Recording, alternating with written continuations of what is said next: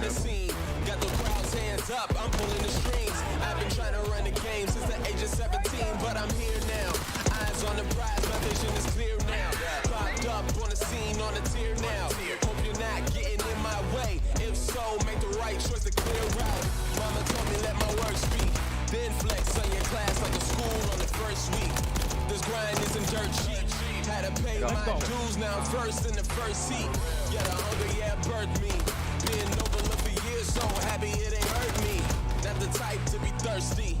I'ma get it on my own, I'm not showing any mercy. I don't make a move on the man. Like a mirror, I'ma make a move with my hands, going up and don't know when I'ma land. Sticking to the plan. I don't make a move on the man. Like I made a rule with the fans. Sticking to the plan. I'ma make a move with my hands, going up and don't know when I'ma land. Sticking to the plan.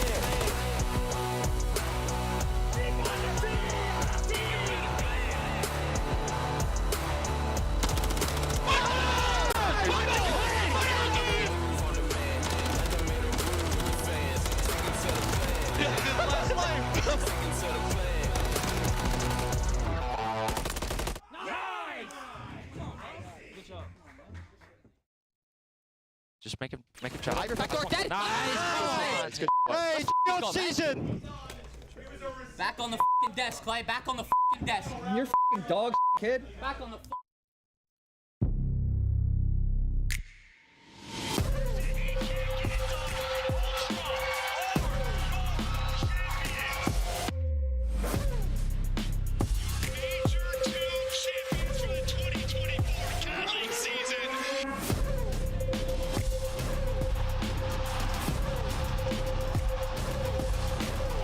One last major before championship weekend.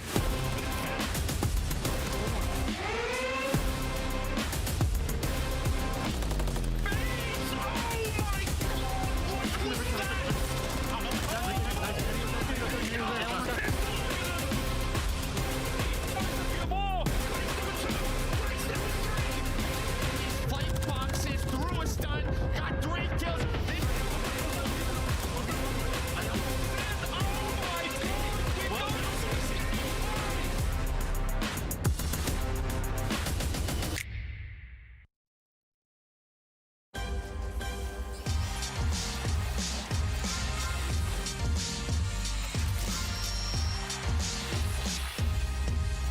Kenny, a 1v3 or Optic are gonna be top 12. Here we go. Final moments from first to last.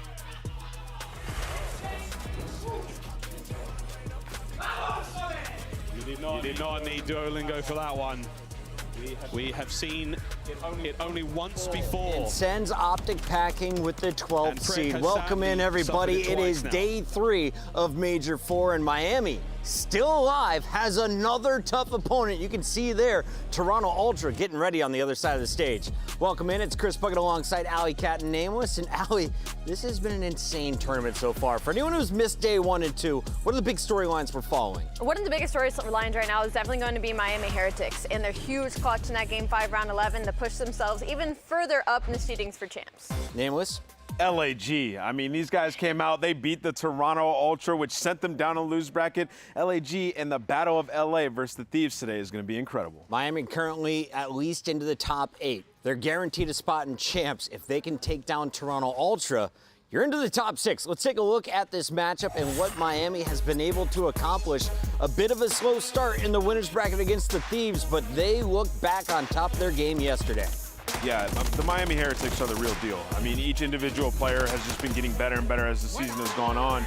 And we saw the masterclass of Search and Destroy yesterday versus Optic Texas. Some huge plays from Real. I think came across with 7 first bloods across the 2 maps, which is just absolutely massive. And then the control, they put so much work into their high rise, and it's been landing in all of this series. Now throughout stage 4, guys, they are 5-1 on high rise controls. So they feel like they could 2-3-5 anybody they play. Allie, their whole goal has been able to step up their game to compete with the top four, the big four going into champs. They took down Optic. How do you see them matching up against Toronto tonight? I think they have some opportunity. I think Toronto's kind of been falling short when it comes to their search and destroys, where Miami Heretics, that's where they're finding a majority of their success. They found it in both S&Ds versus Optic Texas yesterday for the win. They have 3 opportunities to take a respawn. So I think fairly enough, Miami Heretics have a good chance. We already took the first stab at our elimination bracket round 2, where the subliners sent Legion packing. Today we start things with Ultra versus Heretics, but we also have 2 great matchups at the top. 2 unpredictable matchups at the start of this weekend, but it's LAG versus LA Thieves and FaZe taking on Atlanta FaZe. Let's talk about Toronto a little bit here as we get into this first matchup, though. Scrap, he's been on fire. He's been running his mouth, and his team is playing confidently. He has been on fire. I will say, though, they did lose to LAG, and then the match versus Carolina was probably a little bit too close for comfort for them. I mean, you're talking about a round 11 search and destroy where Carolina probably feel like they should have won that, made some good plays early on, just got blood, and then that last map in the control, very, very close as well. Just some massive clutch plays on the side of the Toronto Ultra. So it needs to be cleaner today. You're not going to be able to play at that same level and beat a team like the Miami Heretics. I mean, we're talking about a team that was in the top 2 favorites alongside Atlanta FaZe for possibly winning this event, and after that loss to LAG, you can call it a bad day, you can call it caught off guard. LAG has been surging since then, but even in their match versus Carolina, like you said, it was a round 11, it was a round 5 Karachi control, so definitely some opportunity here for Miami, but Toronto Ultra, your respawn was unreal, and what's incredible to me is the fact that Scrap has still been able to continue to put up these numbers. 3-0 against Carolina. He sent them packing, crashed their hopes of going to champs, and he did it with a 1.5, a 1.33 in S&D, and a 1.19 in control. Where's Toronto on the big board? Well, currently nameless, they're in second. Is there a chance that this team steals the #1 seed? What are they playing for this weekend? There's a chance. I mean, they definitely want that #1 seed. You also want to win that championship. We know the team that wins the last major has a good chance to go back-to-back, as New York explained to everybody last year.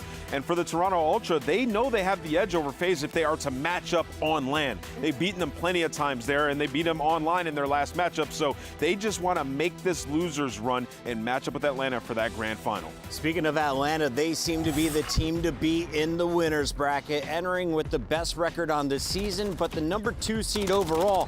When they matched up against the 4-3 subliners, though, Atlanta took care of business, Alley Cat. Yeah, and I mean, respectfully, they've played 5 times this year, and Atlanta has always had the edge, 4-1 in the season, now 5-1. And when it comes to LAN, I just gotta say, it was a close map one. I feel like New York subliners maybe had an opportunity there in that opening matchup, but FaZe easily the favorites now that Toronto Ultra has been handed that loss by LAG and sent down to the losers. It's just kind of like, will they show us any weakness this weekend at all?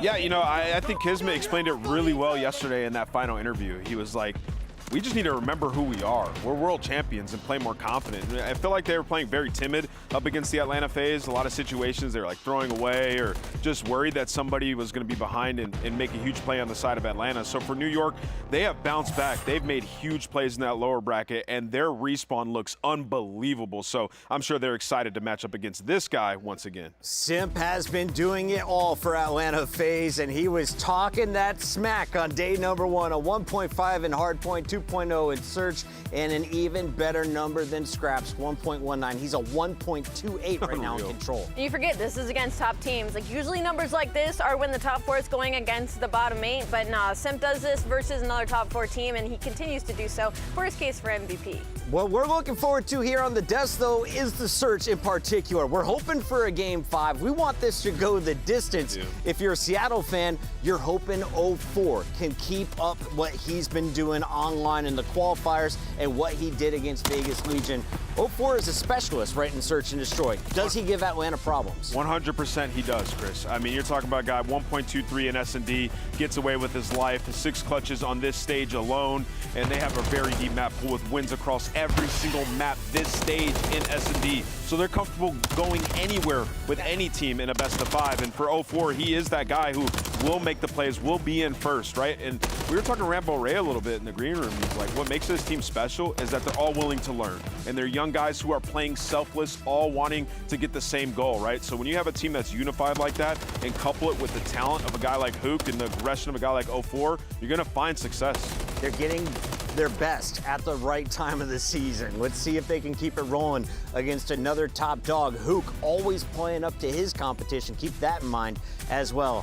Allie, it's going to be a great day, and that is going to be our second winner's bracket matchup. But before that, we've got to talk about what is going down between Dan Ghosty and Fame. It's a battle for LA, and it's happening in our winner's bracket semifinals. One of these teams is guaranteed top 3 here in their home state. That is absurd to me. If you told me heading into this weekend it was going to be one of the LA teams in top 3, I might have not believed you. But I'm going to tell you right now, this has been a battle, a tale as old as time, some would say. And LA Thieves have been on the losing end of it time and time again. It didn't matter the roster. It didn't matter if it was on LAN or online. But I do have to say, the performance statistically, like for LAG, I wouldn't have favored them in this series if they weren't able to pull off what they did at the start of this weekend. I think this will easily go game 5. They beat Toronto, may be able to beat LA Thieves. That would be huge for their season, knowing that they were on the bubble to start this tournament. Now you win, you're another 30 points ahead, and you are feeling very confident going into the champs. No, you know what, Chris? People need to eliminate whatever perception that they had of LAG prior to this stage, because they are in a different element now. They have qualified for champs. They have been performing in Search and Destroy. Everybody statistically has gotten so much better. Estriel, we are now seeing what LAG saw in him before the season began, right? So this is a different roster, and they're out for blood.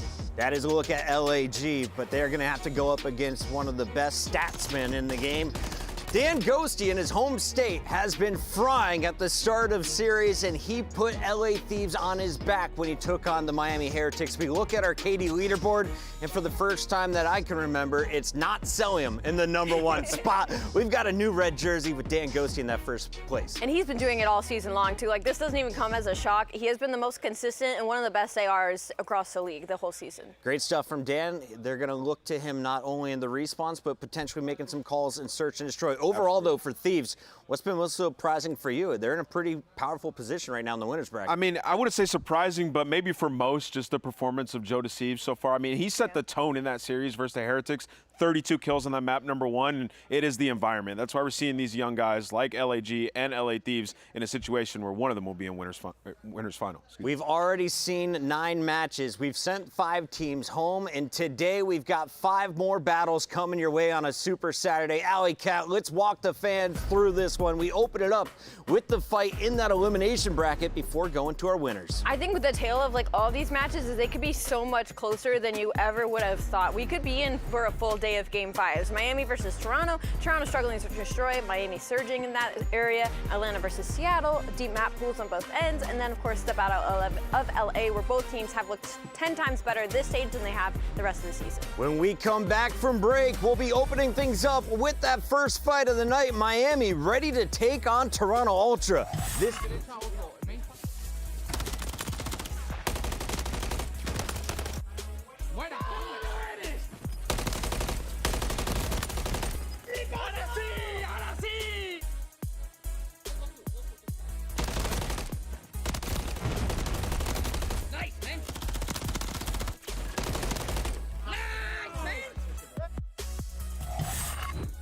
Upgrade your game with the Scuff, the official controller of the Call of Duty League.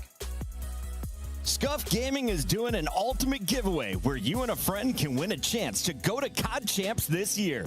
The giveaway includes 2 VIP tickets, travel expenses, and more. To enter, scan the QR code on the page or go to scuff.co/CDL and enter your email. Terms and conditions apply. The Call of Duty League is brought to you by Monster Energy, the official energy drink of the CDL. I love when the good news coming in on a day-to-day. Already know what's happening, I don't gotta shake the hay. Big moves, big stepper in the right direction. The trick continues, every double use a psychedelic. I think they gon' need a minute. Look, I'm interested in making as opposed to making friends. Double bags, I've been paranoid, I've been the safest place, I'll take a check. Finishing this drink should only take a sec. When Mark just cut me off, he told me that I go on stage and tan. Walk out to my own shit on the main event. Givenchy, my cologne after the show, she told me that shit was a favorite sense. Sprint event is spacious, we can take it friends. What happened next, you can take a guess. Welcome back. It's the Call of Duty League Major 4. We are live in Burbank, and you can see our 8 players ready to go to war. On your left, it's the Miami Heretics with the 5th seed. And on the right, in the elimination bracket a little bit early, we see Toronto Ultra fighting for their lives. Alley Cat Nameless here at the desk, and we are about to see an epic showdown. Both of these teams looking very strong so far, especially if you watched Miami close out their series against Optic Texas. Toronto, though, that's the team we got eyes on, right? They were the front runners coming in after the qualifier. Now maybe the most dangerous team that's going to run this bracket. Oh, absolutely. If being in the elimination, this is the last card I would want to pull, especially once Scrap got sent down by LAG. It feels like he just has another level of energy to him, another kind of chip on his shoulder of like, what in the world are we doing? Because they were so confident coming into this. Not to mention the ARs on this team were putting on an absolute show on yesterday. Insight 6.6K in that map number 4. So again, I mean, we're raising red flags in Search and Destroy when it comes to Toronto, but their respawns have been unreal. 11-4 in Hardpoint, that's first overall in the league. 8-1 in map 1s. They were 7-0 until they lost that map 1 to LAG. But for the Monster Energy pregame, again, that Search and Destroy could be their Achilles heel this weekend. So Nameless, if they lose map 1, they're going to lose the series, right? I mean, potentially, right? And the guy that you just saw on your screen, Envoy, he's been the X factor for me. He's been really inconsistent. He had a good stage, but he got fried in their first match versus LAG, right? So definitely can be prone to the bad game. And we've seen once these guys catch fire, get a little bit of confidence on the side of Miami, they're hard to deal with.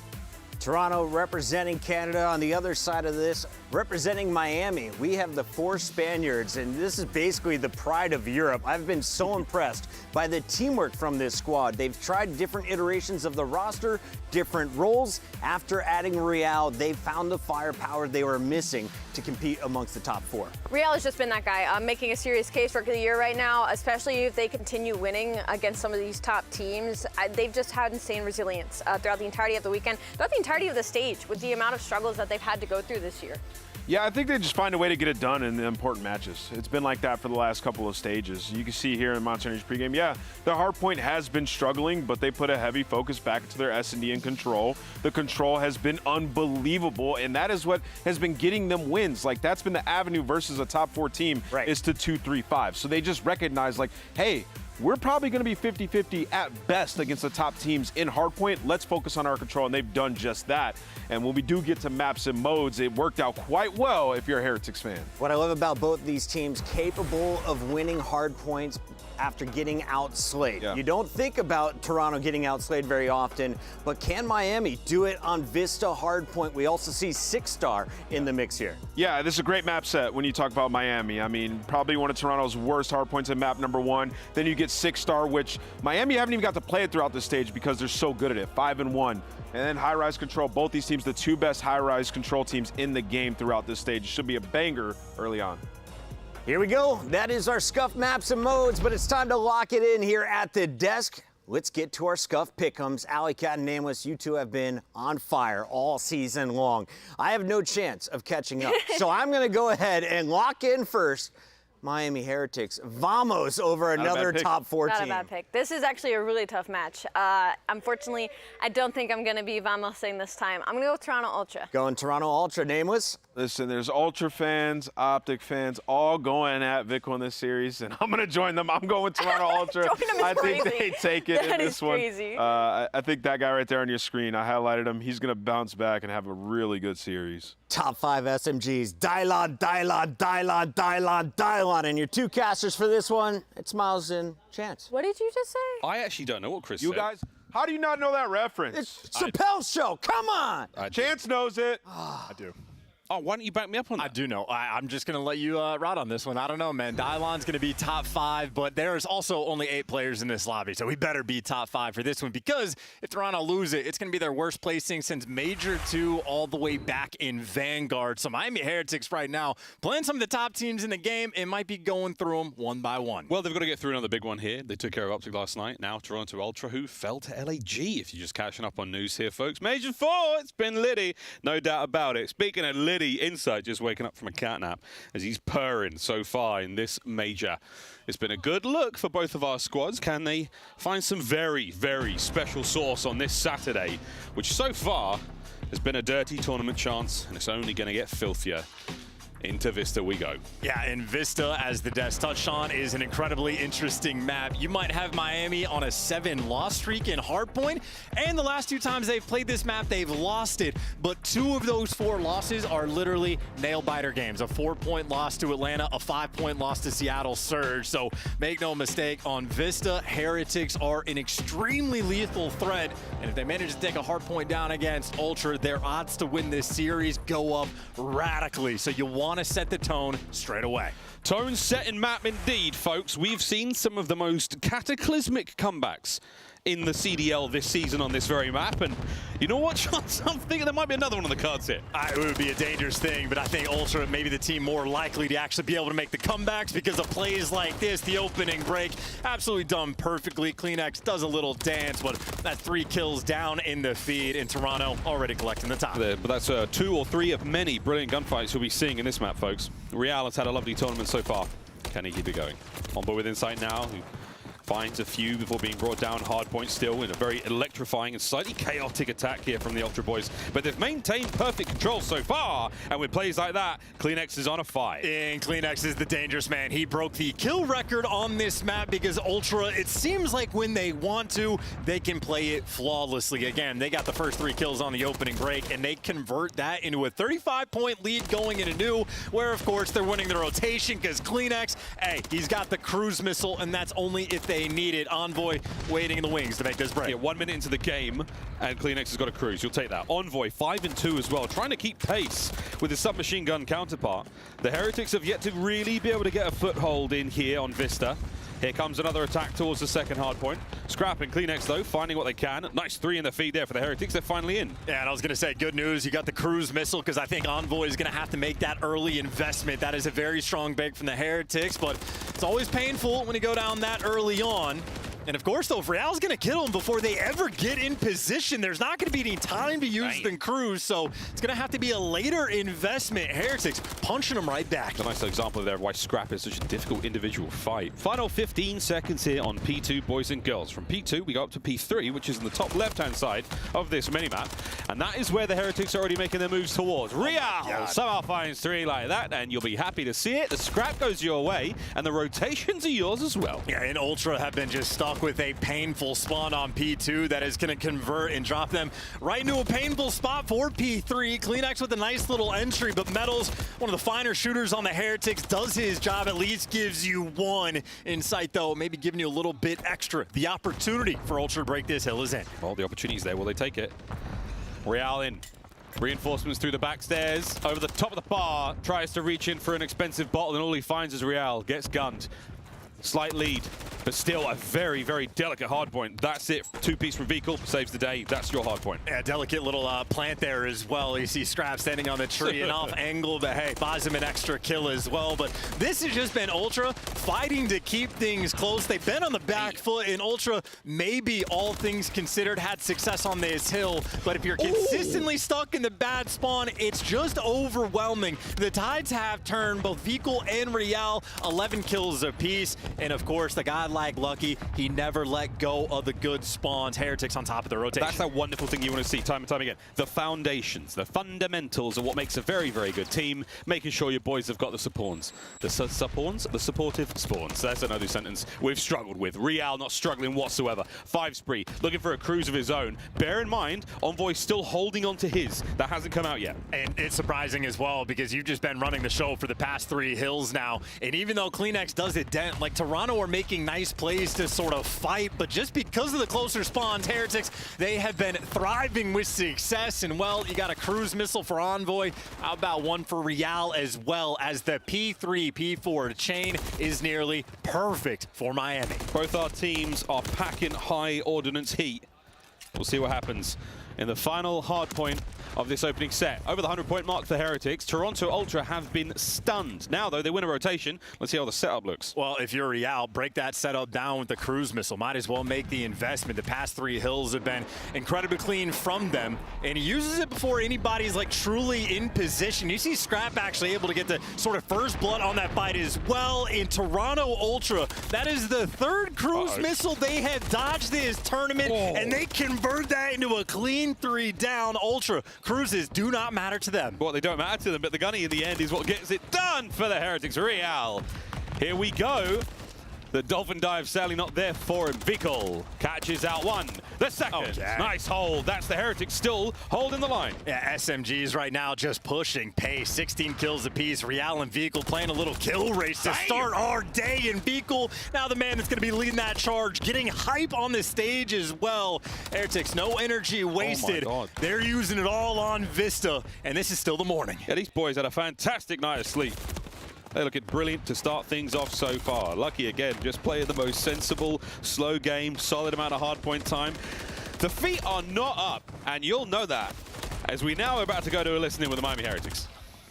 Llegando medio. Clean, un tiro medio, ¿vale? La mesa weak. Papa, puente, pla, heavy. Estoy full stone. Está plat, no ve nada. No lo veo, plat, se ha ido para atrás. Inside subida a la mesa del punto. Mesa al medio. Denis no se la. Denis, sí. Denis no se la, Chema. No sé qué ha hecho, Siga ahí, Leo. Y otro, voy weak, no se la. Aguanta. Vale, está Claudio de pasarela. Claudio quiere pasarela, está sumando.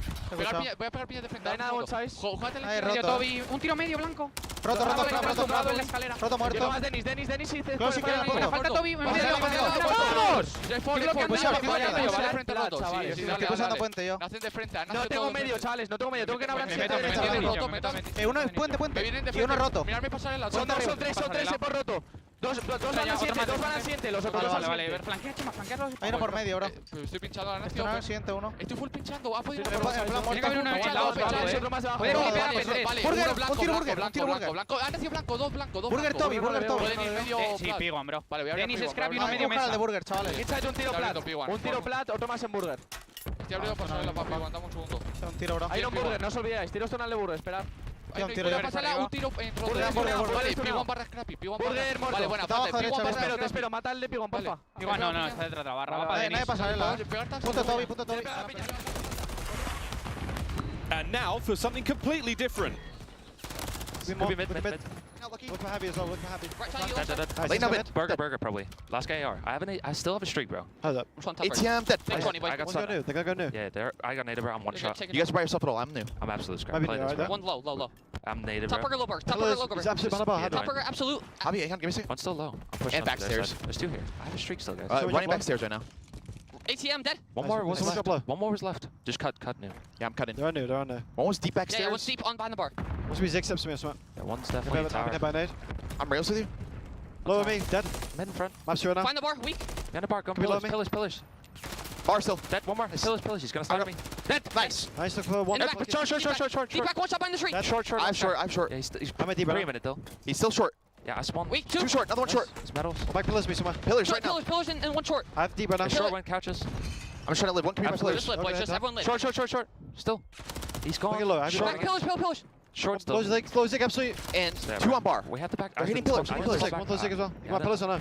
Yeah, I got it. I didn't Two pillars. We're not spawning back. Deep me somewhere. They're spawning front with me. I'm just hitting the Just guy. hit this guy time quick. He's back wood.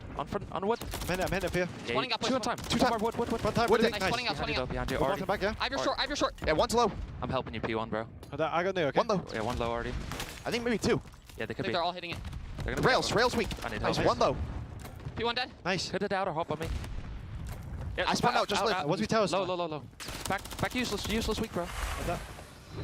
Two very different tales of the same hardpoint map, folks. What an unbelievable scoreline we are seeing here. And what an unbelievable gunfight just won by Metals. He had a 1v1 against Insight, takes him down with the Renetti, and that's to give you spawns and the time. Ultra fought to make the comeback. Well, the fight is now back in their hands, and CleanX using this cruise missile to try to break it down. This is the one he gained from the start of the map.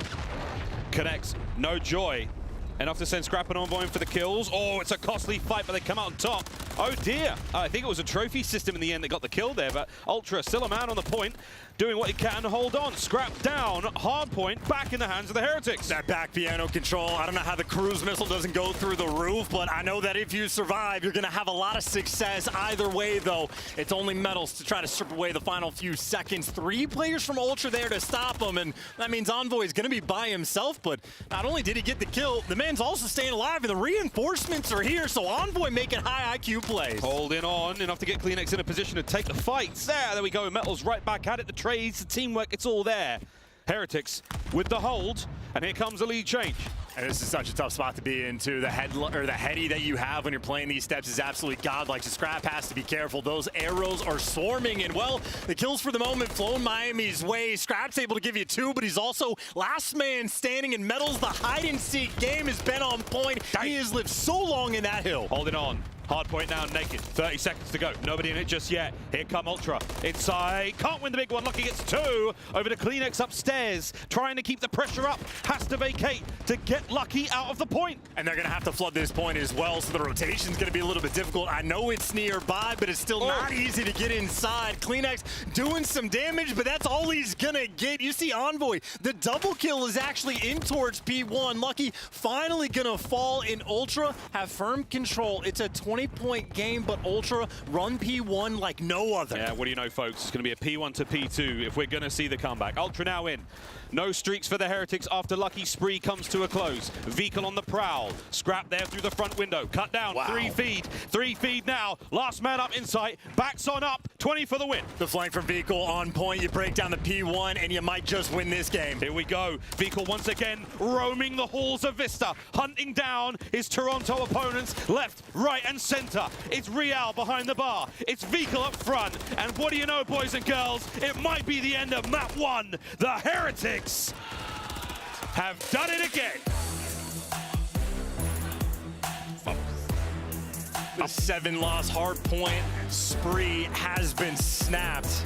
I'm telling you, man, looking at the map set, Miami Heretics could not be any happier. They might have lost this map twice in a row, but both of those were nail-biters against the best teams in the game. Well, they get a tee off again against Toronto and start their series off right. This is loser's bracket. Loser gets top 8. It would be the worst placement for Toronto Ultra since Major 2 of Vanguard. Miami Heretics, they are trying to take just the teams, all the champion winners from this year, trying to take them down one by one. Yeah, the prophecy did not account for such heresy. Miami Heretics, better late than never to join the pie.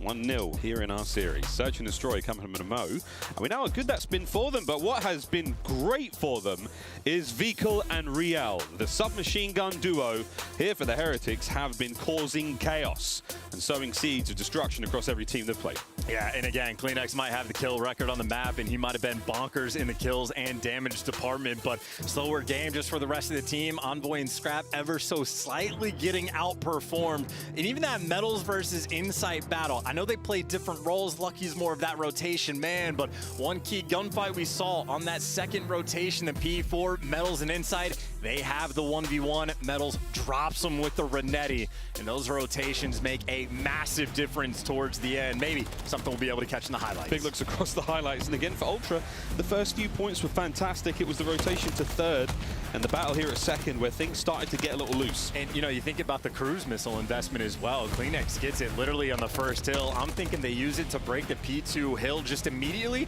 and keep their foot on the gas, but they saved it for so much later in the game to no avail. Hits the roof, 2 players survive in Piano, and granted, I thought Kleenex was going to be able to get those kills, but a failure of the usage, and well, Real ended up doing a better job to help them break the bridge one, but a game where, you know, literally the smallest of decisions make the difference in the end. Every time.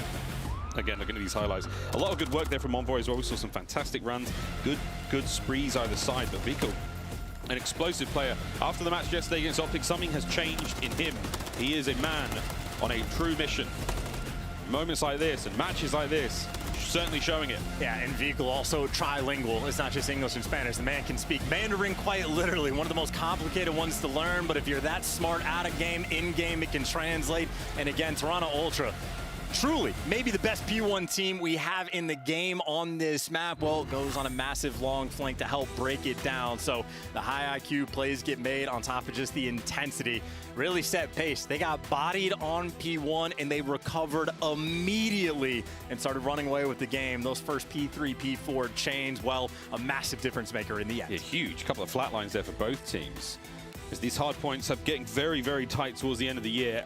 Again, Spice factor out of control. How many, what's the measurement of spice? I forget what it's called now. God, I've blanked on air. No. The Scoville index. There you go. This is a hot one. This is already a stinking hot one. You're going to need a little bit more than milk to get through this one, folks. 6-star coming up. Yeah, and then, of course, we talked about the map set. It's not just the Vista that Miami are going to be incredibly happy to see. They get high-rise control again.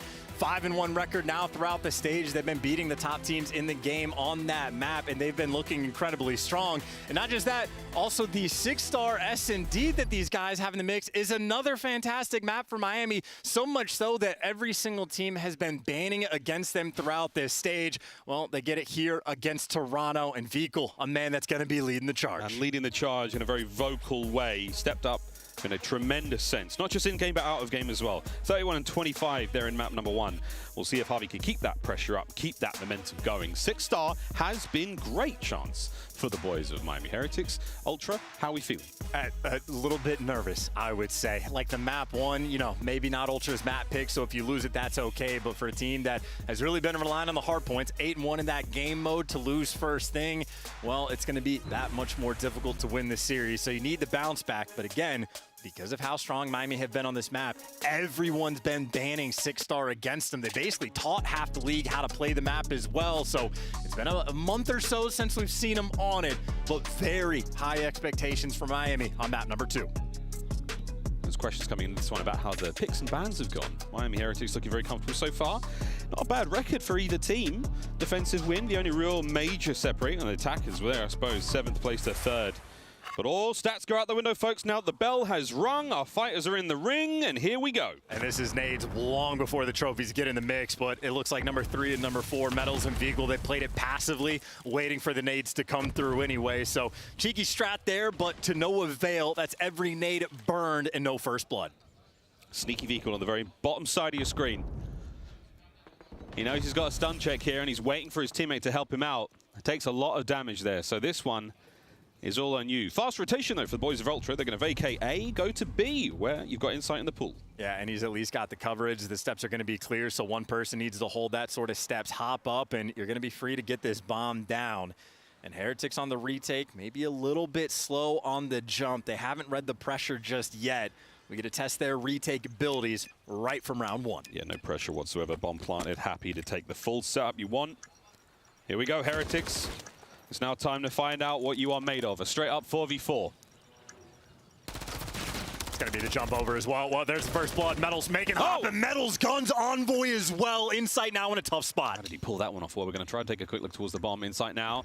Toe-to-toe with Lucky. Bad timing. Bad timing. That is deeply unfortunate. Over to Scrap. Last man. 20 seconds on it. That's Beautiful. The round. Yeah, that is done to perfection, and that is Heretics striking first.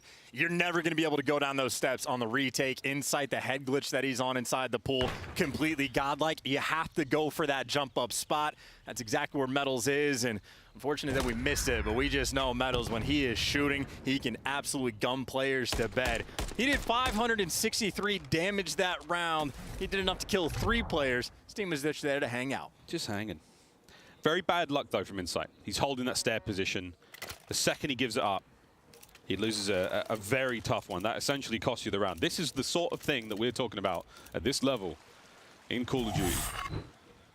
A game of pixels and milliseconds.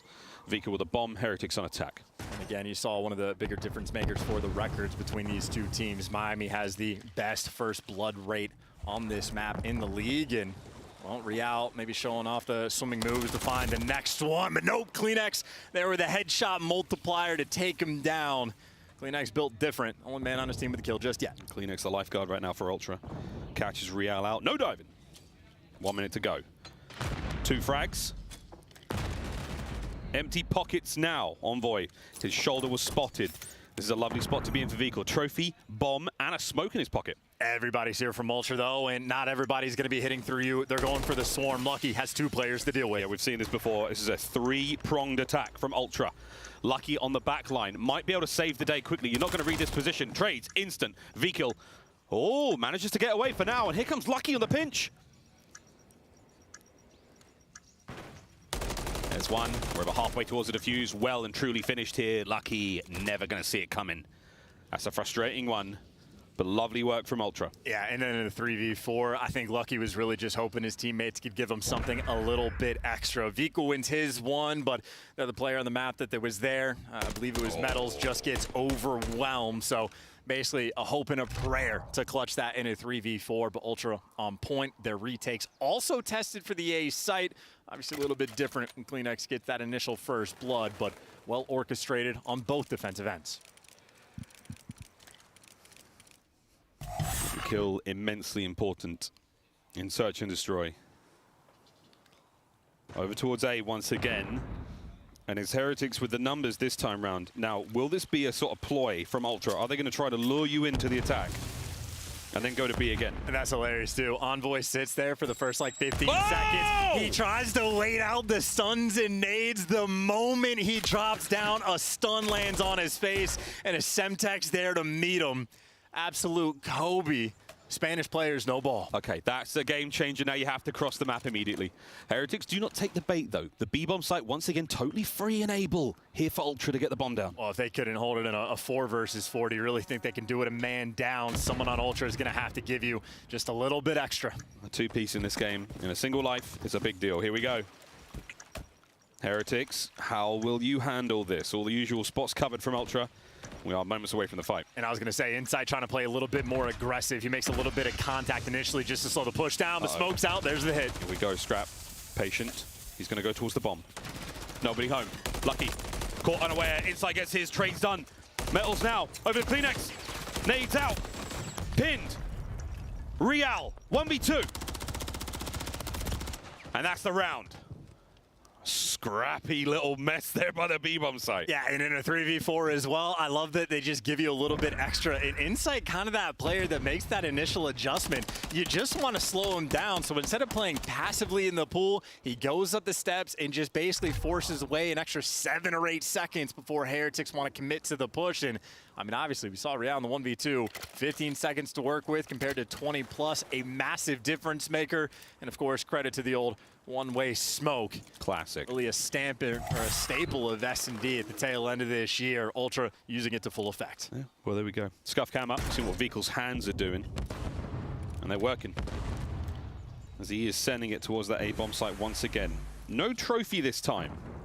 We'll see if he can get the plant in a moment, but waiting for the boys to help out. A lot of ruckus towards the middle of the map. In an awkward moment to get the first blood. The Venter sort of open. How's the timing? Perfect. Another first blood for Miami, and Real giving you just a little bit extra. Oh, a lot of love towards the back end. Doesn't account for Kleenex there, but he's done his job. Tons of information passed, and now it's right on towards the bomb site. Here we go, 3v3. And you know Kleenex is far away as well, so just an extra few seconds Ultra are not going to have. Here we have Lucky eyes on the middle of the map. This time only 2-pronged attack. We're going to be coming through cross elbow right now. It's Vehicle. He's got to get 2. He doesn't have a lot of help. Perfect stun. Kleenex is through. They've breached the walls. Metals finding one out of it. Trying to push Insight back. Kleenex has done the lap, so he's right behind him now. Tobias Jonsson brought down onto Insight. Has to get involved. Finds one. But Heretics find the round. And that's a hell of a call, too, literally just to run it down. We thought that flank from Kleenex was going to be perfect, and it would have been if they did not hit the go button. Lucky gets out barely in the nick of time, and obviously there to be back in the mix to clutch up again. So Heretics, a well-oiled machine on 6-star. Ultra obviously have a lot of fight in them, tied up 2-2, but these defensive retakes, it's a hit or miss sort of situation. 1-1 on either side. And yeah, that bomb site again with 3 ways in, 4 if you include the secret stairs. It takes a lot of effort to take a retake effectively. We're going back towards A for Ultra. Heretics have sort of had enough of it, and I think there's a subconscious yearning for a more sort of open bomb site. Yeah, and I don't think Heretics were excited about retaking this one. They were just reading the hard B push, but going to be tested either way. Well, there's one half of that trophy's life gone. Vehicle through mid. Smoke's there. If he throws it short, it won't get eaten by the trophy. So, yeah, this should be safe if he goes for it. 30 seconds. This is the test. How well can you handle the chaos? Tagged up on the cross and just gunned down. Heretics, based on the way they set up, they were not excited about that A-site retake, and Envoy showing them exactly why. That's going to be the round advantage. Lovely shots from Metals, but Ultra, play the safe bet. Classic bomb site. You managed to get full control. It's a bit of a gamble. The other team wasn't present. There was no stuns, nothing. You get a free site, a free plant, a free round, essentially. Yeah, and I think that would be my least favorite strat that has developed in Search and Destroy over the year. Just the smokes to try to pray to run through it. But as soon as you get out, Envoy, well, he is your maker that you just met. And you see CleanX with the timing just on the chase. If everybody's sprinting through the smokes, well, he'll play hide and seek with you. And Heretics, I don't think they're going to go for that heavy B stack like that again. No. Trophy system's always present, nearly. Especially in the sort of mid to the late rounds. So you can't smoke deep. You can't smoke the players. You have to smoke the cross. Open hit here from Envoy. Happy to have it. That's a 3 spree from him. He started things off a little slow and Metals is in trouble. He made plenty of noise there. CleanX is on the hunt. Ooh, is he gonna? Well, I was gonna say he's not gonna guess right, but Metal's not prepared for the pressure. Lucky might get a trade, but still man advantage Toronto. Scrap trying to push the advantage that CleanX managed to buy with his life. Insights there as well. Oh, free. Scrap, it's free, it's easy. It's another round, back-to-back for Ultra. Yeah, that is gorgeous. Envoy, just the king of the first blood. You were busy talking about smokes while Envoy was busy smoking the opposition. I mean, no time wasted and Ultra aggressive as all hell. I mean, CleanX just working through the sort of B site, clears it out, pushes through the vents, and a master of the flank. So far, the biggest difference maker of a round is the 3v4 clutch that Ultra had when Envoy got first blooded on the attacking round. Outside of that, it's been a battle, but Heretics gonna have to dig deep. As well, it's worth pointing out, Real, 4 first deaths already on this map. That's very uncharacteristic of the man. The first blood machining its optic. Here against Toronto, not as nice. Aggressive. Whoa, final bullet from Envoy that seals it. Smoke to cause chaos. Smoke for the cruise. No! Heretics get the round as well. Yeah, that's unbelievable. Great work to not die to Envoy in that moment. The one-way would have been perfect, but good old palm tree heady.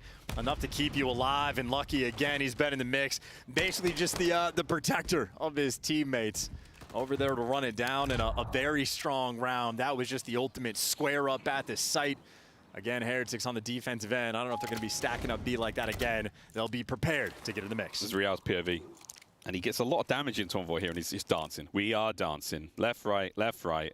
A little bit of up, down, just buying time for Lucky to get there. Lovely work. Doesn't give up the cruise. That's a huge moment. Might come back to bite Ultra. This is interesting, too. CleanX has flanked 2 different times, and now Miami have just stacked the middle of the map, maybe waiting for this pressure. So Vico won't be playing the bomb until he has a trophy in the mix. And that's exactly why he doesn't want to find that second grenade. But again, CleanX has been pushing the flank consistently. Real and Lucky have been playing for it, but I don't know if they've guessed right. Yeah, they're the kill team here. Uh-oh, Envoy.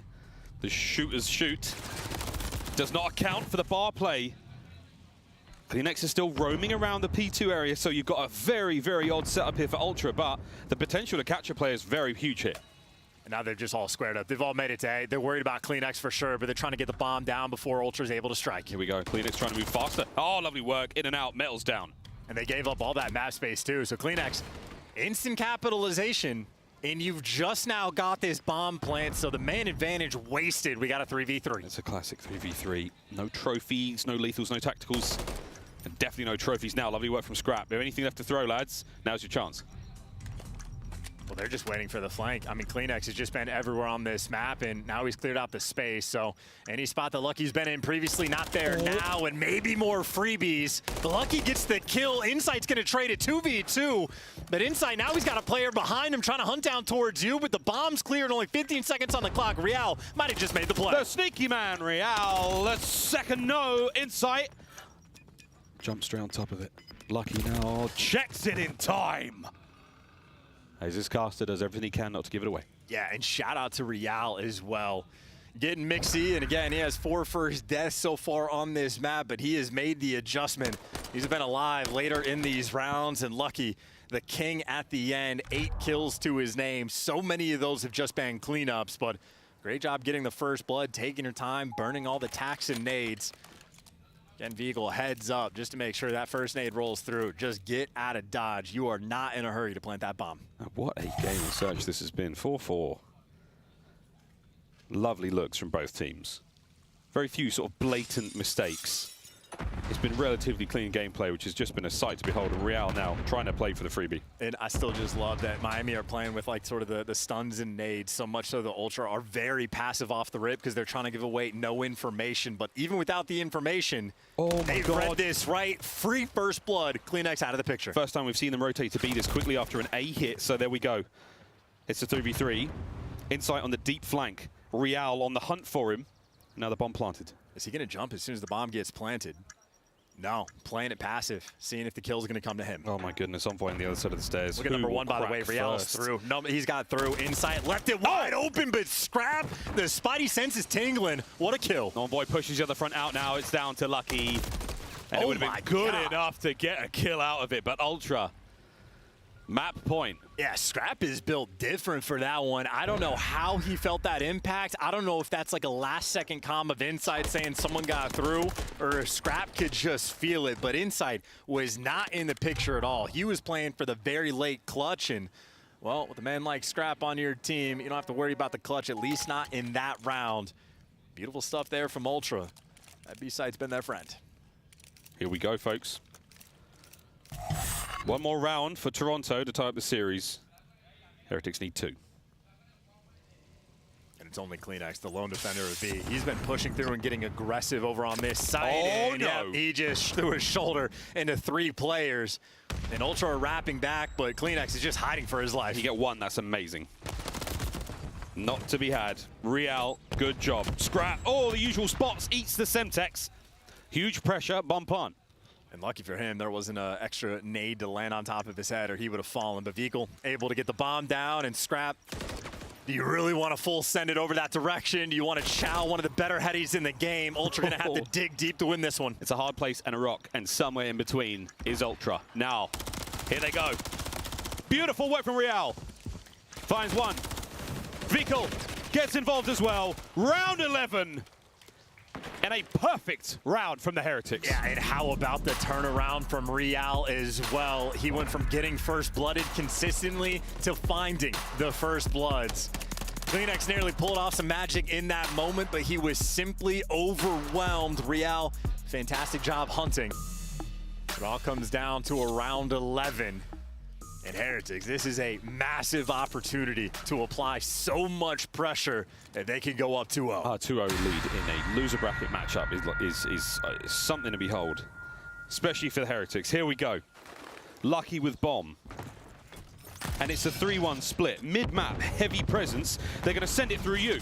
Envoy's been here before. They're running it down. Envoy in the way. He gets at least 1 before he gets traded out. Got a 3v3. Metals make sure the flank is safe as it can be now as the bomb gets planted. The timing, it's not been great for him so far in the map. The Chow, though, waiting for it perfectly. He's played CleanX for only so long. 2v3. Well, he bought you a little bit of time, but that's all he's going to do. And look at the deep play by Scrap. Lucky, last man alive. He got your rabbit's foot. He has to play this so brilliantly. What a win. Over towards the bomb. Here come the rest. Not enough. Lucky brought down as Insight and CleanX safely dispose of the bomb and safely tie up the series 1-1. Yeah, all tied up, and CleanX able to just run it down on the flank time and time again. Metals not prepared for it at all. Gets caught on more than one occasion. And again, you have Miami Heretics, incredibly dangerous on the 6-star S&D. Ultra, no fear in their hearts, able to take him down. And that is an essential win, especially against a team of this caliber with this sort of momentum. The wind in their sails is deafening for their opponents. Ultra, though, cool and calm, managed to find an upset win there on 6-star. 1-1 in our series chance. Going the distance, I think, is to be expected at this point.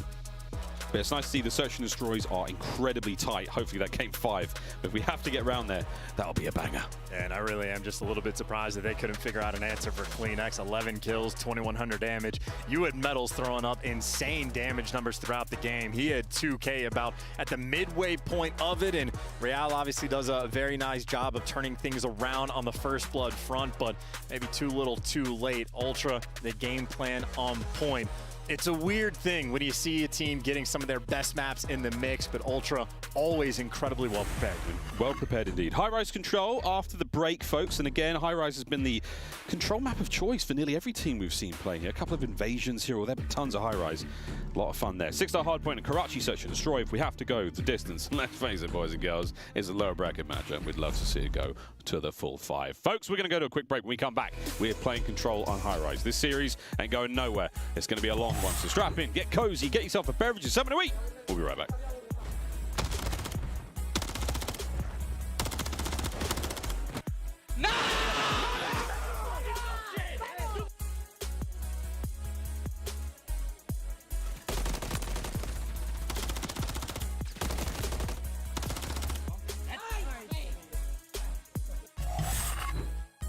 Upgrade your game with the Scuff, the official controller of the Call of Duty League. Scuff Gaming is doing an ultimate giveaway where you and a friend can win a chance to go to COD Champs this year. The giveaway includes 2 VIP tickets, travel expenses, and more. To enter, scan the QR code on the page or go to scuff.co/CDL and enter your email. Terms and conditions apply. The Call of Duty Week is brought to you by Monster Energy, the official energy drink of the CDL.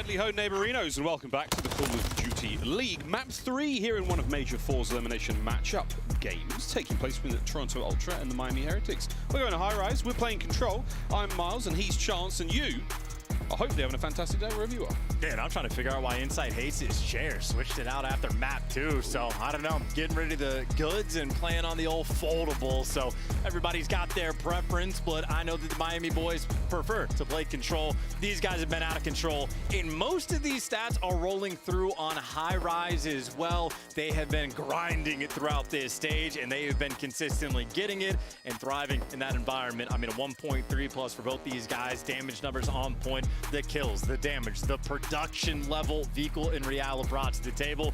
They've been out of control. They've hit their sweet spot on this map. They are grooving on high rise. Altitude sickness, not a factor. Not a factor. They took those pills. And they're also very well hydrated. We know that with absolute certainty. Because everyone's been whizzing in the first 2 maps. And it's been very clear. Not a hint of that thick yellow whatsoever. We'll be seeing a nice sepia tone across high rise, but don't let it get fooled, folks. This vintage map is full of surprises and tricks that we have yet to see here in the Call of Duty League. And we have talked about this quite a few times throughout or at least this split and this major. The record for Miami Heretics on this map at this point of the year, a little bit fake. So I know Ultra, very strong at it. If you're purely paying attention to the records, you think they have the edge. But as of late, I genuinely do not know. Heretics certainly ready for the fight.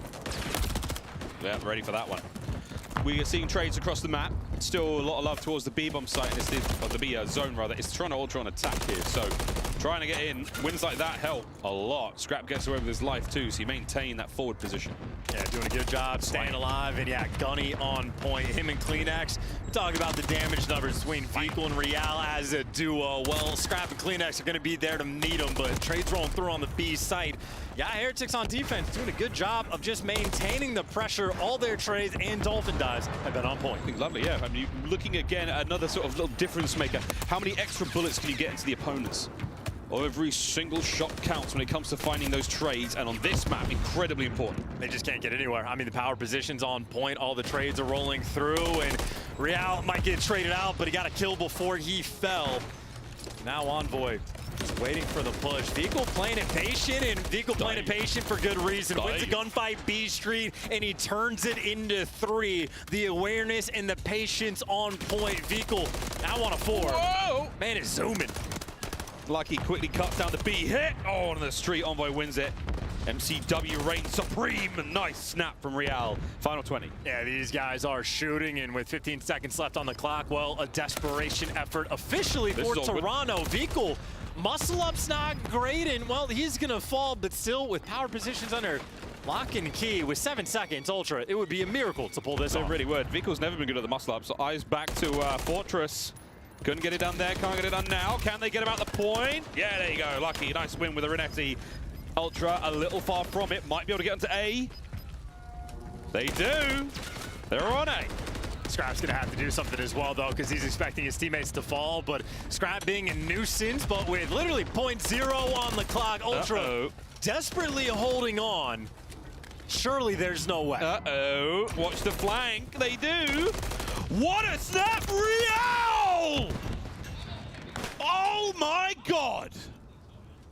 That's going in the top 10. Yeah, spam the Vamos in the chat if you want, because they erupted with that towards the end.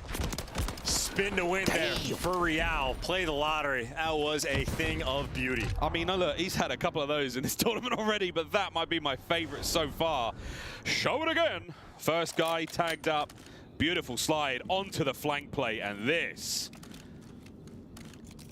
3 in the feed for Real. Heretics 1, Ultra 0. Yeah, with 0.0 on the clock, Ultra were never going to win that round anyway, but shout out to the headshot multiplier for being that extra less of a bullet that Real needed, and well, he's taking that momentum, carrying it straight over towards this A zone. If I got a kill like that, I'd be playing for kills too. Oh, he's playing real aggressive, and I'll take the damage across the board. They do lose the battle for the A side of the map for now, and they've been, oh no, there's an opening at B, and Vikal has cut the map in half, and he's got straight on towards the B zone. And he's got a little bit of pressure. That was 2 in the feed there, so Ultra player is going to be walking off respawn, but off respawn inside. He brought the gunny, and everybody showing up at the feed with an MCW there. Metals might give you 2, but he's just trying to stay alive. Yeah, not rival 9 to be found. Although the first guy to pull it out might be the difference here. 1 minute to go. Heretics unable to really make a dent on the time here. Slow and steady. Metals doesn't check the guy on the stairs to top Heli, who kills him. Envoy, well done. Yeah, Metals had a few just ever so slightly off moments, but still a shooter. Damage numbers always going to be there, but this has been a devastating lobby, and that is a clean 3 in the feed. Miami Heretics going to have to work out of your spawn. 40 seconds is a decent chunk of time, but Ultra, they've got the dagger setup rolling, and we know how good their communication is.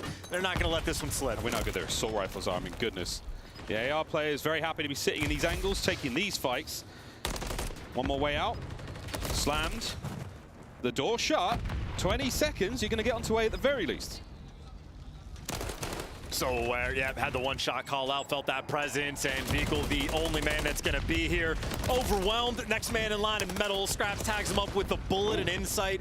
Trying to line him up, but he's at least snuck past the barrels. A little bit of a dance around the zone, but Insight solved the puzzle, just ran out of ammo. The Metals, the salsa. He knows these moves. Here comes Envoy. Snapped out. Vikal staying alive. No trophies here. The boys are getting done without any help. There we go. Better late than never. Eaten alive. Pressure now. Finished. Across the map, though, Lucky desperately trying to make a sneaky play in. The last one for Metals there. Desperation. A single segment chance. All you're going to get from the Miami Heretics here. And I will say, Ultra looking a little stronger in both attack and defense. I was going to say, these are devastatingly good defensive rounds for both squads. Ultra seemingly giving you a little bit extra, but it's not like either team particularly has a ton of tiers captured. So the tick game might as well be tied. I mean, you're simply just looking for that clean 4 down. On the flip side, so far defense has been dominant, but on a map like High Rise, opportunity always going to be there. But paying attention to the kills, paying attention to the damage, it is even all the way across the board. Insight maybe with 10 assists, giving you a little bit extra, but Vikal involved as well. Yeah, a couple of heavyweights on High Rise right now, getting after it. Yeah, for sure. We're going to see who gets who's got big tick energy for that final round. Who's going to get defense? We'll find out. Another attacking go at it here for Ultra. That's insane shots from Metals, by the way. Backing Envoy down and doing with a little hop, and now the trade's starting to roll through. Leaning towards A is Toronto, but so much easier said than done. Envoy with a nice little pick, but the trades, Heretics, always so quick with it. Oh, magic. 2 spree hit from Scrap, 15-8, you shoot. Metals now trying to hit the hops, can't get it done. So this is a lot of time wasted, essentially. CleanX is going to come to help out. You managed to save that first segment from being cleaned up. 1 minute to play. And it's just every single kill. I mean, CleanX is just shooting pixels. As soon as you get one, Heretics, again, they've almost achieved mastery of this map, but finally Ultra there to give you a little bit of extra. And now that's 3 down in the feed, so really the best sort of opening you've had on this map. The question is, for how long? It was both zones for a moment. Now it's all down to B, and it's all down to CleanX. The rest of the boys fighting their way forward. CleanX leaves point. Insight backing him up. Now alone, cleaned up, done. The single segment of B, though, does get captured, and now, with about 45 to go, there's still some very solid time left in the game. Yeah, this map is like shaping up to almost be like an endurance race of like these moments, especially on offense. You just have to consistently make the best plays, and you gotta make sure the gunny's on point. Metals gives you 3, welcomes you back to your spawn, but I mean, inside a player is not gonna shy away from a little bit of a marathon. Now they've got 2 bodies on the A zone. Nice shots from Lucky. Over to Real. Get him out the zone if he can. No. Sneaky Envoy from the back. Lucky next up to the plate. B is evaporating. Scrap leaves it to come help out A, and this is a lovely bit of plate spinning right now for Ultra. Yeah, and you can see Heretics starting to lose track of the situation. Couple lives thrown towards the zone, but not making heads-up plays. Now you're dying with nades in your hand. This is where Toronto starts to overwhelm. The round is complete. There's no way they get them close. There's no way. Look at that. That doesn't happen a lot, folks. Both zones at the same time. Ultra starting to feel it work. And that's what I'm saying. You cannot afford to start making mistakes. Metals picks up a 3-piece. Everybody from Ultra working out a spawn, but then a couple different players making a couple small mistakes, sliding out, trying to get the guys off the zone, not clearing out the barrels. Then players on Ultra hopping off the point, not making the reads on where the pressure is going to be coming from. We had the moment earlier when we're watching Insight basically solve the puzzle of where the pressure is around the zone. Heretics a little bit too slow on the draw, and, well, they get punished for it. CleanX gets one more cruise on this map. So, handy-dandy. Heavy presence towards A. Heretics are in, nades are there. Everything's going boom. And so far, the two-man capture, one segment gone. They know they need to hit it now, and CleanX for the cruise. Yes, gets it. Will not save the zone, though. We're halfway through the second segment. And you get him off as well. Well, this is the heads-up awareness, though. Again, these are where Ultra are able to thrive. It's impossible to empiricize how often their comms give them just a little bit extra, but in moments like this, it seems like Ultra always thrives. It's not a kill, but it's enough to keep Lucky trapped in the inside of blue. That's where Scrap now lying in perfect weight for this one. Okay, quick check, make sure everything's cool. Uh-oh, gives it up. Lucky finds it. Real onto B. Faltered there, and the A zone is gonna fall. Lucky, able to get it done, able to add an extra minute to the clock, and Heretics, nice response to the offensive win that Ultra just had. Unbelievable, and if they manage to capture the remaining 3 segments, defense will go to the team with the most kills. And right now, Metals doing everything humanly possible to hold on this position, sends it out the window, bad timing, CleanX across map. Oh, four down, Ultra push forward. And your stuns and nades are gonna have to be perfect to get out of the base. The trophy, well, gonna help out inside a little bit. The gunny is not, but Envoy lining them up and knocking them down. Quad feed, why don't you? Oh, he's still going. He's not slowed down at all. More gunfights, paper and boxes flying everywhere, but that might be the dagger. Lots of time still to go though, Charles, a minute 30. Might have to be worried about the lives too, because it's going to cost you a great deal to get out of this. Metals trying to take the underground route, but Insight, guess who's here to watch it? Always heads up, 3 down in the feed, and all 4 again. A stranglehold on the map. Miami Heretics feeling the heat. Back to back, we might be looking at another one. 3, Insight, one more, and it's 3 quad feeds in a row. Lucky finally ends it, but Scrap keeps the pressure on. We have not seen a defensive round like this in our lives. Yeah, clip it and ship it. This is Ultra showing nothing short of dominance on this defensive round. Opportunity for the spawn trap, and they dagger you to go up 2-1 in the series. Good God. Well, it's not over just yet. We have 45 seconds and 2-1 life remaining. More than Fickle, sell the dream. He's fighting. He's onto the old A zone, and it's finally done. Wow. What a game of control that was. We're showing off the Duolingo again. In an environment like this, it's impossible not to hear. Scrap starts chirping, and well, it sits in the back of your mind. That is a brutal final round. The kill count was so close going into this round, and then moments like this, just devastating. Envoy kills 4 players and only took a single bullet on the engagement. That is ridiculous. Another nearly from Insight. Gets the trophy down at the right time, and just sensational gameplay from Toronto Ultra. Well, the wind is now in their sails. How far will it take them? And by the way, that is the difference between a very strong team in Miami versus a major winner at some point in this year. Metals gets a 3 down, and well, they end up losing that round of defense just moments later. Another 20 seconds go by, everything collapses. Ultra get a clean 4 down, and they turn it into a hoop mixtape. And again, those stats, I mean, they were close for the better portion of the game. Got blown out of the water in that final round. Yeah, outside of that final round, this is actually a great game. Control really good, very exciting, back and forth, lovely set plays by both teams. That final round, though, was an absolute smacking, spanking, disgusting.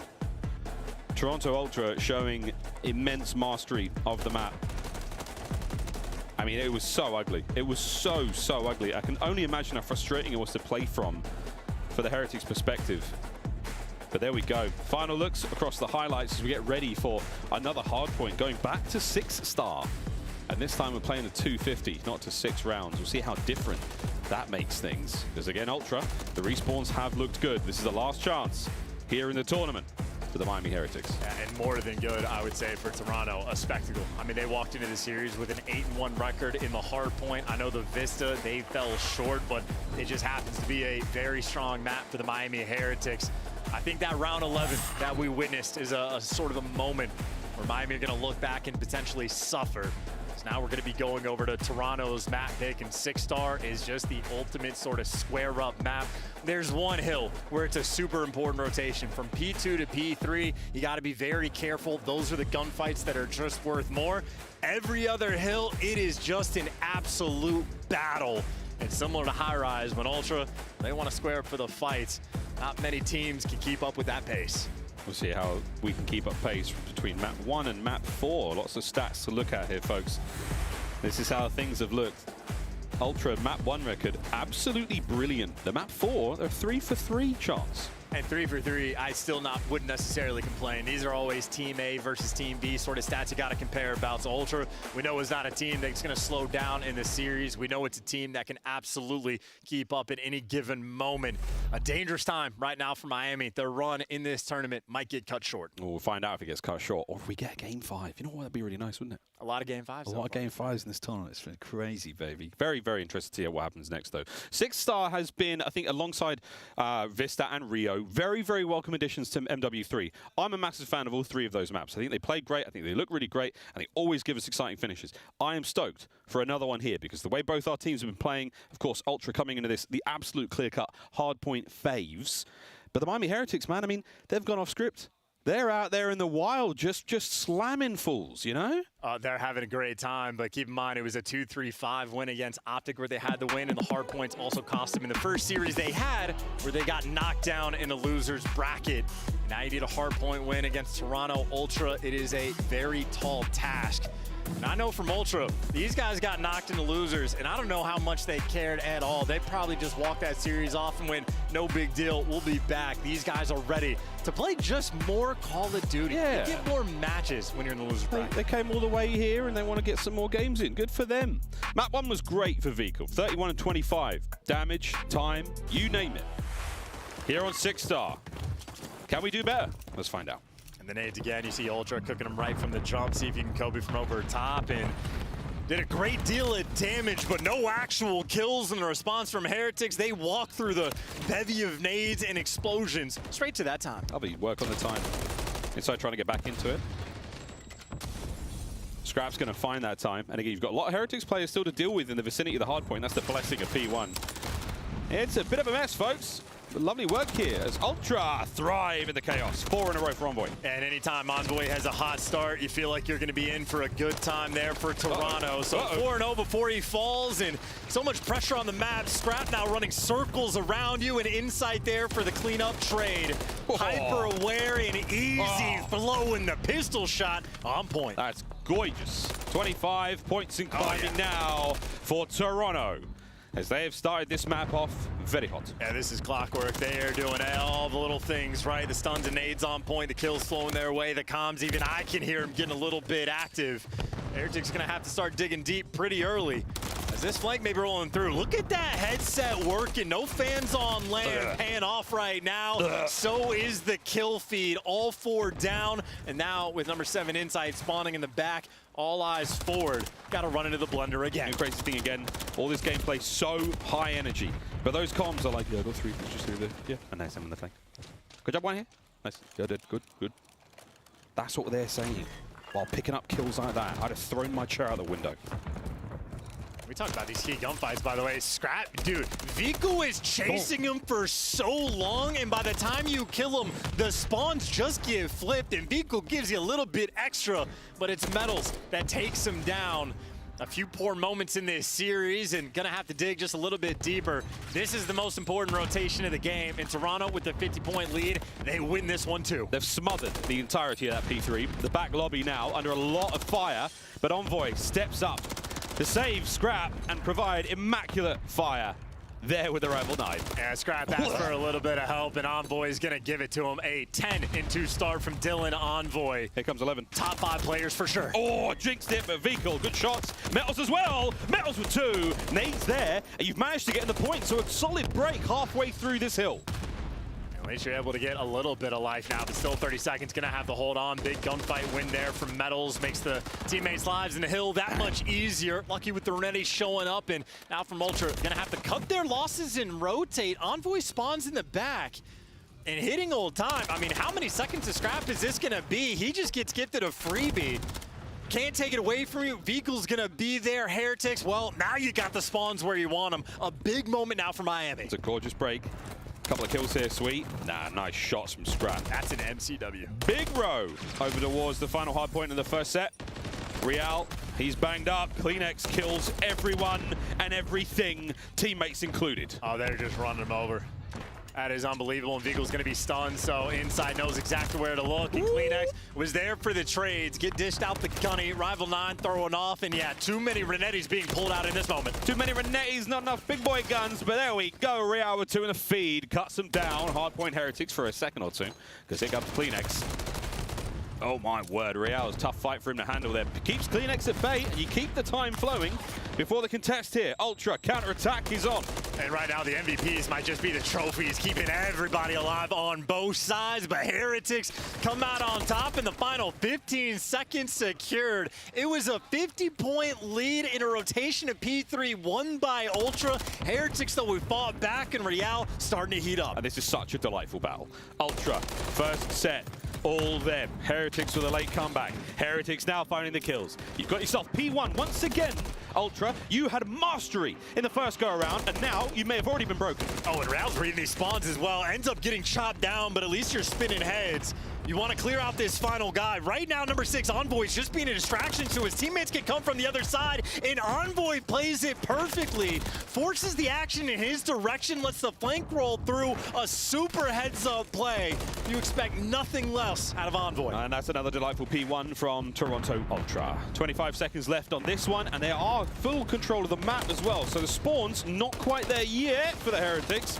We'll see where they reappeared. Low right, not bad, but much better for Ultra. Good late break, solid bit of time. New hard point though, all purple. Yeah, 15 seconds, you will absolutely take that. That's not scrap time, that is fantastic time. Now on the flank battle, Stun just gonna pick him apart. Metal's gonna fall, and well, Real might be there for the cleanup. Able to pick up 2, and now the spawns from Ultra. Both those players do spawn out. Heretics should be able to run this hill over. With these battles, these endless engagements, no matter what HP Real's on, he seems to make something of it. Big wins from Vehicle, holds the point for a few seconds longer. A nice one from Metals there. That could be 5 to 10 here in the board.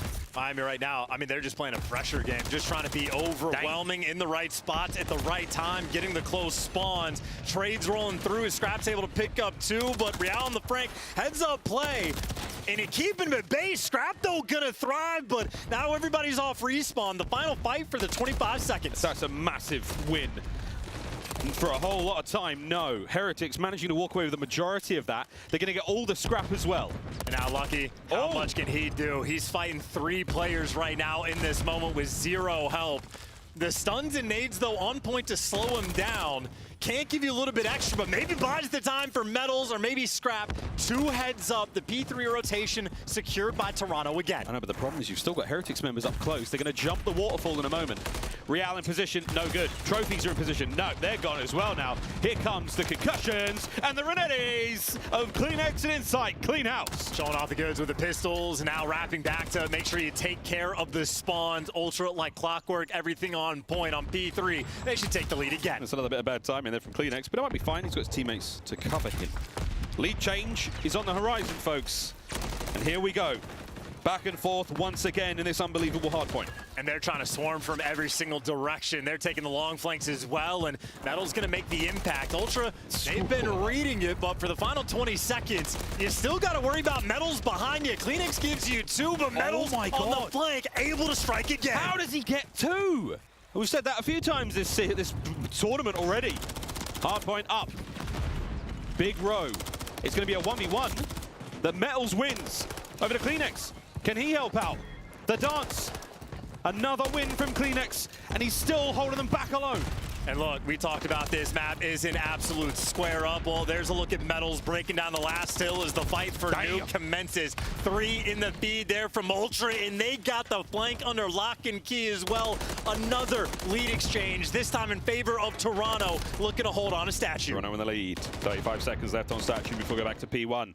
If Ultra can secure a ton of time here, they will set themselves up magnificently with the P1 bump as well. Here comes Lucky. Vickle backing him up. Nice bit of a 2-man hit. Last man, Kleenex down. 23 to go on the point. Good Lord, we're just catching it from Miami's perspective. These Heretics boys are flying, and on this time, we might see another lead exchange or maybe another massive moment in the feed. Dolphin dives out and bound again. Let's go for a quick listen with Toronto Ultra and see if they can maintain the lead. That's long. One could have went water. Stun lobby. Water weak. Lucky's mid. On the stairs. I'll throw water. I'm trying to live. Water dead. Nice, DJ. Out. Mid. All right. Their side. DJ weak. 2, 3 out. 1 their side P1, our side U. Their side P1, and 1 are under blue balk. I know we're spawning water. Just for all your shit. Under blue balk, 1 close time, and then DJ. One time. DJ, Shrove's gone. Nice, one's gonna be in blue. DJ, 2 DJ, 1 more weak. The untimed 1 shot. Lay down, one's out. Stun top blue. Top out. That balk. And you. Blue dead. Nice, this guy. Gotta be you, bro. Like, oh, he's Water water. stairs. I don't know if that's the same guy. Water, dead. Nice. They're gonna be you, quick. Flying, probably just running at me. I need a scrap. And then water. Water 1 shot, and then nice. We can time, you can nade it. I needed it. Wait. Our side you, Close left. In you. Weak. Javi. Make sure we get new. Yeah? Yeah. One towards steps. Heard you. What do you have? Try blue. I'm new, I'm outer. Could be blue and Sure, I got stunned here. They're gonna hit. They're gonna just cut front. Outer. Come down. I'm sitting front new. Outer is dead. I'm trying to hold the back, bro. I've outer push. Yeah, I'm just Keep sat it back. out. They could be blue. Dead. Yeah, I can call it. Oh, blue.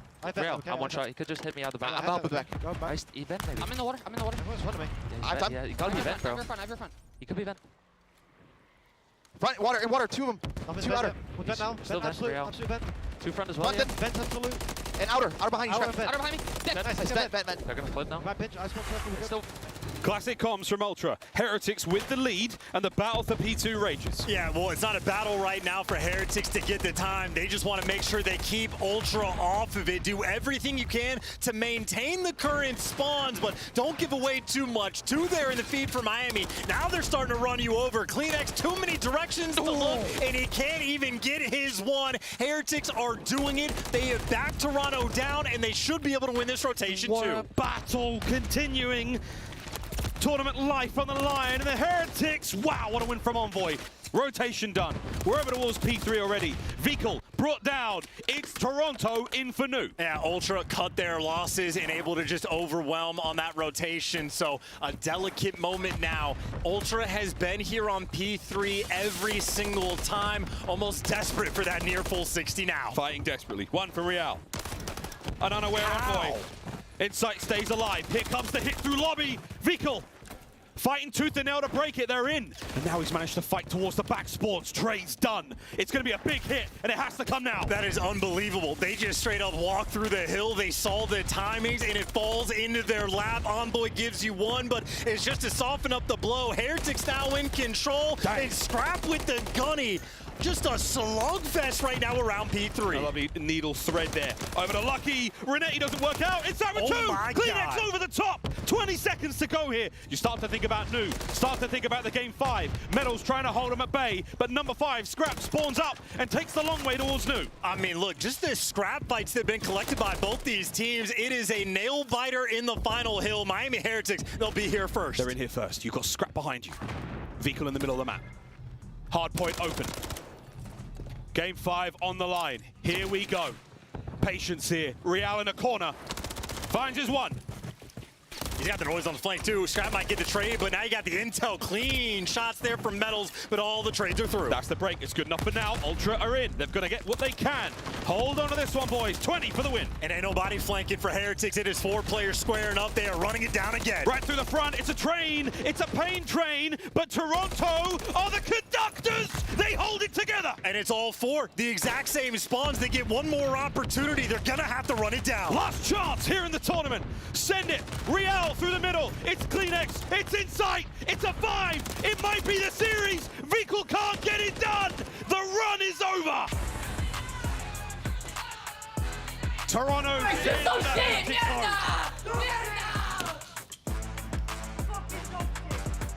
Oh. That was English, wasn't it? The endurance race of the 6-star in the cool, calm, and collected Ultra. So icy. The conservation of energy that they have in the comms makes the difference in the end. A statue hill that has been an absolute blender. Well, they completely lock it down. Toronto Ultra built just a little bit different. That is a hell of a fight for Miami. That's a fight against a reigning champ in this year. They won stage 1, and they're looking to end their year like they started it. It'll be a long losers bracket run ahead of them. Dios mio, what a tournament this is. Seconds away from a game 5. Ultra survive. And the Heretics have done more than enough to, feel good about this major. Champs still in the running, but it's still a spicy road. 3-1 the final score. The Heretics, we will see you next time. Well, what we learned about Miami from this stage is that this is a team that has made plenty of improvements. Their high-rise control, they've leveled up. Their S&D, they've leveled up as well. But we've learned there's still a little more they're gonna have to do. As close as you could realistically get on this map, a 7-point gap, but not enough in the end. Again, just a lightning pace coming in from the Ultra Boys. Kleenex, Envoy, and Scrap, all 30 kills plus. And I know especially for the Ultra fans, Envoy just a ridiculously hot start again. Anytime you see that man frying off the rip, it is always a good sign. Oh, fantastic. Again, a very, very important piece of the puzzle. With the tight game flow, 6-star was a banger. Only a few moments of separation between our teams, otherwise neck and neck, and a photo finish for those at home. Wow, that one got the blood pumping. We say goodbye to the Miami Heretics with thanks for the good memories and the crazy series. And Toronto Ultra keep the run going. Question is, Chance, how long can you keep going? Days like these are tough. This is very tough on the mental, a lot of waiting and then playing these incredibly tough series. Takes a lot out of you. We'll see if Ultra have the staying power here in the tournament. But after that first map, squeaky clean on the control. That 6-star S&D and the Hardpoint, both unbelievably close. What a great series. Yeah, Ultra just a well-oiled machine. Massive play as well, I think, in the S&D that they had. I think the biggest one was the 3v4 clutch that they had. Envoy got first-blooded because he caught a Semtex in the early portion of the round. Obviously, that map was a battle, but a clutch like that can be the difference maker, and clutches like that are exactly what sets Ultra apart. It was a great catch, and it was a great throw from Vehicle. But now, folks, I mean, I don't know where to go from here, Chance. It was such an exciting series. I kind of want to sit down. I kind of just want to get into the next one. How are you feeling? I'm feeling fantastic, just like Ultra are going to be as well. I know a couple sort of demons we've had in the losers bracket from this tournament. Some have faltered, but I think Toronto Ultra, they wanted to collect some scalps. And depending on how it works out, maybe get their revenge on LAG as well, because we have an insane winners bracket in this tournament as well. They're going to tag them back maybe later in the tournament. We'll find out, though. We'll talk to the man of the moment. Kleenex is over there with Blaze. Thank you so much, Miles and Chance. Toronto Ultra fans, go plus Ultra in the chat because I got Kleenex with me as Toronto continues on in this tournament, looking to make that losers bracket run. Now, Kleenex, you guys just got done playing Miami Heretics, and we saw them take down the previous major champions. We know the type of momentum in which they had, and this one almost went to a game 5, okay? Where you expected them to play you as close as they did? Honestly, I think we expected that close of a series. Like, they've been looking really good online. They've been looking, like, pretty good at this event. Obviously, they beat Optic, which was the champs, but the Hardpoints were a little too close for comfort, but we know they're a strong S&E team, and, icy. I see, indeed. And that was actually going to be my next question, talking to you about the hard points. The first one slipped by, but the second one, it looked like, Miami's superpower in those hard points is about to come through. What was the comms like in those last few moments for you guys to really ice up in the end to take that fourth hard point? I mean, that's that fourth map. Yeah, I mean, the 6-star, it can get mixy at times. I think for us, it's just keeping calm when we go into, like, the Mixie Hill P2 into, like, a full hold on P3, and I think we did pretty well. I think they made a few mistakes at the end. Obviously, I haven't watched it back, but it felt like they fucked up. So yeah. Well, you know what? You'll get plenty of time to watch it back. Your day is not done yet. It's still a big match coming up here. No matter who you may play, what do you want the fans to know as you guys get ready to try to make this historic losers bracket run going into champs?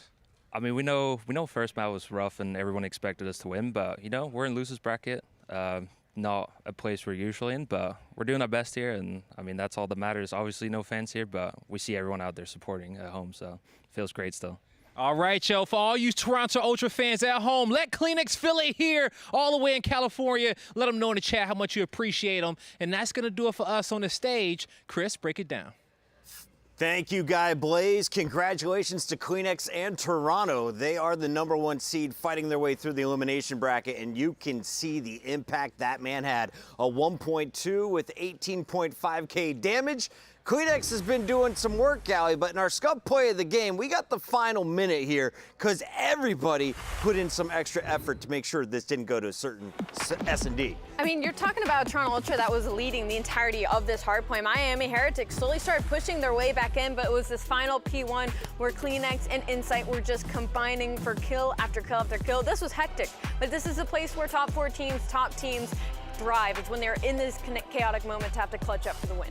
Yeah, and you saw Toby talk about it. He said it felt like they messed up, and they did. And it was actually prior to this. It was on the P3. Like, on P2, Heretics put so much pressure. And they were doing a great job, like, exchanging kills, but they didn't secure the rotation and set Ultra up to win this map. They get a good chunk of time on Barbecue and sets them up on rotation for security here, where Insight and Kleenex get the first couple of kills to get them that control. They got bailed out a little bit, Chris. Not gonna lie. Heretics played them close, but in the end, Kleenex reigned supreme. It went to a round 11 in search and destroy, but Scrap and crew feeling confident after the game 3. Let's go back and look at that control and who else can play on this level that we saw from Toronto in that game 3? And the game number 3, I mean, all of them can, but I guess Kleenex more specifically just because it's high-rise, right? You can get down and dirty and behind the enemy lines. I'm surprised teams are still allowing Toronto to play high-rise, map number 3 control. Like, have we learned our lesson yet? Well, I would say, I mean, I feel like Heretics felt good because they were 5-1 in it, but Toronto's just put so many reps in. They've been dominating on that high rise. But honestly, Envoy was going crazy. I think that's when he regained his confidence on that map 3. Pulled out, he had the MCW in hand, got a 4-piece, and from there, like, he just continuously started to play well. Put them in a couple of spawn traps. That's the Toronto that we are used to seeing. This control was a good sign if you're an Ultra fan. There we go. We got the clips up and running, and as you take a look, Toronto getting into the power positions and then going on the streaks. Envoy heating it up there as they totally locked Miami into their base. Maybe a role change incoming Envoy. I mean, at this point, this is the most dominant spawn trap we have seen throughout the entirety of this year from Toronto Ultra on this final round. And at this point, they were stat padding. Insight and Scrap pushed up in the enemy lines, just killing them literally off spawn. They weren't able to leave a foot out of their base. Yeah, this was beautifully played by the Toronto Ultra. They knew they were going up against another very good high-rise team, and in that round number 1, you saw the massive play by Riao. It kind of started to seem like Heretics were going to have the momentum going through it, but Toronto Ultra very quickly adapted and started to make some plays. Great slaying performance on the side of Scrap once again. When you get Envoy involved, it's going to be smooth sailing. Toronto all up in Miami Heretics business, and they will send them out of the bracket. Let's take a look at where we're at as just 6 teams remain. We got 4 still in the winners bracket, and Toronto and New York waiting to find out who they'll play in the next round. This is going to be a big one for Toronto fans because you could potentially get some early revenge against Atlanta FaZe. Surge Atlanta FaZe is that match coming up next, Allie. Can we go the distance? Absolutely. I think FaZe and Surge 100% will go to a game 5. I think it's just whoever's S&D is on point, and if Seattle can steal a respawn. And of course, Nameless, we are also going to see that battle for LA in our 3rd match of 5 on the day. What should fans look forward to? I mean, that battle of LA is huge. One of those teams will be in our winners final. It's my most excited game today. I can't wait to watch it. See you reign supreme. Excellent stuff so far as Toronto takes care of business. When we come back, it's back to the upper bracket winners facing off as Atlanta FaZe takes on Seattle for a spot in our top 3.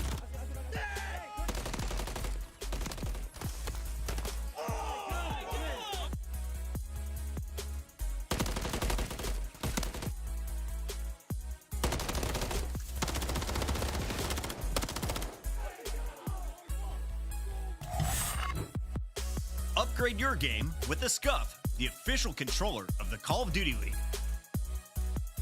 The Champs Tracer Pack is available now. The bundle includes the Reaper Operator Skin, Ripper Weapon Blueprint, Death Stare Weapon Blueprint, Cuts Deep Charm, 2 calling cards, 2 emblems, and 2 weapon stickers. Use these items in both Call of Duty Modern Warfare 3 and Call of Duty Warzone. Available in-store now using Call of Duty points.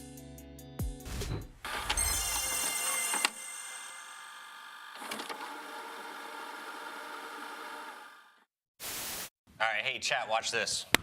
All right, we got our skill play of the game. Let's take a look at this bad. One clean break, one set of kills there. Afro sneaks in and steals the victory. Dead. Nice. I'm good. Nice, Ez. No, he peeked over. Hit the res, dead. Hit the res, dead. Watch out. I'm really weak. Popping plates. Play down. Yep. I am.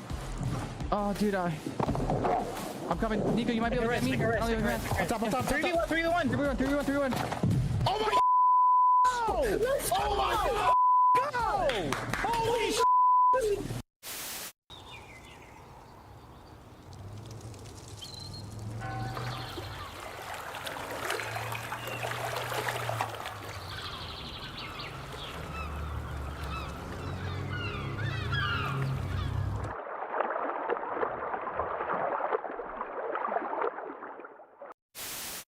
Envoy to make the play, or maybe where the stun's coming through. See Scum backing up the help him out, but he strikes, gets the first blood, and for the moment, he gets away. Oh, he got another kill! No way! Envoy is on one right now.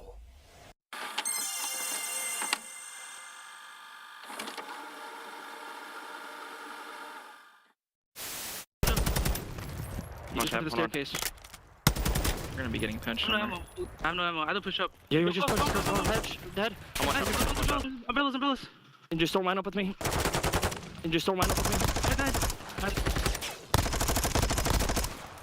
I had no ammo, bro. Dude, that's so tough, bro. I had no ammo, bro. In the corner.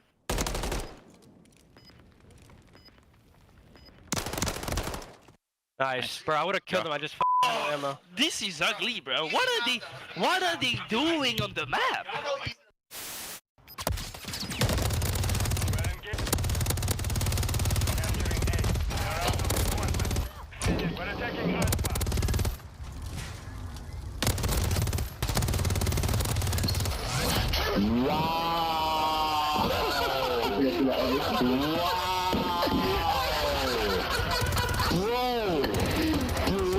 You gotta show your face again.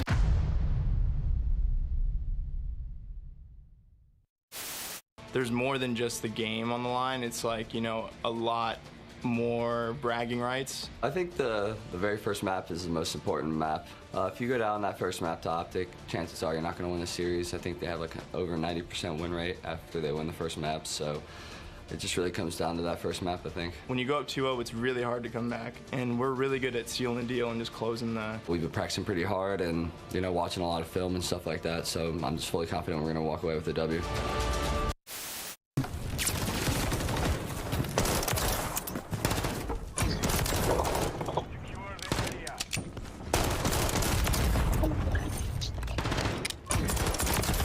Oh my God, bro. Aww.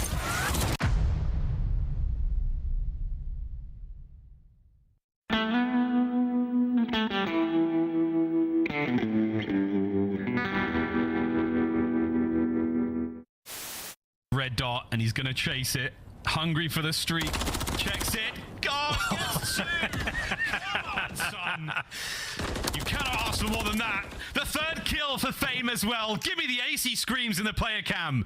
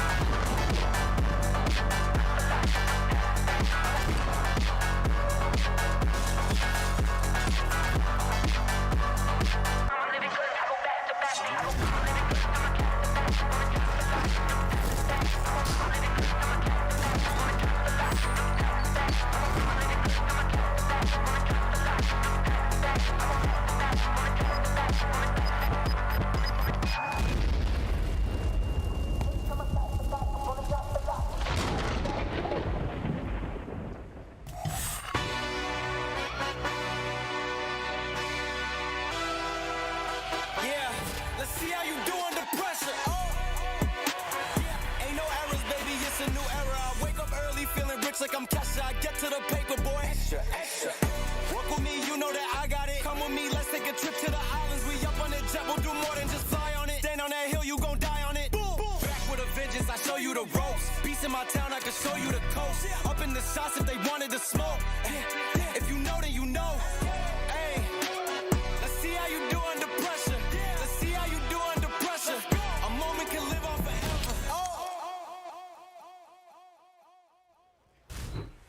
A tale as old as time. CDL and Atlanta FaZe in a winter semifinals, known for always finishing in the top 3. The question is, which way will they get there through the bracket? So you can see Abizi, Simp, Draza, and Celium taking the stage. This team took care of business 3-0 against the Subliners on day 1. Yes, they did, and they've been working on their game. But you know who else has? The Seattle Surge, Chris. They've been unbelievable, and that man walking out right now, Abuza, what a turnaround since the role swap and bringing in 04, the S&D specialist. They have been special. We talked about the matchup, Alley Cat, Simp versus 04 in Search and Destroy, but this is a look at the 4-man lineup, and Brezzy has brought that next level of slaying to the team.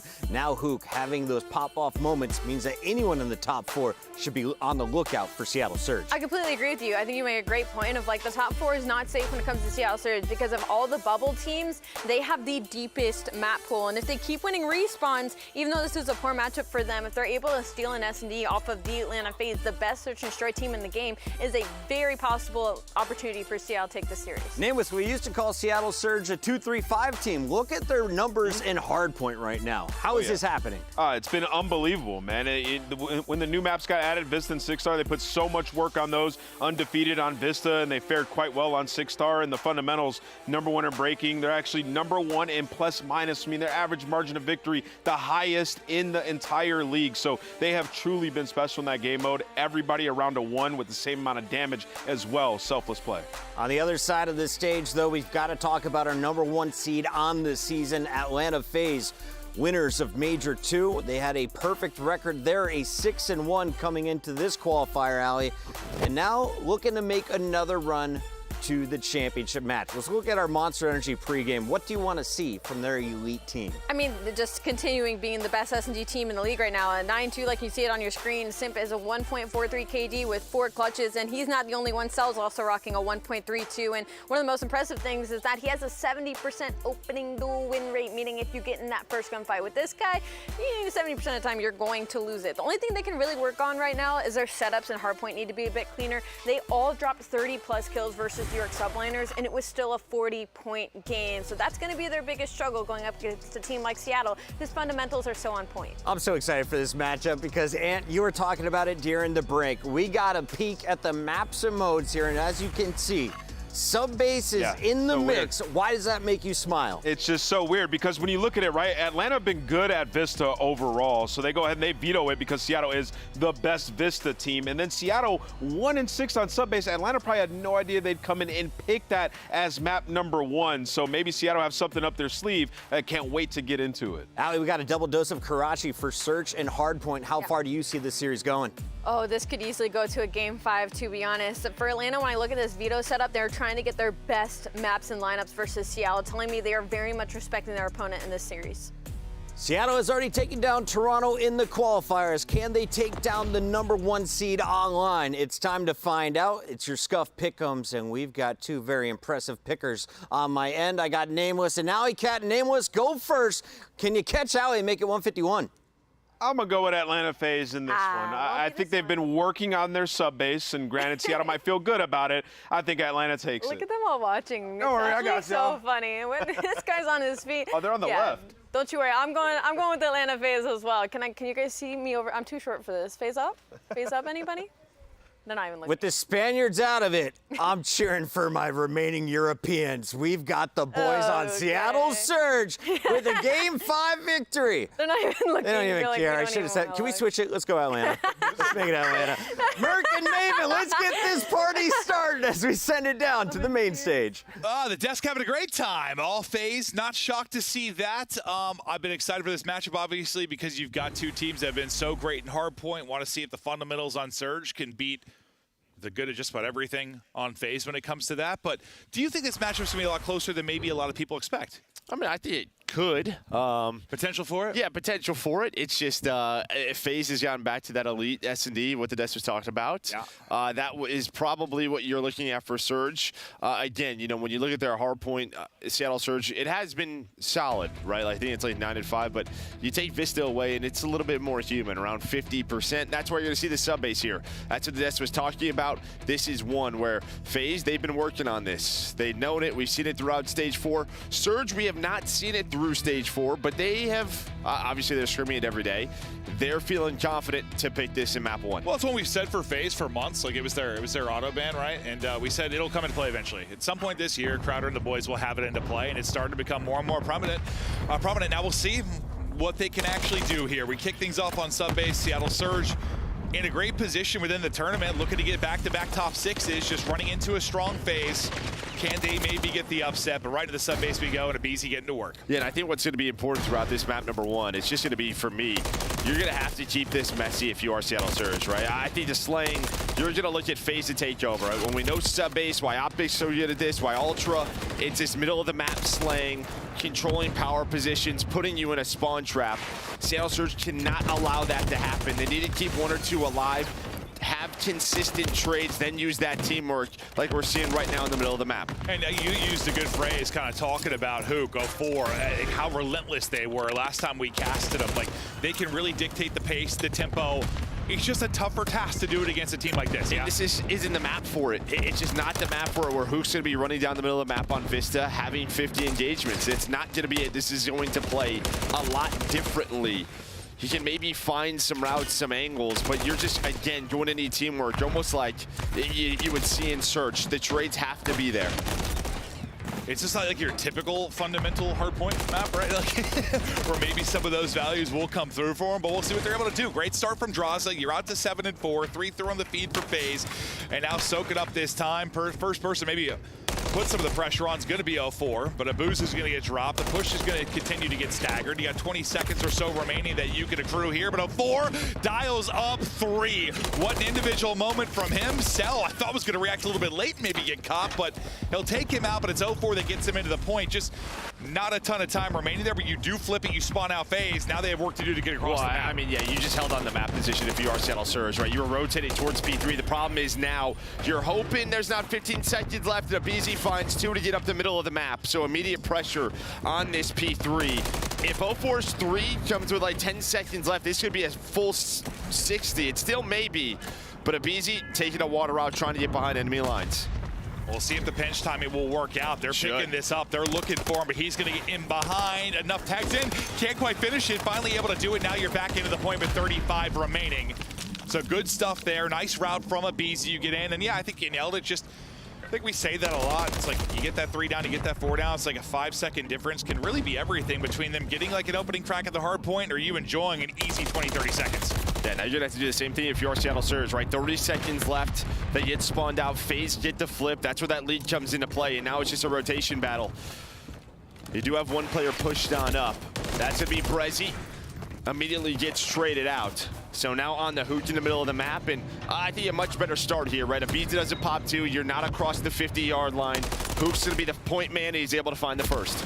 Yes, this looks a whole heck of a lot better, at least for the first 20 or so seconds of the hard point. We'll see when the first push really comes through for FaZe. So far, you're finding the kills in volume if you are Seattle Surge.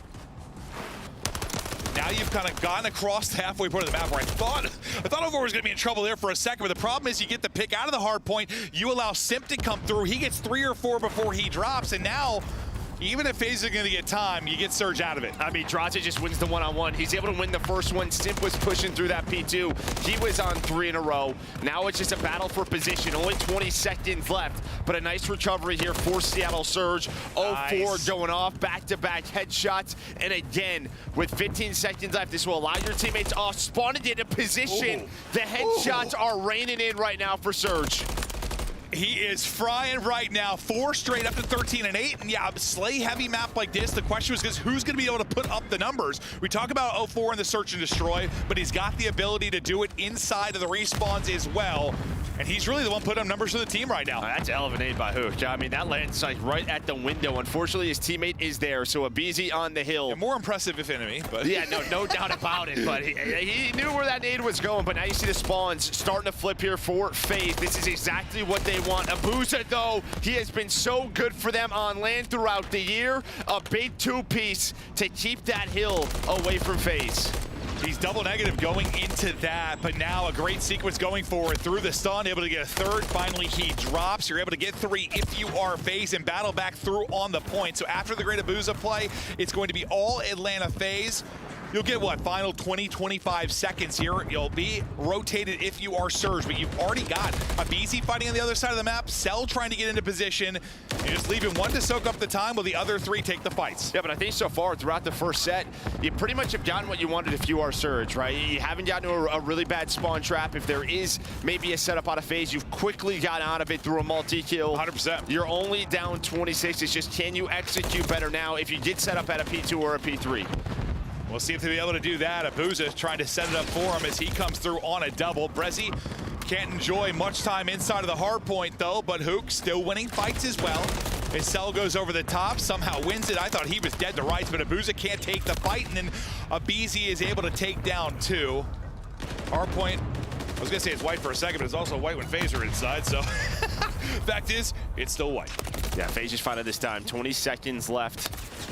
Seattle Surge, though, again, Brezzy is the man this time through. He's going to find a double 0-4, and it's all Surge now. They're going to start to push on forward. Anybody going to spawn out? No. So FaZe will have position here at P2.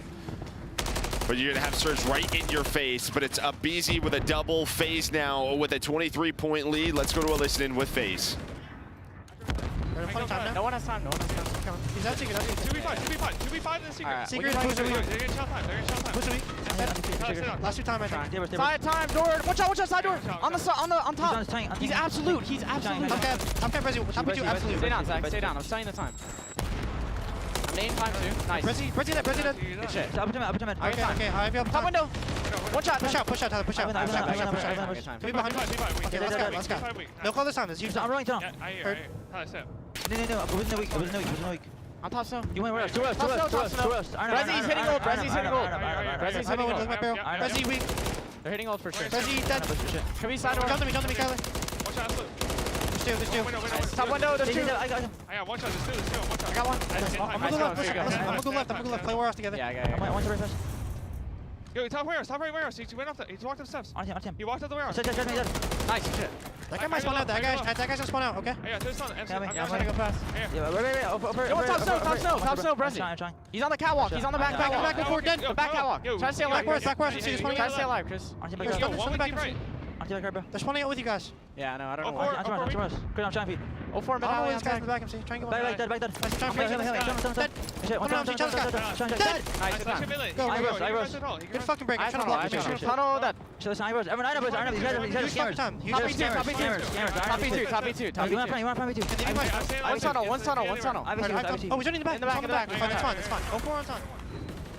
Well, as we get back to it, Joe, we were just chatting kind of off comms about the break there again for FaZe, but a spawn comes through for Surge, and suddenly you're right back into the point. Yeah, but big chance here. You hear Hooch starting to get fired up. They're going to need a response of full 60 potentially at this P4. Pretty much deja vu to the first rotation, right? If you get a lot of P2 if you are FaZe, at least split the time. Early pressure from Seattle Surge. They handle it, but then it's a break at this P3.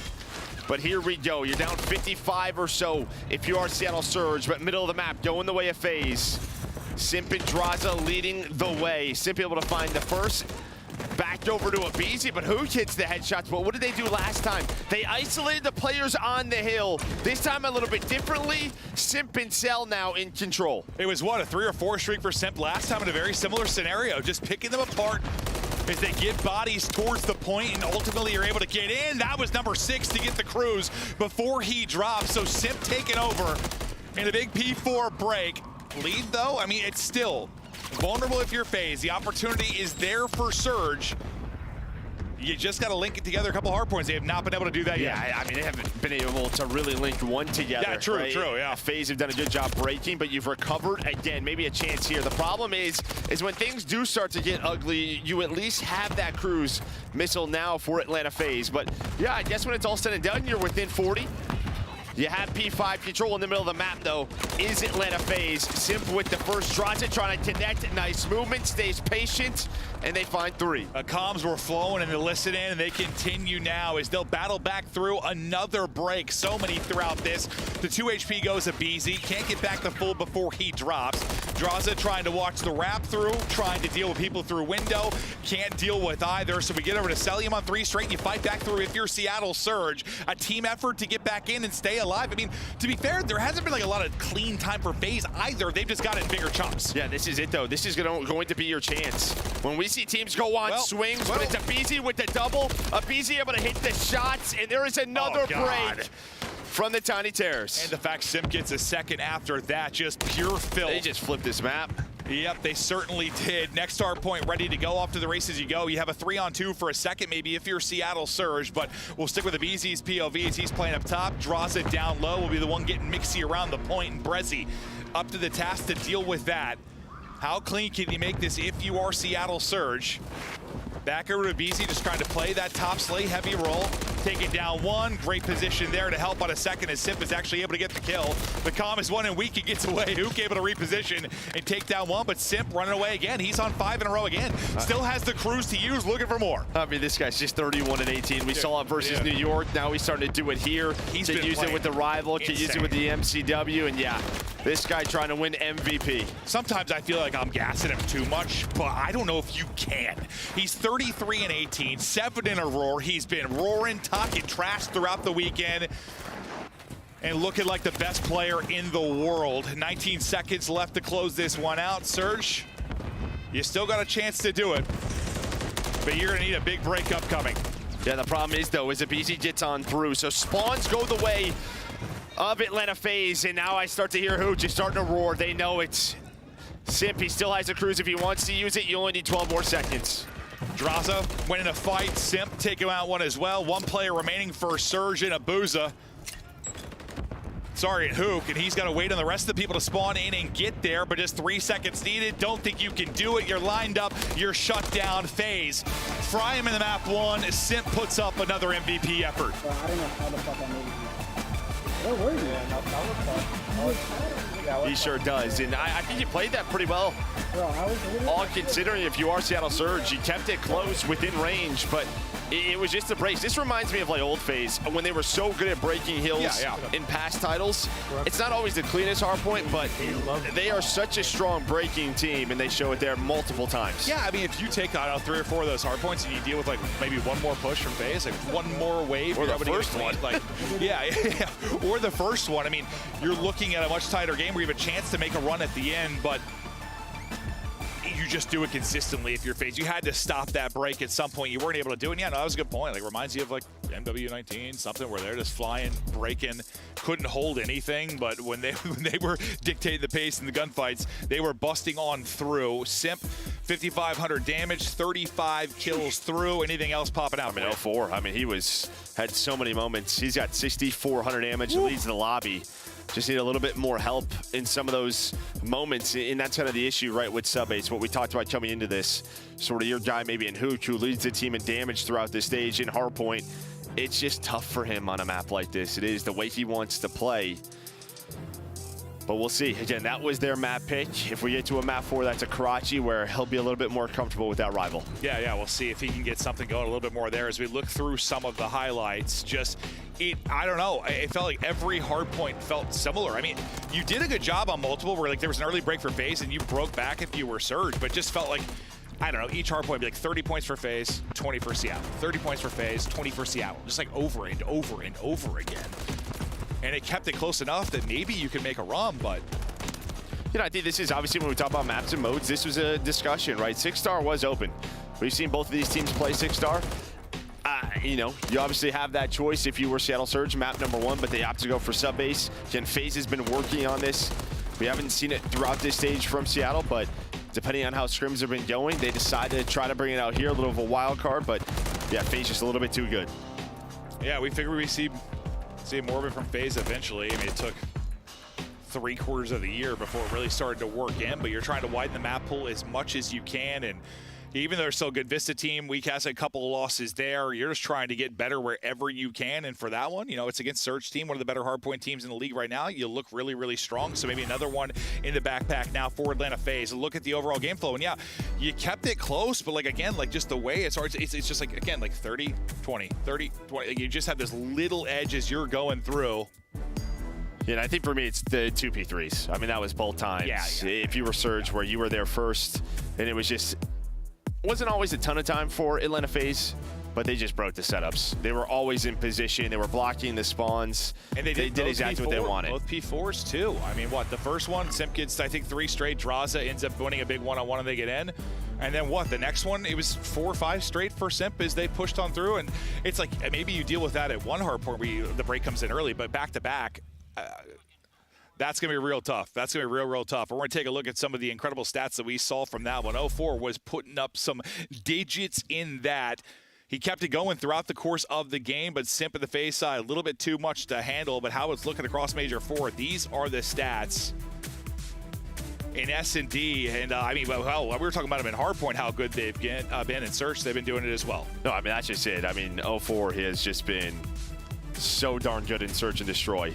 Again, this is only Major 4. They only have one match, so stats are going to look maybe just a little bit inflated, but honestly, that 2.0, that 1.54 aren't far off to what these guys know how to do. Yeah, it's always tough. I mean, if you want to show the stats how they're going on the weekend, you just have to, yeah, it's not really comparable to like your full qualifier stats usually when you've got one match played, and these guys put up some absolute digits. But Atlanta, their Search and Destroy overall, I mean, they had some misplays, some man advantage situations they threw away at the last major. They really wanted to clean that up, and they did throughout this. I mean, I know overall in the season you're first and everything, but like you had a rough stretch there. Yeah, I mean, you were on 4 on Sunday at the major, right? You lose 2 to Ultra, lose 2 to Optic. They probably don't think that was going to happen. Again, a lot of misplays, a lot of clutches they allowed happen. But they refocused. They refocused on it. When they are at their best, it's through the Search and Destroy. They have been so good here throughout Stage 4, throughout the year, first in so many categories. And on this Karachi Hardpoint throughout Stage 4, they've been 3-0. So you're asking a lot here for Seattle Surge. No, I mean, there's a lot of impressive things about the FaZe Dynasty. I mean, it's just been going on for ages now. They've been good across most modes, but like Search and Destroy might be the most impressive. I mean, you've had some really good Search teams over the years, but even really good Search teams have like some up and downs. Like I know they had like a rough Sunday, but for the most part, they've been the best Search team in the game for 5 years. It's just kind of absurd. And we'll see what now they can do though. Into our map to Karachi. Atlanta FaZe on offense and poised to strike early as we hop over to Cell. Yeah, pretty slow round here. You see Surge, they're really controlling up top satellite, just trying to get angles on towards B, but FaZe are just waiting this out. Yeah, Simp sort of lurking, playing that island role. It looks like this will be a B execute. But it's just a waiting game throughout these first 30 seconds. Hook. He'll be playing that waiting game, just waiting to get eyes through on the cross or see the smoke. There's the smoke on through. And now the nade just to check if he's on bomb. Not going to be there as BC pushed through bridge, and Draza one-ways the living hell out of him. No, he just runs through the smoke. Yeah, he doesn't see him top bridge, and now BC able to find the second. Abuza does find one. Celium, though, with the trade on to Brezzy, so down to Abuza. They know his position. 30 seconds left. They don't have bomb planted, though. But he's going to have to do a lot to find the ace. Yeah, I guess he can see. On my POV, like, for Codcaster, it's tough with the other. I was like, I don't know if he can see him. Like, it felt like that seemed impossible, but Draza just wins it. Puts him down, gets the first blood. The rest fall like the next dominoes, and you're up 1-0 if you are FaZe. Yeah, I mean, obviously no trophies in round 1. They're trying to put a teammate on it. On the bomb, he's not there, and I think who just got zapped. He has no clue where he is at, but Draza crossed through under bridge, found the first blood, and that gave basically the Abizi the green light. And once they get to that spot, round is over. So far, so good. Next round, ready to get locked and loaded. We'll see if Abizi can continue off the hot start at 2-0, but now offense for Seattle Surge. We'll see what bag of tricks maybe they've got to work with. It's all up B and mid-cut. Top AC, I think you've got a Beezy, and we'll see when he's going to opt to pounce. Sorry, bottom balcony, he'll be set up. Crazy gunfight that 0-4 is able to win for the first blood, but as we saw Beezy bottom balcony, now he's able to pounce, get another kill. Looking up and reading it perfectly is a Beezy 4-0 start for him. And after the first blood, it's now numbers to FaZe. Yeah, I mean, I thought Hook's stun was going to connect onto a Beezy, but it doesn't. And then a Beezy is able to find the double. They execute well in the middle of the map to find the first.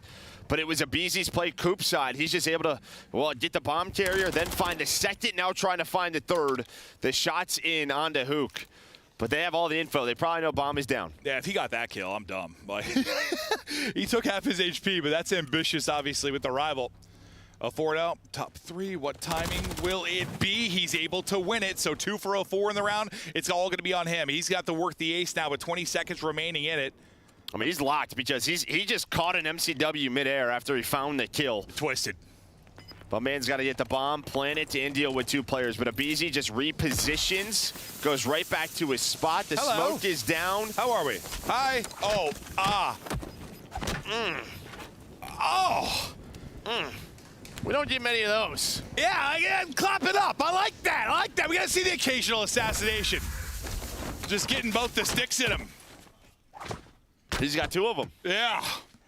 But Abizi just makes the play. Again, you get the first blood, but he just runs at him through Coop, and then, yeah, to finish the round off. A little bit of a finisher. Right on to 04. He'll be the recipient, Jill. And just he's a little smirk. Oh, God, the Tiny Terror's the worst. Of course he goes for that, yeah. You're shooting bodies, assassinating people. 5-0 for Abizi. As he's trying to look for number 6, right up the gut he will go, and now we'll get vertical, see if he can find anybody. You know, playing the spot he was just in. You've got Hook underneath him. Deddy now out for Abizi as he tries to take a route. He gets spotted, though. That's going to be the question jumping into this window. You are playing very far back on the map, but it's really on Hook. The timing Draws is going to get. Here we go. Who could shut this round down? I would imagine now he knows where he's at. 04 is going to find that first blood. He's got no clue. Doesn't check up top, but he's just going to pinch on Cell. Yeah, Cell's got no shot in this one. Hook able to do it. Simp caught mid-map. Hook taking over and shutting down the round, as you said. All onto Draza. He's able to get 1, but lots of work now to do with 30 seconds remaining into the 1 versus 3. Bomb. Still on Abizi's corpse. Yeah, best of luck with that. 2 out wide, 1 up top. No options there. Surge on the board. Yeah, I mean, obviously Atlanta FaZe, what they're doing so far on offense is taking mid-control away. They're trying to not allow Seattle Surge in the defense to cross to this bridge side of the map. But you really haven't had that. But Hook just on the flank there. I was a little bit nervous the timings maybe we're going to start to work the other way. But he lets Draza through, and then he finds 2. It felt like an hour passed from when he first saw Draza to when he actually was able to get a kill. But like, it's like he's going to close the round eventually. And finally, he was able to do it. Hook taking over in that one. He'll be on 3 straight. Now you get right back into this game. Simp, that massive map 1, still looking for his first into this. Here, FaZe kind of calming furiously, but for now, still pressure to Seattle to figure out where they want to execute. This is 04's POV now on the other side of the map. Abizi's going to get the first blood. He's got Simp to deal with. Draza will line up another. Abuza at least able to trade 1 of those out. But again, they just have not been able to get bomb out through Coop side. There we go. 04, he's making the plays. He has the reach. Abuza finds 1. Can 04 find the second? He sure can. Well, 2v4. That was a massive round there for Surge. 1v2s on both sides of the map, and they win it. A little 2v4 action. Nice movement and patience there. I thought for a second when he missed the bullet high, like Simp was going to catch him, but he's still able to recenter it onto the forehead, win the fight, and that's a big one. Just gets gifted at MCW. Celium's up top. He's like, here we go. 04 again. Just switch to that weapon and spot Simp. So that could have, you might have a lot of those one-on-one engagements. They both like to be those island players inside of red. 2-2, now we go.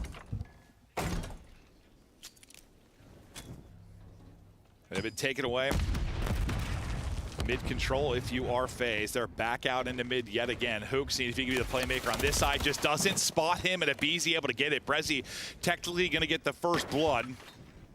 3-2 in that department right now for Seattle. You've got numbers in the 3v2 now. On to Draws and Abizi to see if they can pay back the clutch he just had on the Surge side. Draws are working to get bombed down. Yeah, did Abuza spot him? That's going to be the question. I thought he did for a second, but they were, bomb planted, so you can win this. And Draza gets away. He still has a smoke to work with. Nade going out, 0-4 immediately on the cross. Oh. The nade will hurt Abizi, but Draza from up top can't find the first. That nade did not work how he wanted it to. They're trying to lead the players coming over. Gets a bounce, though. It's going to drill Abizi. Abizi now in such a tough situation. They're able to isolate him, drop him, hop onto the bomb, and now 3 straight here for Surge. Because that was Draws's, yeah? No, I think that was a Surge's player. Oh, I thought that was Draws's. That would have been insane. Yeah, I thought it bounced off like shot. the lip of it. I was like, that bank might have been insane. No, I think they just used that smoke. Well, it was just the timing of it. Like, he tossed it, we swapped it. I saw just BC take damage. I was like, what was that bounce? No, that would have been insane. But, I mean, just a great retake there. And again, I mean, you take mid-map control away, but FaZe just getting picked apart. I was going to question physics for a second, but... No, you were questioning physics. Just the timing of it, I was like, what the hell?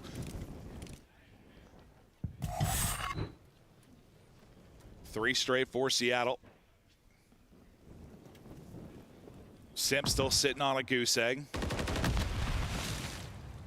Brezzy gets smoked at 53 HP, but he is able to stay up. Now Seattle trying to take the action over towards A, but you're greeted by Celium shooting some absolute beams. Will take out Hook. Now you try to wrap it back, but you're just kind of pinned in. Yeah, you're very much pinned in. It's just a question of do Abizi and Draza maybe over peak here, but a nice stun. You play for the info. Now you're playing top 3. Abizi just gonna back down. And they're gonna run it. They're playing so aggressive, but the timing is on point. You push through Junkyard. Celium second in the round. Trying to get Simp still on the board, but it's a 1 versus 4 Abuza, and he's got nowhere to go. Look at the map. Like, they are just hunting. No shot for Abuza in that one. You lose 3 straight. You finally get one to kind of stop that stretch from Seattle in a dominant round here. It started with Cell. First blood, Diner side, and after that, I mean, you just had so much map control and presence for your FaZe. Yeah, like, I mean, they were pinned in 20 seconds into the round. Abizi and Draza just run through Coop. As soon as they don't have nades, there's nothing, they kind of know, all right, Cell's going to get the first blood, and they trap them in. They do it on both sides, and then they stay active when they rotate back. Cell's able to find 2. It just felt like so early in the round, I have just like nowhere to go if you're Saddle. Like, whoa, okay, well, this is our part of the map, and that's all we got. Abizi looking to get back to work. He's 9-3, triple positive. 1 first blood. That movement doesn't work out. 3 on the feed for Surge. Simp finally gets his first, but he's going to need a whole heck of a lot more. Best of luck with that one. Not going to happen. Surge answer back quickly. Yeah, and I think you see the switch up there. So what FaZe is trying to do, right, is Abizi got in the top fountain last round, but the problem was he had bomb. They give Simp the bomb. They're hoping Abizi goes in the top fountain. He just missed the jump. Yep. So face plants and everything falls apart at the same time. Like, yeah, I mean, it probably wouldn't have mattered because his teammates died around him, but there was the change-up. But again, Seattle Surge so strong so far on defense. They'll get back to round advantage now. It's about even in the first bloods. 4-3 right now for Surge in the first bloods, and that'll be our score line as well. But the 2v4 clutch, really the big one so far in this. 4 trying to get out mid. He catches some nades, but still up. I think Simp, he wants to throw another nade there. He's hoping that stun hits, and then 04 recovers. They're hoping he's still weak. He's able to win a gunfight. Cell just trying to find an angle onto 04, but he's going to be 150 HP. Hook trying to get aggressive, but Simp knows the timings, knows the openings. He's got his teammates back. Yeah, it's a great job there from 04, just to stay up, get a kill, and get out. Look at the spot he's into. He uses the smoke. They think it's for the bomb, but he actually works on up. I thought he spotted me, did. He gets 2 bullets in, but 04 wins the fight. Another round he's taken over. 3 straight for him, working on the ace within this one. Simp and Cell. Their chance now to retake this. 30 seconds to go, and you've got to go. Knock, knock. 04's waiting. They're able to drop him. Now 2 versus 2. 20 seconds left. You just don't have enough time to do this. Abu's able to get the kill. Sim's trying to work up top. And I mean, he would have just had like the most insane, lucky double child 4-shot smoke show to somehow win that. He gets up top with like 18 seconds left. No real opportunity. 5th round now up. And all the S&D improvements, all the S&D stats of the world leading FaZe. Right now, Seattle in front. Yeah, the problem is 0-4. This guy is so good at Surge. He is. It's just his impact, how he plays the map. He uses everything to his advantage. Nades, smokes, and he takes space away. And he buys his team so much time. I mean, in that 2 versus 3, they're trying to find a 4. Where did he go? By the time they finally do it, there's 25 seconds left. Abuza, he's on 4 straight as well. You're going to have to win 3 straight rounds if you are FaZe. It's quick pressure over towards B. Hoop getting into a spot. Top balcony, and for now, you're just waiting to pounce and make the play if you are Atlanta FaZe. Draws so weak, a 4. Of course, he's the one that's actually able to get it after all the damage done there from Hook. Smokes himself again, trying to stay up. But another first blood for Seattle. This time 0-4 can win that one. Sip able to take him down. Yeah, he gets a little aggressive, maybe trying to shut them off so they can't rotate out towards A. Now that is an option. But they get the info. Hoot, though, did he get spotted from Celium up top AC? Hoot just trying to play his life. They have brought this back after the first blood comes in. And Celium, he is usually not this aggressive. This time, though, takes the map away from Surge. Brezzy trying to take the map back for his side. 30 seconds left to go. Able to spot and stop the plane. And just stays alive. 2 HP.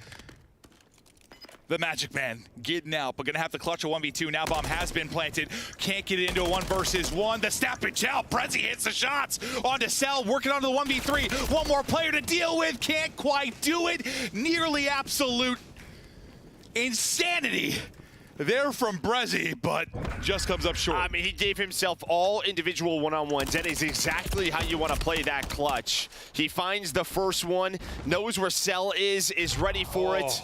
And then, well, just the timing. Plus, Abizi's got the rival. Hits the nice little jump up, doesn't catch the mantle. He hit him down to 48. I mean, that puts Abizi on double digits and keeps the map going.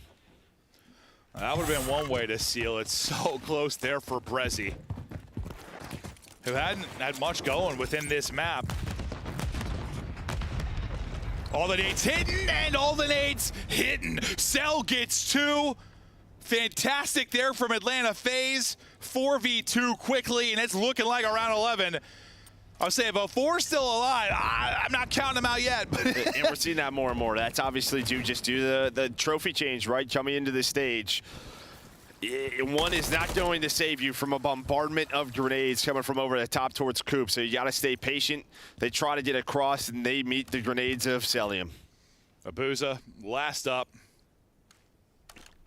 There's a ton of time, well, 45 seconds. He's got time to work with, but so much work to do.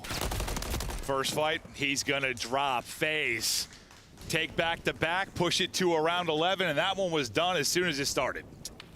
Yeah, no, that's really it.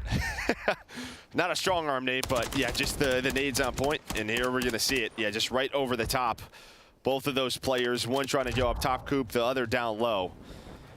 And yeah, you saw the trophy hit. 0-4's just trying to get away with Brezzy. Saw that reaction. Yeah, just the sigh, like, this one's done. Here we go. Round 11, massive one now for Seattle. Try and tie this up. Get this extended series. FaZe 2-0 advantage. It's going to be looking pretty grim for Surge, but I thought it was going to be nades mid again because there was a 3-stack middle from Surge. They ended up stopping though. Now we're going to rotate over towards Coop. Abizi on 11, and he will play it chaotic and so aggressive sometimes from this position. We've seen him chow 2 or 3 when he's feeling the need to go. Just wait to look through the smoke. Spots one top, able to win that fight. Now on to double digits. Hooked through the smoke somehow with the help of the team. Abizi able to win that. It's Abuza now last alive. 13-5, 4 straight for Abizi. The S&D guys taking over. This one is done. 3 straight rounds to seal it. You had to close that out if you're Surge. You're going to have a chance in this series. Maybe that's the work they've been putting in to get the S&D back. It wasn't looking great for a little there, but my God, they erupt for the final 3. Yeah, I mean, it was pretty back and forth. The one round was just that clutch, right? That 4 versus 2 they kind of threw away. Gave Surge the advantage. Down 5-3. They don't allow a 1-on-3 happen. Got very close. Brezzy almost with the maybe play of the tournament. But then just the nades, then you have a defense there in the round 11. You get Draza across under the bridge. Abizi stays patient with the smoke. When the smoke goes down, doesn't challenge Hook. Waits for the shots from up top. Just great execution from Abizi, and he finishes with 13. After Brezzy got the second kill, it just deleted. Who was it? Cell or Draws? It was Cell, just gone. I was like, he's winning this. The BZ won that because he went vertical and all the shots went into his MCL instead of there being potential for like a 4-bullet headshot.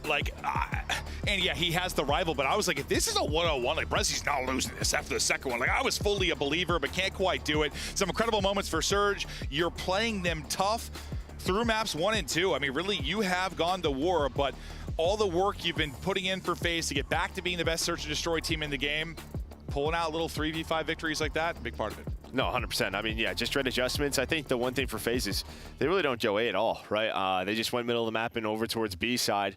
Brezzy at times, he can get caught over towards Cafe, but they opt to leave that side alone. They play around middle of the map, and guess who's Mr. Middle of the map? It's Abizi. He drops 13, and they win the map. Yeah, the best to ever do it. What a sensational map it is from him. You've lost 2 maps of your Surge. You're in the O2 hole.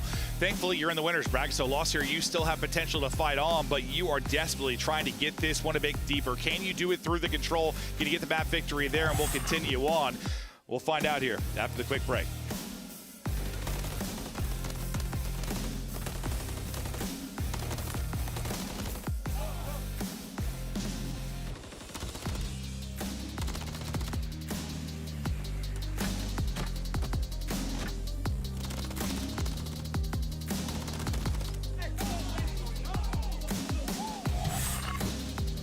Upgrade your game with the Scuff, the official controller of the Call of Duty League.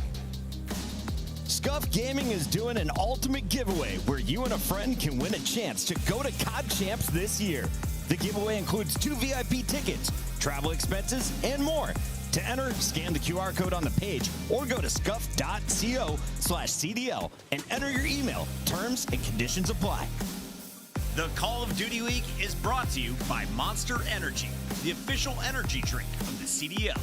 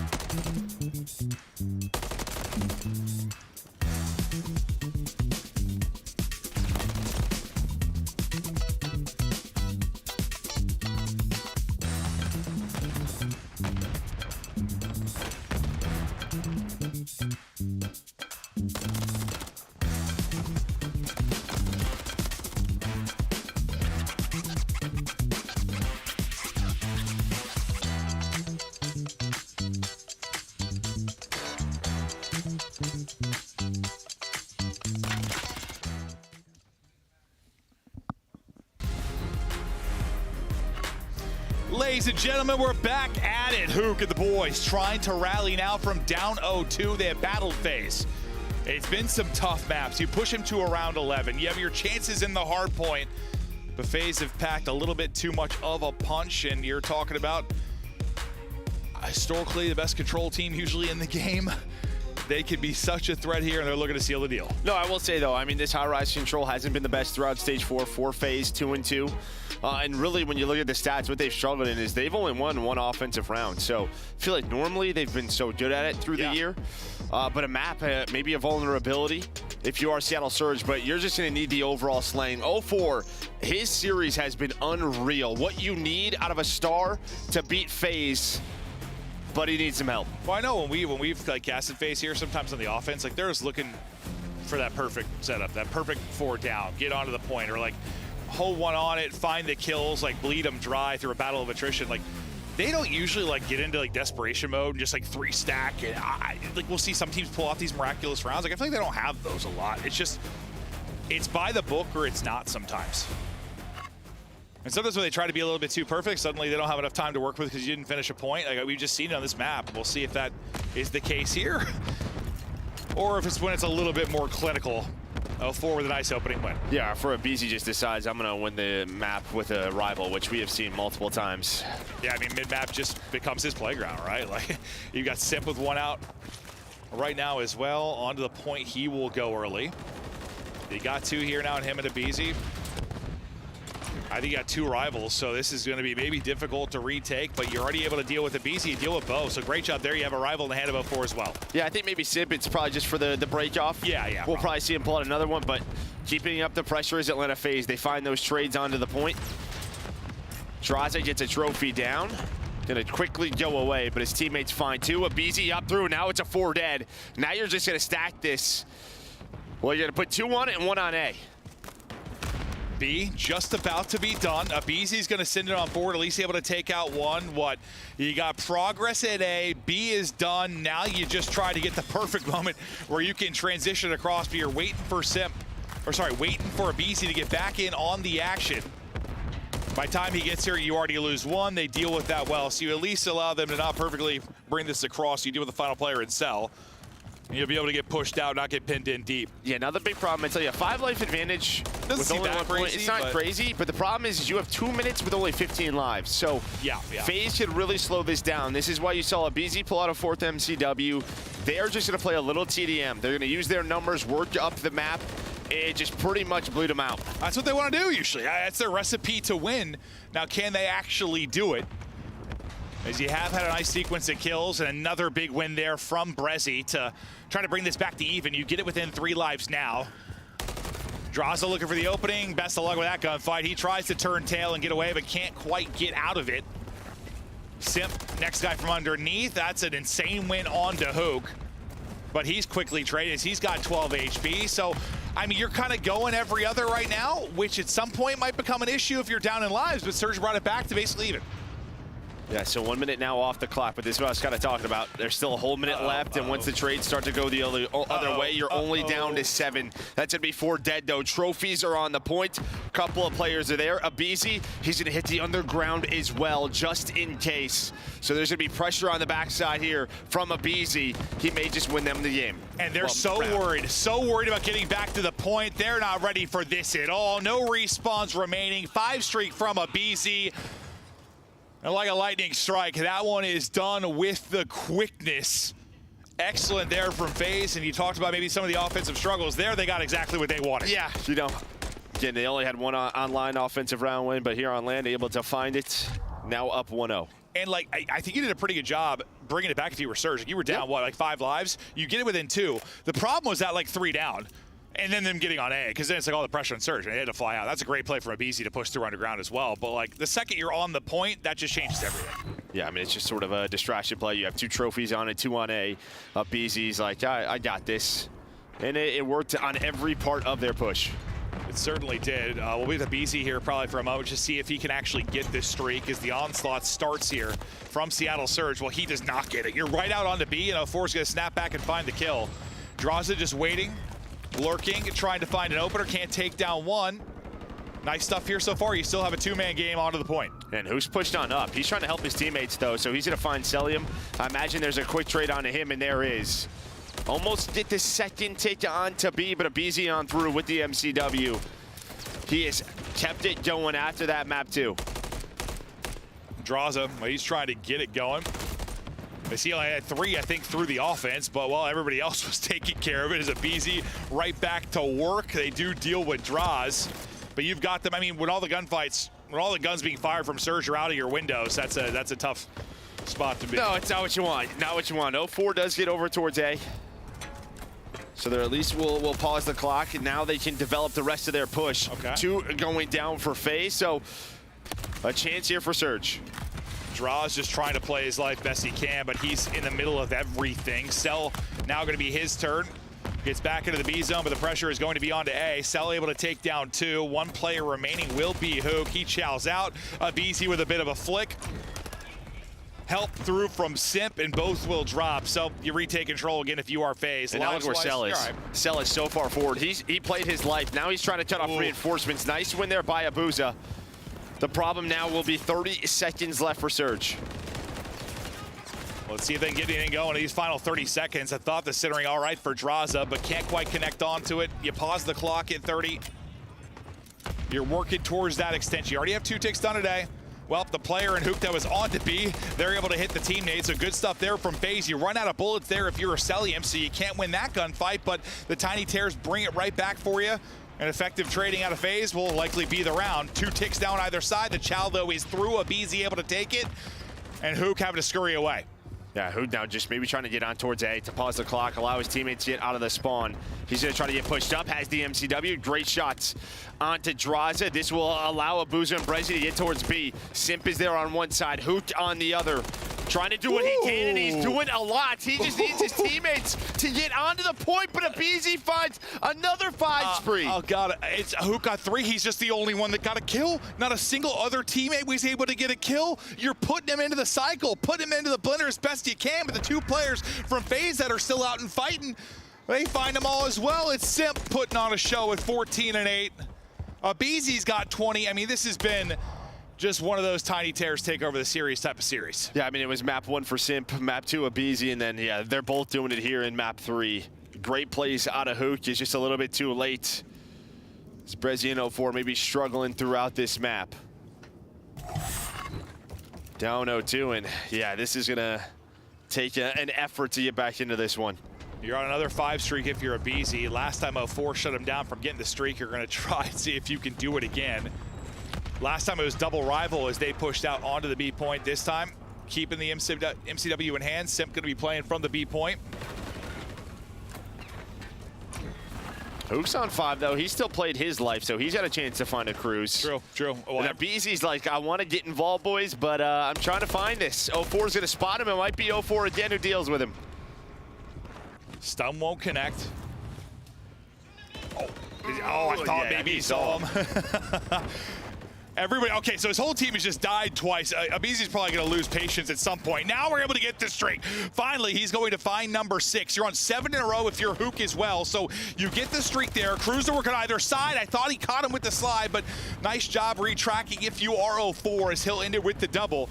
But I spent a lot of time trying to set up that streak. It ends up being a lot of the round. No, it does. You're not wrong. And if 04 doesn't find that double right there, that would have been a 4-dead scenario. You would have had 2 players on towards A, but he's able to connect with the rival. Simp now, it's his turn to get aggressive.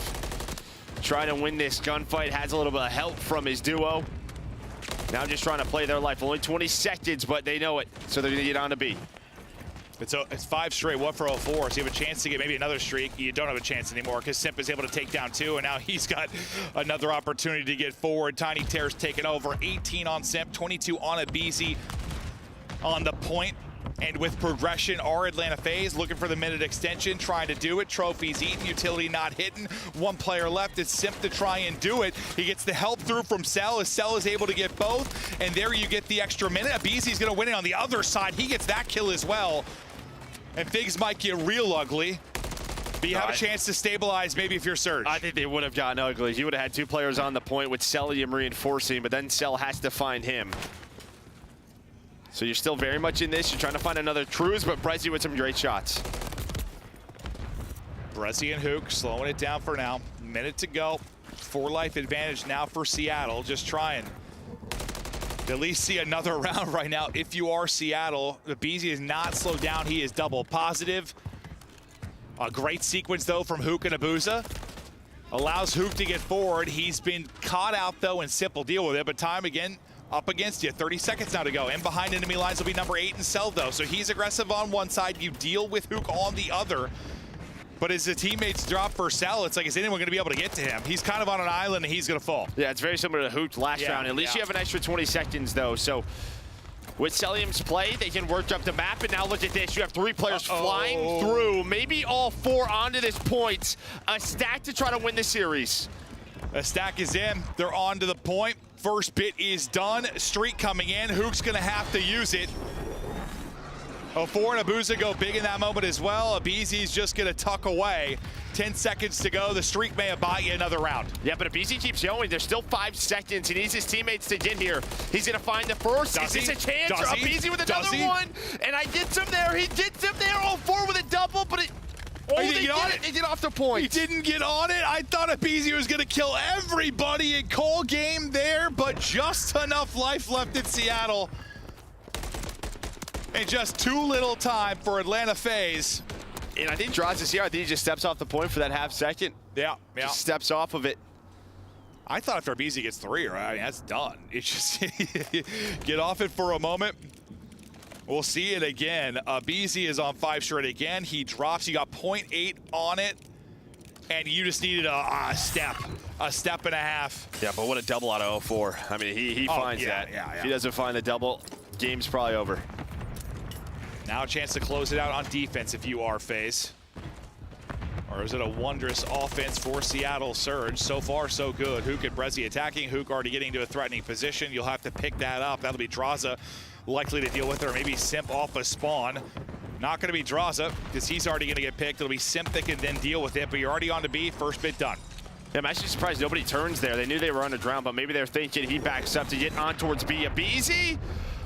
Okay, at least finds one. Cell fell off the map. That's where he went. I thought maybe he killed him. No, that's what I thought too. Just the timing of it. aBeZy was just blowing up everything. Up, hello.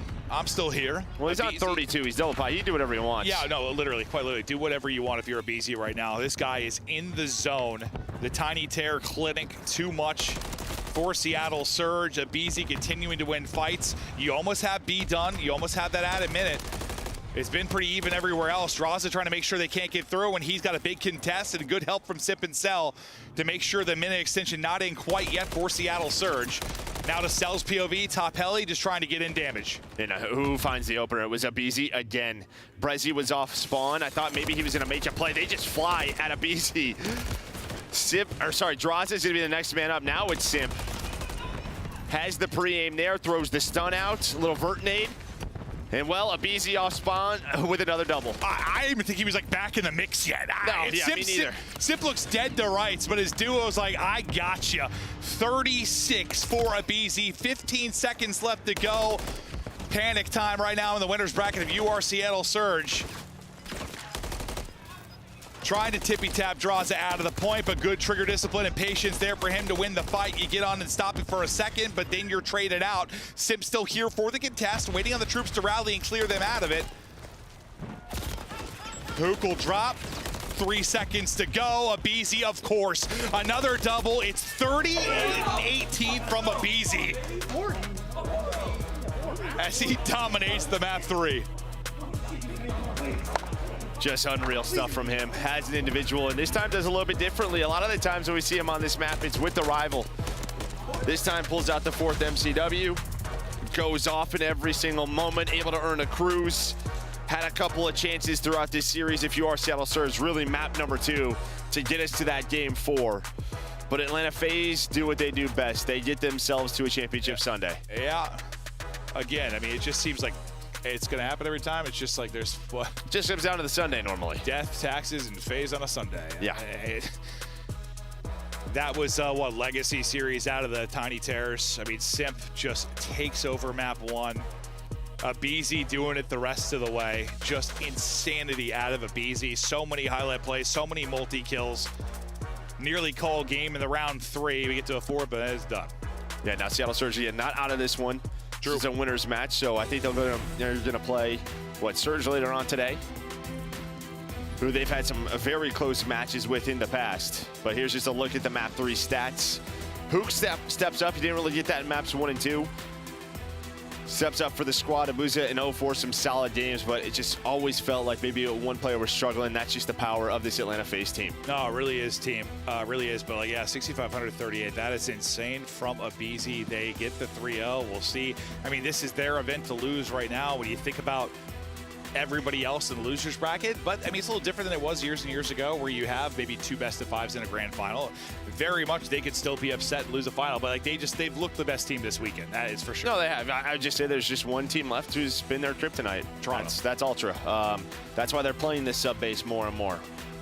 You know, so yeah, there's still some question marks. Ultra very much in the tournament.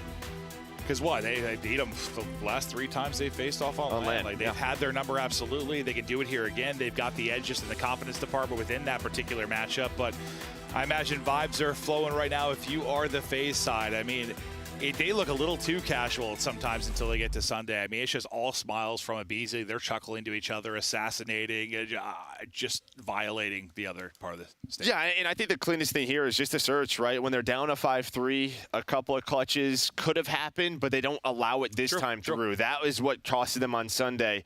You know, you go to a map 4, who knows what happens. Hey, Abizi, you ready, you little freak? Oh, he's ready. Okay, let's get it over to Blaze and Abizi. Maven, he is definitely ready. I was trying to ask him, what is the secret? You know, he was saying that they were smashing Compound V, listening to some 50 in the back, getting ready for Saturday. And once again, Abizi, you make it to Championship Sunday. You know, just when you guys are playing on Sunday, you playing at a different level. How does it feel just to get back to Sunday and win this series in a 3-0 fashion? Oh, it feels amazing. I mean, we just took care of business today. We were firing on all cylinders on all 3 maps. I mean, second map we came back, but still felt clean. Definitely did feel clean. You know, they had the 5-3 lead, but, you know, the double nade by Celium, the assassinations by you guys were vibing there. Now, initially when you saw this map cycle and seeing the sub base and seeing it laid out, were you guys even caught off guard, or was it just like, hey, you want to play on a different map? We'll go a different map. I was surprised they picked sub base, to be honest. I thought they would pick a different map, but I mean, we showed why we're so good at sub base. Yeah, it didn't matter. Okay, at the end of the day, you're still going to have to shoot better than Atlanta FaZe if they want to take you guys down. Now, we don't know who you're going to be playing up against in the finals, but, you know, between LAG and LAT, who do you think you guys will have more of a fun matchup against? Oh, honestly, it doesn't matter to me. Whoever we play, like, we're going to be bringing our 100%, and, yeah, one step at a time. Is business as usual with Abizi. Too easy for Abizi, as they say. Atlanta FaZe fans, blow it up in the chat. I can't get nothing else out of them. It's business as usual. Chris, take it away. Thank you, Blaze. And Atlanta FaZe all with their game face on this weekend. They know all the threats are out of the winner's bracket. It's their tournament to win and their #1 seed to secure. They look pretty darn good in this series despite that round 11. They looked very good, and unfortunately for Seattle Surge, they really needed that round 11 to try and push this maybe to a map 4 to solidify a map 5 possibly, because Seattle has been unreal when it comes to search and destroy, but it was just an Abe takeover this whole series. Abizi MVP without a doubt. He's going to earn your scuff honors, but before we even show you that, can we show you what he was doing in Game 4? Name was, you were watching him on the mini-map and you're saying, he is doing everything right. 20-9 at this point in the game. I mean, seriously, Chris, like doing everything on the map, and you know, we're in the venue and it's a more intimate setting. You can hear all the comms, and Book's pretty vocal, and I'm hearing him over and over call out, Abeezy's underground, he might be blue, he might be our ladder. They can't track down Abeezy, and every time you need him to get a two-piece, he was getting it, making plays left and right. I think got all the way up to, what, 35 kills on this map? 38 and 18, a masterful performance with an AR in his hands. He can do it all. Incredible stuff from the entire lineup. As you heard from the casters, Simp with the strong game #1, but the First Blood King is back. The threat is here for all S&Ds, and that could win them the trophy here in LA. Absolutely. Nothing is scarier than when Atlanta FaZe has Abeezy popping off like this. Like, we're used to Solium dropping numbers, Draza has his moments, Simp has looked unreal this past qualifier, but when Abeezy is having maps like that, that's when Atlanta FaZe wins championships. That's when they look like a dynasty and the team that's literally unbeatable. Let's take a look here at our Scuff play of the game. It was tough to choose. He had so many great moments, but it's got to be the Search and Destroy, and we asked for a mini montage here of Surge kills. 13 kills in a control is good for some players. Abe drops it in map #2, Allie.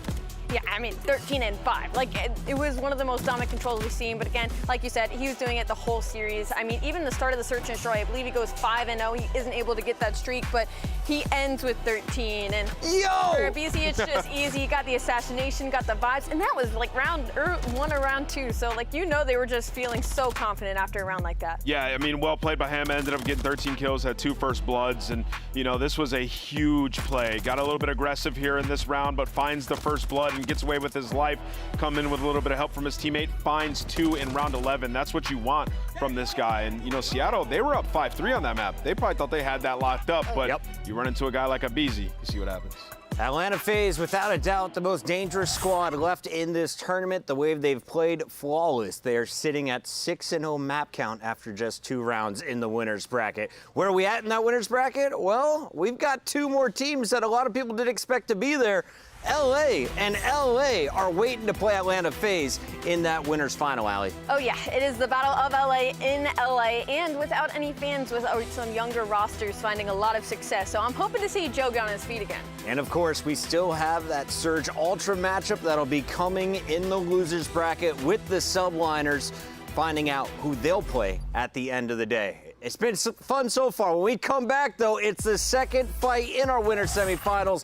Don't go anywhere. Battle of LA coming up next.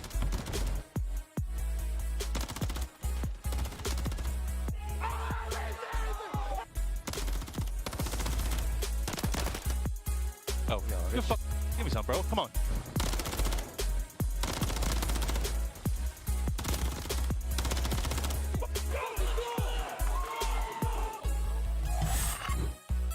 Upgrade your game with the Scuff, the official controller of the Call of Duty League.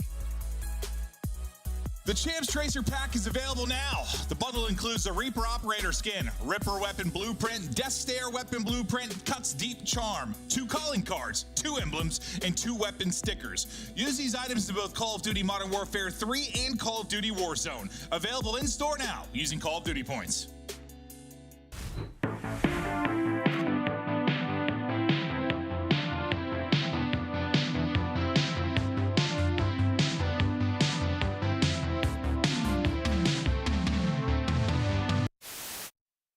Last ride, last chance to become the one and only. The boogeyman!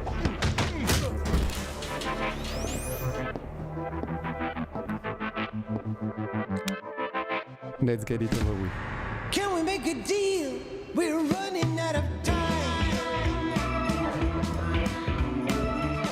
You can rule illumination if we can keep the night. You can turn the sun away, paint the moon in blood. If we can do what Just we do best, one more time. we're not turn alive. I got you, twin.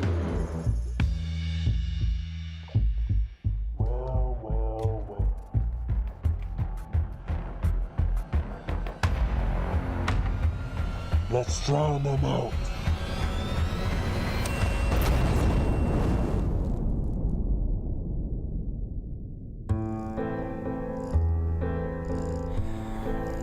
Hi friends. We do this for family.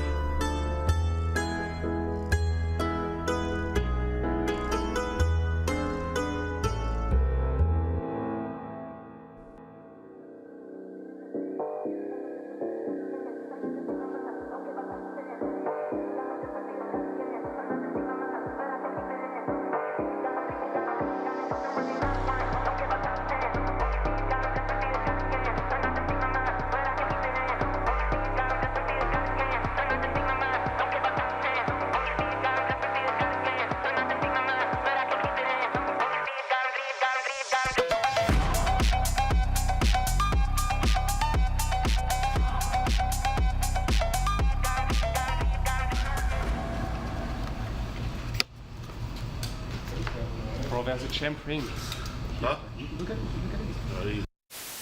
Behind enemy lines. He's getting loose early every round. Like, do a little dance, make a little love. Who's dead tonight? What is this 9 and little 4. spot? What?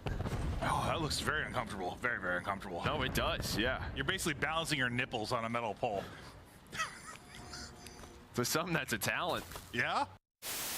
It plays a little different. It's nice to have like a map you love back in it, but it doesn't have to be exactly the same. As Draw said, nice little angle through the statue.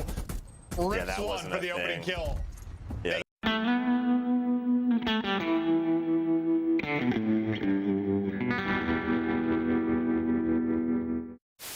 Down to 3 for either side. This is going to be it. Last ditch attempt. Flying on the point. Joe Thieves gets his. But 3 seconds to go. You've got to get on the zone, lad. Fresh mag. Send it.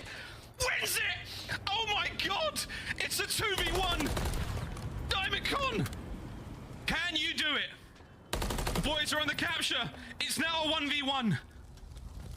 What a round of control. Diamond Con, if you win this. God damn, what a round.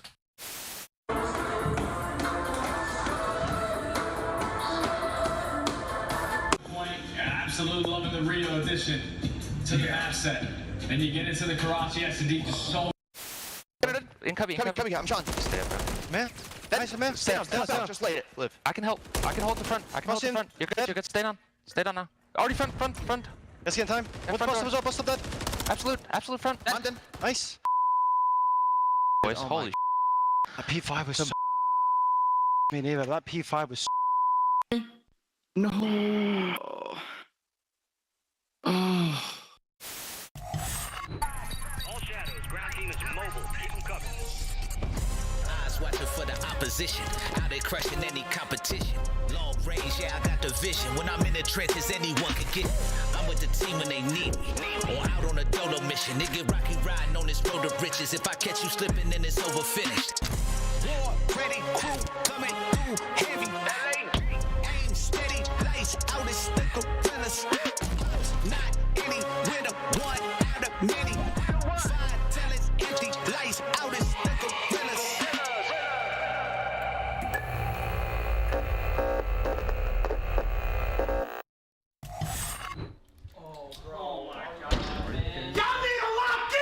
I'm trying to make ends, I don't want to make amends, and I came to the land. I mean, seriously. 1, 2, 3, 4, 5. Yeah, I'm turning up to the sky. Yeah, I go up till I get right. I ain't really trip till I get by. Yeah, I'm going up to the top, Dubai. If you think I'm playing, just know it's on site. Put you on, hit you with the Muay Thai. You don't kick till you dome, bitches on site. Try to walk in with the limelight. I come up with the kush right. You know better than a shot right. What is Yeah, I'm cooking. I'm coming in, feeling super saiyan. Oh my God, you think you was it? Use a little. Yeah, I'm coming in. Stop playing. What the f you talk about? What you saying? Last time we saw LA Thieves on stage, they ended their match yelling "Soy tu papa." We find out if they will keep up the trash talk against LAG as the Guerrillas take the stage. Are AC the surprise to make it into our winter semifinals?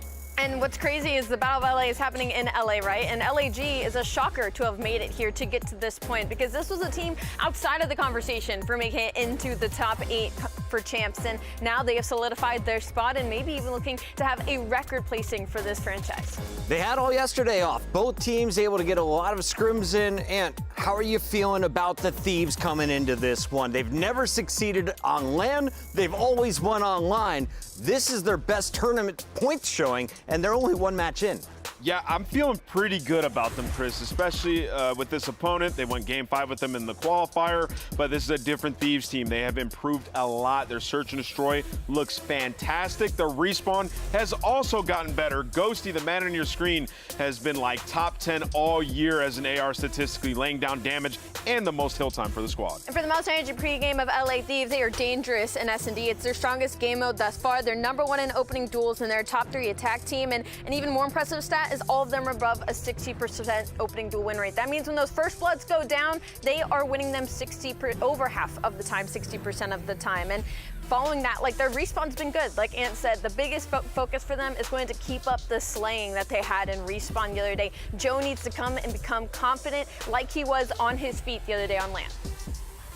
Joe was playing confident, but Dan Ghosty topped all players on the KD leaderboard. I'm looking at him to keep pace with the slaying from LAG. Let's take a look at a lineup that has a lot of stars with some high ceilings, but they also have some low floors. Today, they got to count on their teamwork. Who are you looking at in particular, Namos? It depends on the game mode. In Search and Destroy Fame, he's had a lot of success versus Thieves this year with a 1.4. He's been lighting them up. And then Diamond Con in the slaying department. But it's hard to not say, Estrio, after what we saw, him putting the stamp on the series versus Toronto, sort of bolstering himself as like, yo, why am I not in the Rookie of the Year conversation? Like, I can get it done dropping bombs. So, Estrio, man, that kid is a monster. I'm excited to see him going up against the Thieves. 2 incredible young lineups coming out of the challenger scene now to the big stage, and they're playing for top 3. This is some serious money and some huge points for the rest of the season, Allie. Absolutely, and I think the point Ant made about their ceiling is really important, simply because, like, they won both Hardpoints versus Toronto. That was outside of their map pool, like, not even something we would have considered. So they're overperforming right now on LAN, and if they can continue that, LA Thieves, they have to be ready for it. A team that usually starts a little bit slow, they cannot let that happen versus LAG. Let's take a look at the historic numbers here. On LAN, it has always been Guerrillas, 8-3 all time, but you look at MW3, Thieves have started to punch back. The question is, can they do it in person here in their home state? There's no better time to do it than now, not only because the in-person, no fans, young team, the SMGs and their confidence, but also because they've gotten better at search and destroy. Usually LAG has the edge in search and destroy in this matchup, 4-2 on the year, but this is the strongest LA Thieves have looked in that game mode. Those are the historic numbers, but let's see what today's maps are as we have another 5-game series brewing. It's going to be Rio at the beginning and end with high-rise search. We're going to see 6-star for Hardpoint. And are you surprised to see LA Thieves able to pull out Invasion for control? Not surprised. I mean, they've been playing it lately and having success, but so have LAG, both 2-1 on it throughout this stage. And when you think about these hard points, LAG, like for Rio and 6-star, they're #1 and #2 in breaking up both those maps, so they feel comfortable, even if they're at a disadvantage, to regain control. I think this is going the distance. Allie, it's time for our Scuff Pick'ems. We'll let you lead things off. I know you got some numbers that'll help sway your decision making. I know. I was looking at that map set, and I'm just looking at the S&D and control. LA Thieves are playing for the 2-3-5. I'm gonna go with the Thieves. I like their game plan. 2-3-5 for the Thieves. 2-3-5. All right, Nameless, how do you see it breaking down? I'm going to go at LAG. I've been chatting it up with Fame all weekend. He's just in good spirits and good vibes. I think they win the Battle of LA. Estriel always plays up to the competition. He did that against the top 4. The question for me is, can he do it today against a team that's right there on the bubble with you?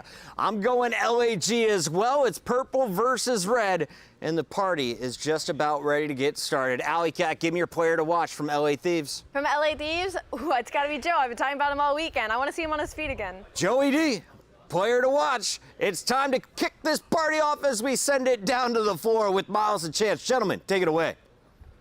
Thank you very much, Chris. We're excited, and actually way too excited for this one. The Battle of LA is a historic and fun, good time all round, and this one will be no different, folks, even though winners bracket, I think for the first time possibly ever. I was going to say, this battle has taken place so many times on LAN, online, so many different situations, but for top 3, unexpected, but here we are, and these guys have been playing some fabulous Call of Duty as well. I know LAG, the talk of the town, the story of the major, they come in as the 8th seed, and they drop Toronto, potentially the front runners for the tournament, down immediately, and I got to say, playing fantastic Call of Duty as well. The gameplay has been so clean, and LAG's records across the board don't even feel real at this point because they literally double their abilities when they go towards LAN.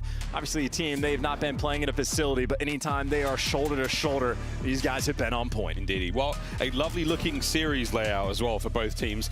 You brought us up, chance about 50-50 across the board, give or take.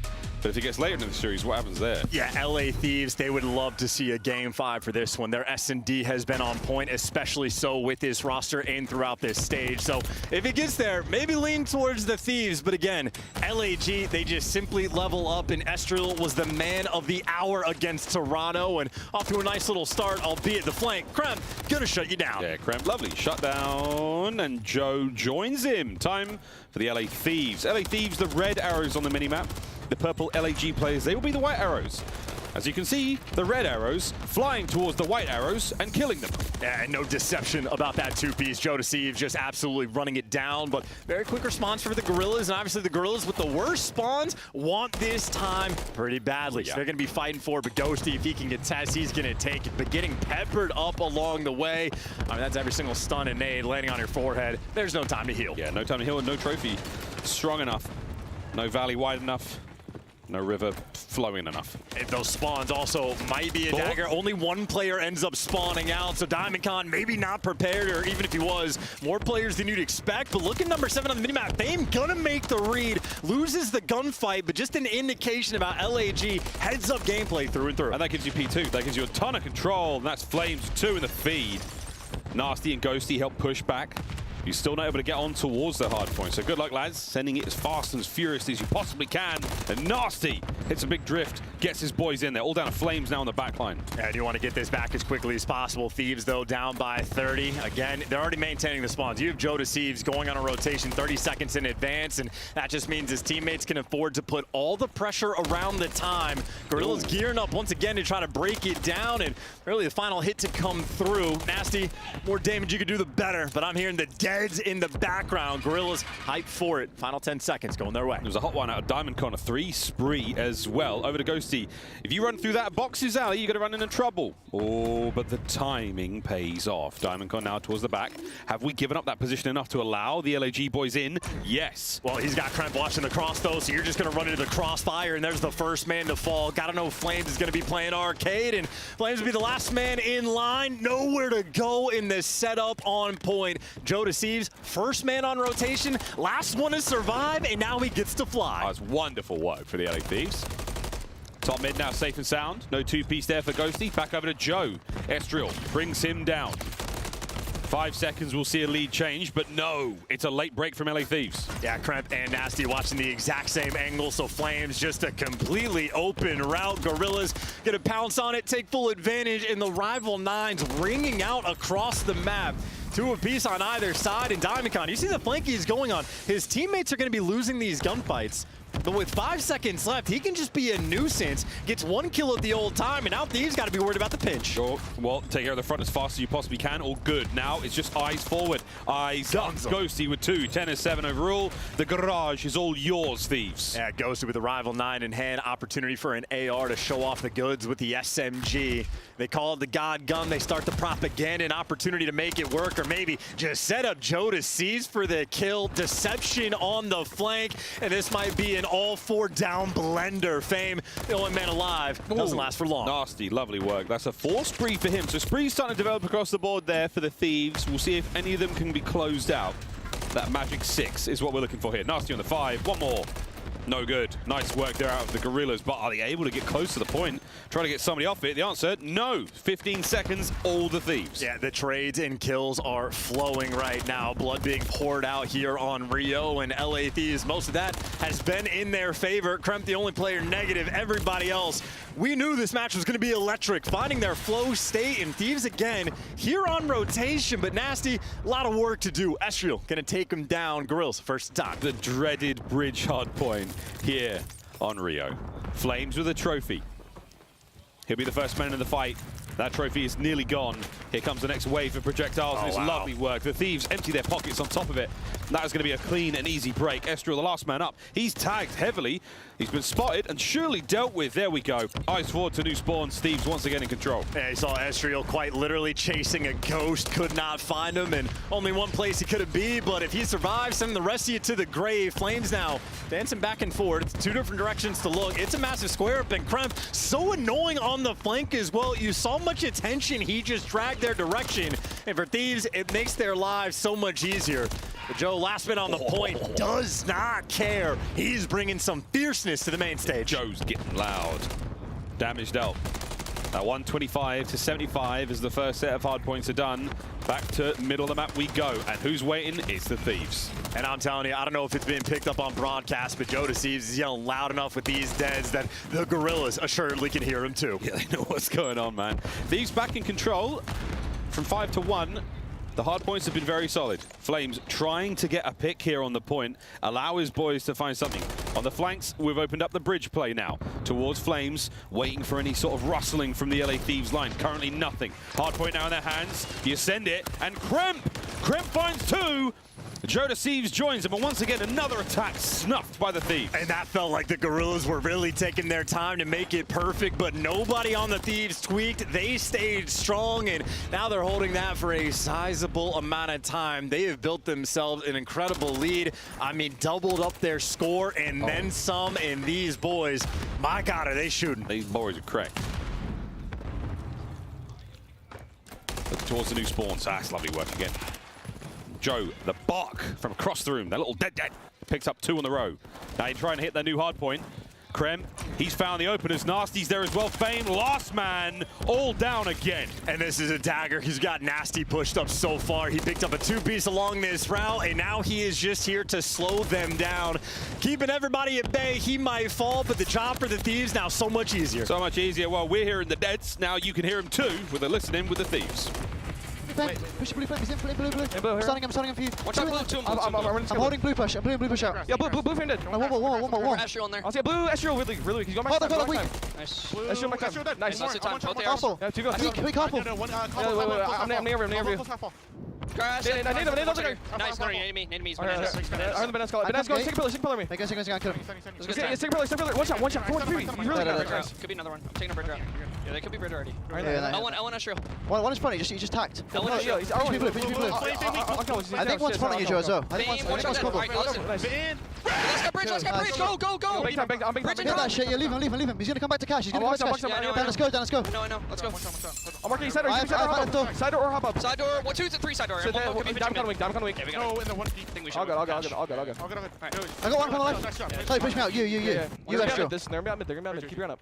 Kill this. I don't see kill Astro. I'm ironing bridge. I'll send you bridge. He can be R1 L1. Yeah, I sent you. He's not you. He's L1. L1. Nice shot on. I'm nading back ticket. I started Mesky. He's on top of Mesky.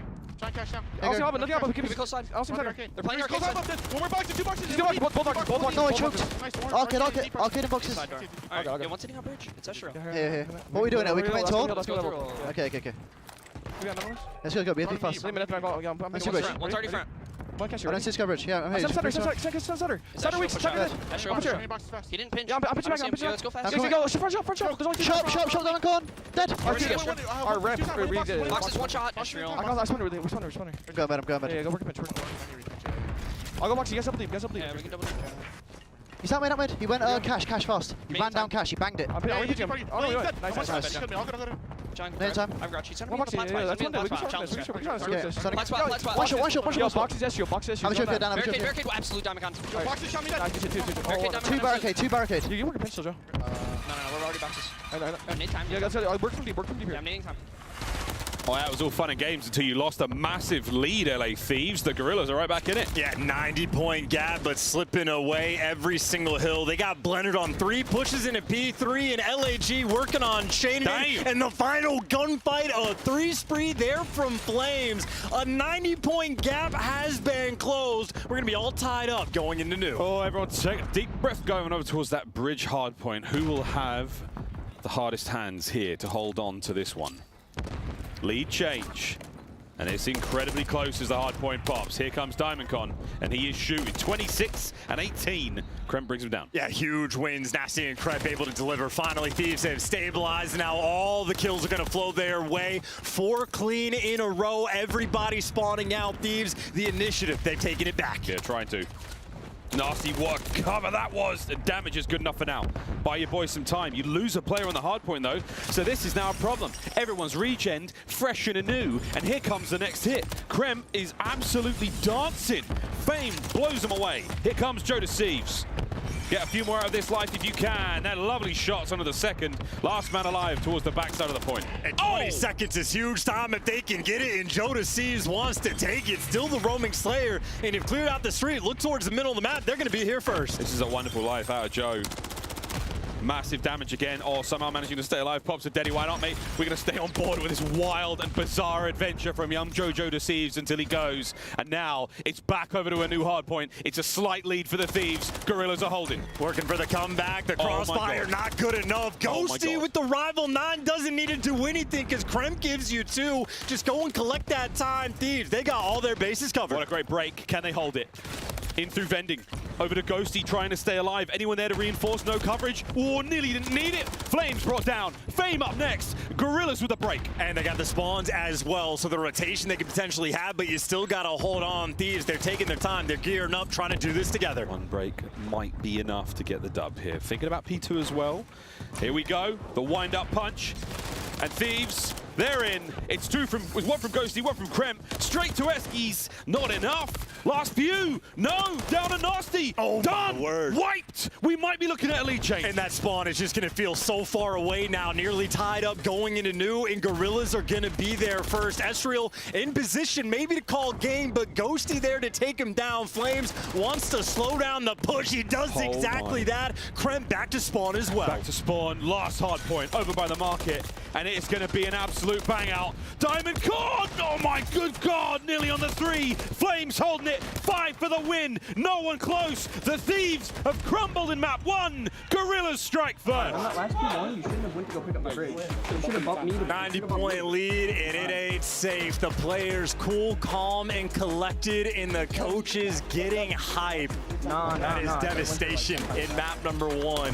You had LA Thieves. They were absolutely setting pace at the start of the game. I mean, Ghosty's pulling out the 4th rival 9 on the map for how many different hills, but pace is one thing, ability close, very different. And just the overwhelming force and presence of LAG, they got it done. Ezreal had another absolutely fine game to add to his collection. He's had the true Lanimal. There can be only one, and he is it right now. Wow, the Thieves, a delightful start, an explosive entry into Rio, but they could not close out. Guerrillas, I'm excited to see the game flow because that was one hell of a comeback. Guerrillas there with the kills, 31 and 25 out of Ezreal. Not the most damage in their lobby, but the boy was absolutely on the receiving end of those big kills. Joe Thieves as well. Lovely looks from him. Nasty with the 6K. Gosh, what a banger to start map 1. Yeah, we saw him doing a lot of damage. Couple like key moments though. We're not able to get those kills, and you got to imagine for LAG, these guys have stuck together the entire year. Everybody's been coming at their necks, calling for roster changes. They took a long time to make the decision. Flames was the only adjustment this team made as far as roster goes, and he was dealing the damage there. Leader on his team, 28 kills to boot, but I gotta say, that's an impressive performance. They got outslayed that map, still able to get that execution. I mean, they just have ice in their veins. The players as cool as ever. Well, there's the game flow. Massive gap in the middle there. And actually, we have a brand new record set chance in that matchup. I've received confirmation. 26 assists for Fame. That is unbelievable. So kudos to him. Nameless said he was rooting for him on that side of the stage. Excited to see what he could bring to the table. Brought a hell of a lot in that one. Yeah, so 19 kills, 31 deaths. Looks like a terrible score line, but that just means he was involved in, what, 45 sort of engagements for the squad. So man was in the mix and maybe helped lead his team to that victory. Sort of almost ironic how it worked out. We go to the listening and we just hear those moments of Ghost be like, hey guys, let's like slow things down. I hear a roar and a bark of a dead from Joe, and well, they were never able to reorganize themselves. And just tough that it happens in the listening, but hey, 90-point comeback, that is just the way to set the tone. That's fame on your screen there. Mr. Assist himself helps the boys of the LAG team win that first map, and over to High Rise, Search and Destroy now we go. A few of these we've seen in the tournament so far. This should be a fun one. Invasion control chance. Not been too common in the maps and modes for any of our squads in the winners bracket. And now we'll find out how that goes. 6-star and Rio if we have to go to 5. And you know the way it goes, folks. The spirit of I hold, shift, and study lives on here in our Game 5 Monarchs. But, mate, let's find out how things goes. So, super exciting series. A lot on the line still. Champs still. For these teams, not locked yet, I don't think. It is absolutely locked. Yeah, the bottom 4 teams have been eliminated, and the top 8 teams locked in, and it's LAG that made things mixy. But we're going to S&D. I know LAG loves some high rise, but LA Thieves love the game mode. These guys have been on point throughout the stage. An 8-3 record. How happy the coaching staff must be, and especially 61% is kind of bananas on the opening tool front. That's first and by a decent margin, and also the retakes. They can give up the bomb plants. They're still going to be able to execute. However, online for this team is also different than on LAN. LAG has always been a team that levels up. For Thieves, it has been a question mark. Answers we will get in this series. Who's more ready on the day? And that, again, 2 teams that managed to find themselves the winners. You had the whole day off yesterday to chill, feet up, enjoy yourselves. The amount of times we saw the LAG teams watching their opponents from the top of the cage here in Burbank. They got a lot of homework done, hopefully. We'll see if they can put it all to the test here in High Rise. Search and Destroy. Map 2 is moments away, folks. And honest to God, I mean, pick your poison of who you want to watch in this series, but I know Estriel will be the player I'm keeping in the back of my mind from LAG. For Thieves, though, Ghosty, a 3.75? Like, are we serious? Like, phenomenal so far that he has been, but that is at the major, and that is, of course, just one series under your belt. Got to keep it going. Oof. Everyone's ears be ringing after that one. Slow crawl through the middle of the map. No one really crossing that 50-yard mark. Smack down that line with a B-bomb. Everybody passive on both sides. Got to be fearful of those giant exploding propane tanks. Well, Flames, eyes on one, but still a great lack of information really by either team. Joe Thieves moving up the map. He has put himself in a corner. And so far, Guerrillas, they have eyes on 3 players. Yeah. Smokes the cross. Absolutely. Runs amok. We're not going through the middle. Joe Thieves knows. He's got a lot of places to look.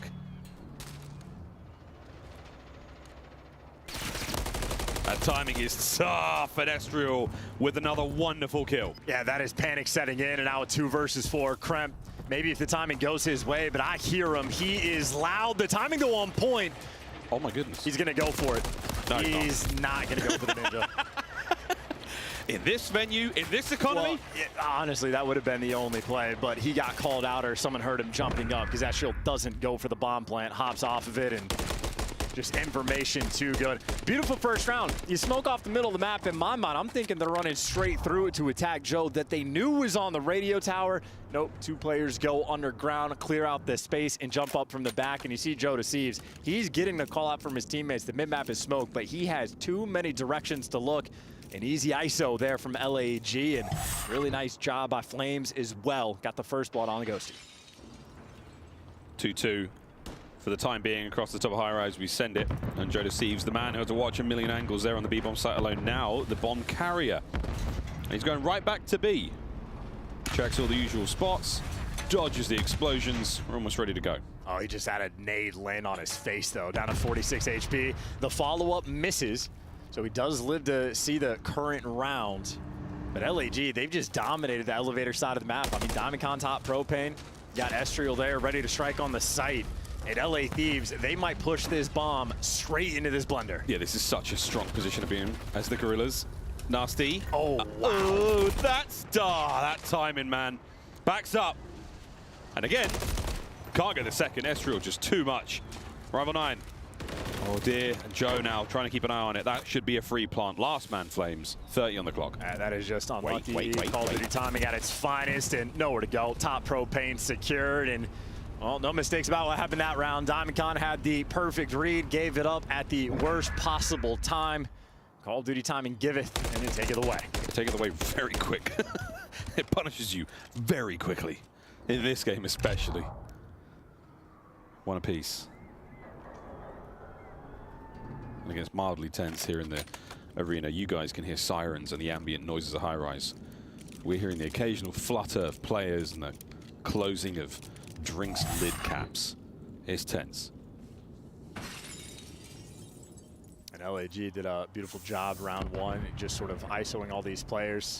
You see what Esriel's doing, just watching the cross to see if anyone slides over to the radio tower, but the nade's gonna back him down, so a missed moment of information. Now you're trying to use the utility to figure things out, and you connect with it. Double nade rolling through, done to perfection. Diamondcon gets credit for the kill, but a team effort for the first blood. It's so simple, and it's so easy to execute on. It just takes that little bit of coordination that these teams are so good at. Jumping by for the information there, Diamondcon Esriel now to back him up over towards the B-bomb site. That is the bomb in hand as well, so with a man advantage, are you trying to overwhelm it? Go for the kills, Ghosty levels it up, trades are on. Here comes Esriel, tagged, unfortunate work. Joe Thieves finds it, but now he finds himself alone. Whoa, that's awkward. On the run now. Trying to juke out a kill cam that doesn't exist, and yeah, it just ends up underneath the player, tries to escape, but no escape route there. LAG on point. And again, that literally just comes down to the first blood. Able to get it with a nade coordination on the guy on propane, and then they just use their numbers. I mean, LA Thieves, everybody showing up and able to get their kill, but the trade's too efficient. Guerrillas, they love themselves some high-rise S&D. They love themselves some high-rise S&D, and they love a little bit of high ground. We've seen the Guerrillas use that sort of strategy to deal with any kind of shenanigans that players have been running so consistently. 6-star as well. Watch for the hops. LAG love that high ground. And a 3 spree from Diamondcon as well, just to keep in the back of your mind. Double trophied out and using that to get aggressive. He wants the kill quickly. And now you know, no one's crossed out towards those right windows. And once again, Joe Thieves has the bomb down low. And absolutely no support on the map, at least not from close range. Waiting for his ARs to get a little bit of intel. And you saw his POV in the smoke there. Didn't know what to do, didn't know where to go. A true moment of chaos. Over towards the A-bomb now, and Fame will be the man watching that. Haven't seen any gunshots yet, so who knows? Whoa, there it is. Joe with the opener on the Flames. That's a huge win too, because he has bomb. You lose that gunfight at range with a rival, things could spiral, but still, got to get the bomb out. Fame does give up the cross, and Joe Thieves takes advantage of the exit route. Thieves grouping up together. Esriel again, like this moment of tension. You're just waiting for anyone to appear, and they're going to be at close range. He doesn't have a rival 9 for this fight. Diamondcon getting nerdy. Here's the battle on the B-bomb. Esriel down. Just completely overwhelmed, and a 2v4. Good news, you got a pinch going. Bad news, it's a 2v4, and the bomb is going to go down. Someone's going to have to pick up at least a double kill for there to be any hope in the round, and it does not last. Joe Thieves daggers you, and Fame now just stuck, trapped, hopeless in a 1v4. Joe's having one hell of a round. That's a 3 in a row. Fame trying to make a case for it, but it's very unlikely at this point. Here comes Nasty. That's the last few bits of damage. And that is the round. Thieves keep it all together, make it 2-2. Yeah, these two teams right now on point in the winner's bracket. Get the first blood, win the round. Doesn't matter how you find it. Once you get it, you just keep it rolling. And Joe Thieves, maniac play. Anytime you got an SMG player taking the bomb into your opponent's spawn, it is a delicate moment. But either way, able to execute extraordinarily well. And of course, just being able to get out, very nice. Yeah, if you fumble the bomb in the enemy base, your boys are like, okay, I'm not gonna go get it. But one of us has to. Round 5. Opening rat-a-tat-tat across map. Joe Thieves trying to keep the spree going. Build up the damage a little bit. Why not? Helpful for the old stat page. Technically, Joe just broke 1,000. And almost similar shades to what the Thieves' default setup has been, where bomb guy roaming sort of underground, but Now starting to get a little bit more active, but Kremp doing it from the other side, taking space. Fame not going to be ready for it. Oh, no. What? Or maybe he will. Yeah, hop up, catches you out of the corner of your eye, and he backs Nasty down. What a play. What a play, Flames. Finds it. Looking for this aggression still. Joe deceives back at it, though. Ghosty's got eyes on. And there's no way Joe lets him out from the side here. So Flames allows the bomb to be planted, and he's in an unbelievable position for this. Joe chows it. 5 in a row. And bunny hop as well. Uh-oh. Last man, you just want to get the cruise. At the very least, it would help out. Joe, what an aggressive position. He's moving, but he's juking. And he's going to try again. He wants it this round, mate. You messed up the movement. If he was able to stay up there to get the first kill, maybe you could clutch, but now you're purely playing for the cruise missile. And he's going to slide out on the crossfire. Can't get it done. LAG too clean. And shout out to Fame. I didn't know if he was going to be ready for Kremp hitting that route, but catches him out of the corner of his eye, gets the first blood, and Nasty unable to trade. Fame and Flames working well together, just like Diamond Con and Estriel were on the flip side. Little moment to just go back to some strategy change-ups there. Some really nice chemistry and some nice trades essentially won you that round. Can you find anything a little bit more decisive to push the Thieves right back here on high rise? They're on attack. Let's see how it goes. And honestly, it's just a battle for getting the first blood. Notice he's once again with Bomb, just an ISO player. So much noise being made down B Street. LA Thieves, shots ringing out. They are happy just to be a distraction, maybe hoping someone rolls through on the flank. See, that's the spot Jodeci is playing for, but Guerrillas, nobody's taking the bait. Once again, it's Fame on that top side. He's just keeping an eye out for Joe. Anyone going towards A, he's on the hops by that little wooden window. Estriel's first blood. It's party time. Oh my word, what a win. Joe gets away with his life. Diamondcon immediately presses the advantage. Onto the B-bomb site though, you've been overwhelmed. Oh my god, Diamondcon could go anywhere. Bomb down. All down and Nasty now. Yeah, that was just enough to at least force the trade. So Diamondcon doing a little bit of a dance, and now Nasty gonna have to take a little bit of a route, but Flames, he's just so distant in his spawn. Never gonna check that. Never. That's so annoying. Just to the inside of the threshold there, that is such an annoying place to be. 4-2 LA Guerrillas. And again, we talked about it. Online and LAN, different beast. You have LA Thieves, their first blood raid, best in the league, but high rise, maybe slightly more of an atypical map. This has been Guerrilla's stomping ground, and they've been on point with the first bloods as well. It was Estriel that kicked things off, and even though it was traded fairly quickly, the trades just rolling through so efficiently. Guerrilla's that 4-2 lead. It's a nice lead to have. Far from over. Thieves on defense. Estriel, our bomb carrier once again. He has been the bomb carrier for nearly every single round here, so you sort of know. We bring down Estriel, we bring down the bomb. Let that dictate the play from there. Well, Joe's back here on the radio tower and has to cross out. Doesn't want to get isolated again, or is going to take the gunfight. Are there any more nades to land on his head? Or now you run through the middle of the smoke, and they're going to pay the iron price. Oh, Kremp collects. Joe stays alive. The ultimate bait. And Diamondcon, a lovely patient play. Doesn't get the kill. Joe on the transfer. No, Estriel's there for it. Man advantage, LAG. Might be the first round where a team that got the first blood ends up losing it. LAG bomb down, Kremp. No covert sneakers. He's going to be loud, and him and Nasty working together, both by helicopter. But Diamondcon has cleared out the entire map. And look at the positioning for him and Flames. Diamondcon, there's the freebie. Nasty, nothing you can do in a 1 versus 3. LAG officially steamrolling on high rise. Yeah, this is very decisive. That is map point. The last few rounds. Again, the playbook is just deepening. We're just finding these crazy moments. We're trying some new stuff with smokes and pressure.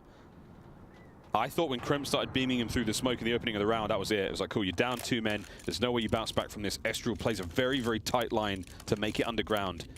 Picks up the kill on Joe after that, and then it's 5-2. Such a team effort from LAG as well. Diamondcon maybe stand out with 9 kills, but all 4 players thus far able to get a first blood. And as you talked about, deep strat book they have. Estriel making an adjustment, maybe waiting for some nades to roll through, as FaZe maybe should have. There's the first blood, a 4 versus 3 for Thieves. Did see that player as well. Lovely nade. Saw that player. Gonna now try to find the high ground. Pick up at least 1 or 2 here on the approach. Fame down and out, though, does put you in a tough spot, minute on the clock. Cleared out the bomb and, yeah, repositioning. Oh, my God. Estriel dancing around the map. I think he might have gotten spotted, but not tough to read someone being underground. Ghosty, the overseer. Yeah, plenty of players now on the B-bomb site for the LA Thieves. That's the plan. Timing on this could be nice for 1, but you've got to do a lot better than that. Good damage. Here comes the rest of the teammates to push on through. Smoke makes this very interesting, but it was a dupe. Joe doesn't fall for it, though. Quick bomb check. Confirms its safety. He really wanted to make sure that was safe. And, well, number 5 and number 8, Flames and Diamondcon, 2 MCW players.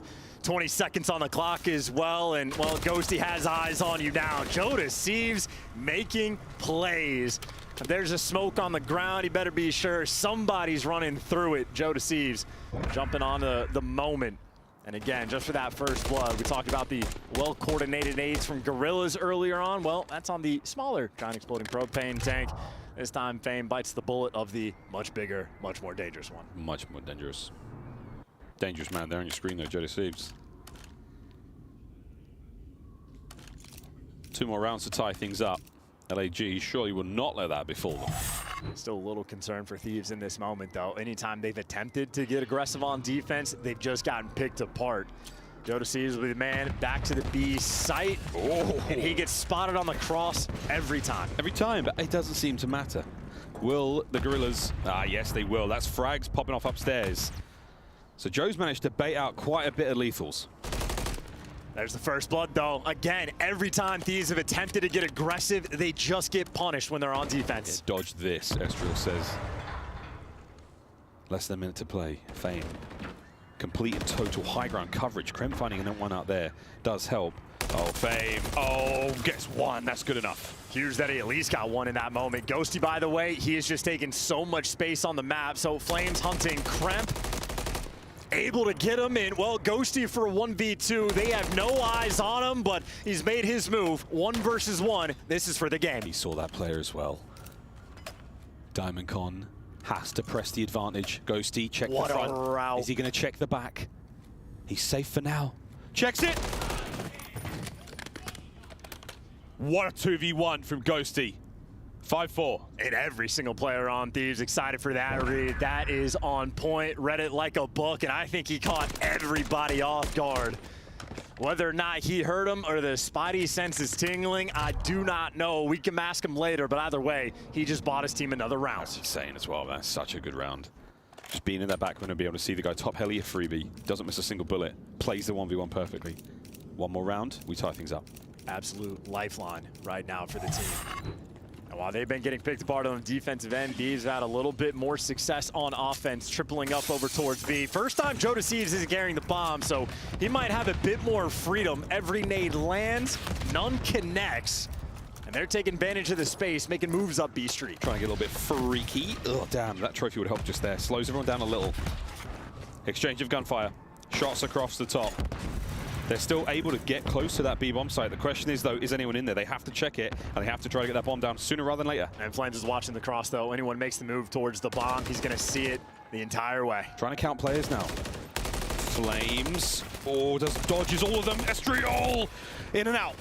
Bomb does not get planted, but it does get recovered.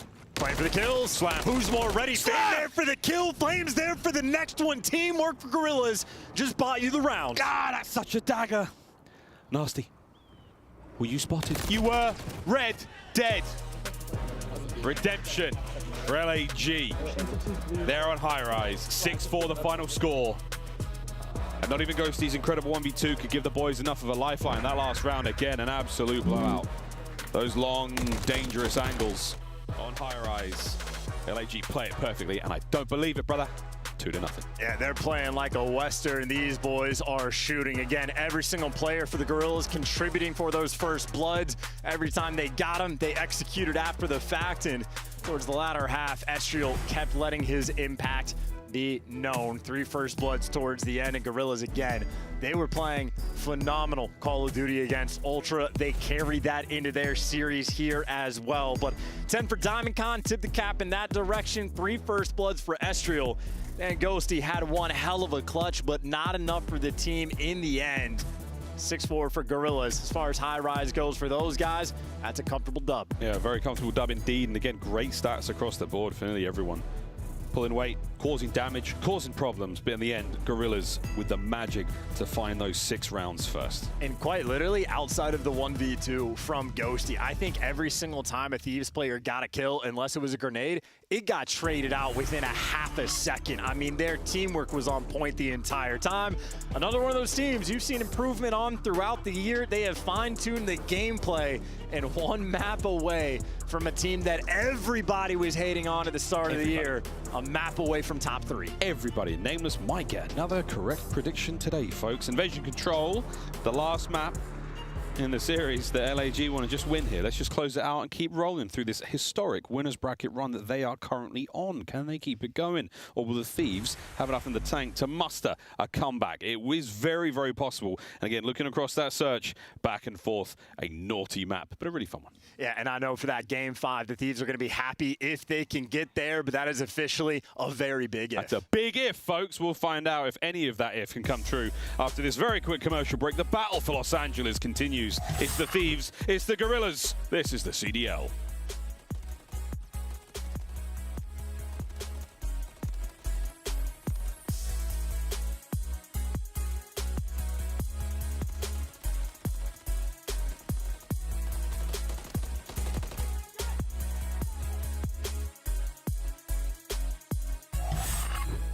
Upgrade your game with the Scuff, the official controller of the Call of Duty League.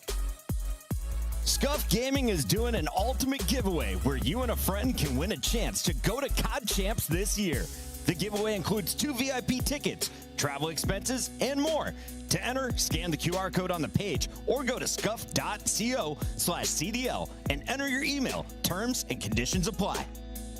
The Call of Duty League is brought to you by Monster Energy, the official energy drink of the CDL.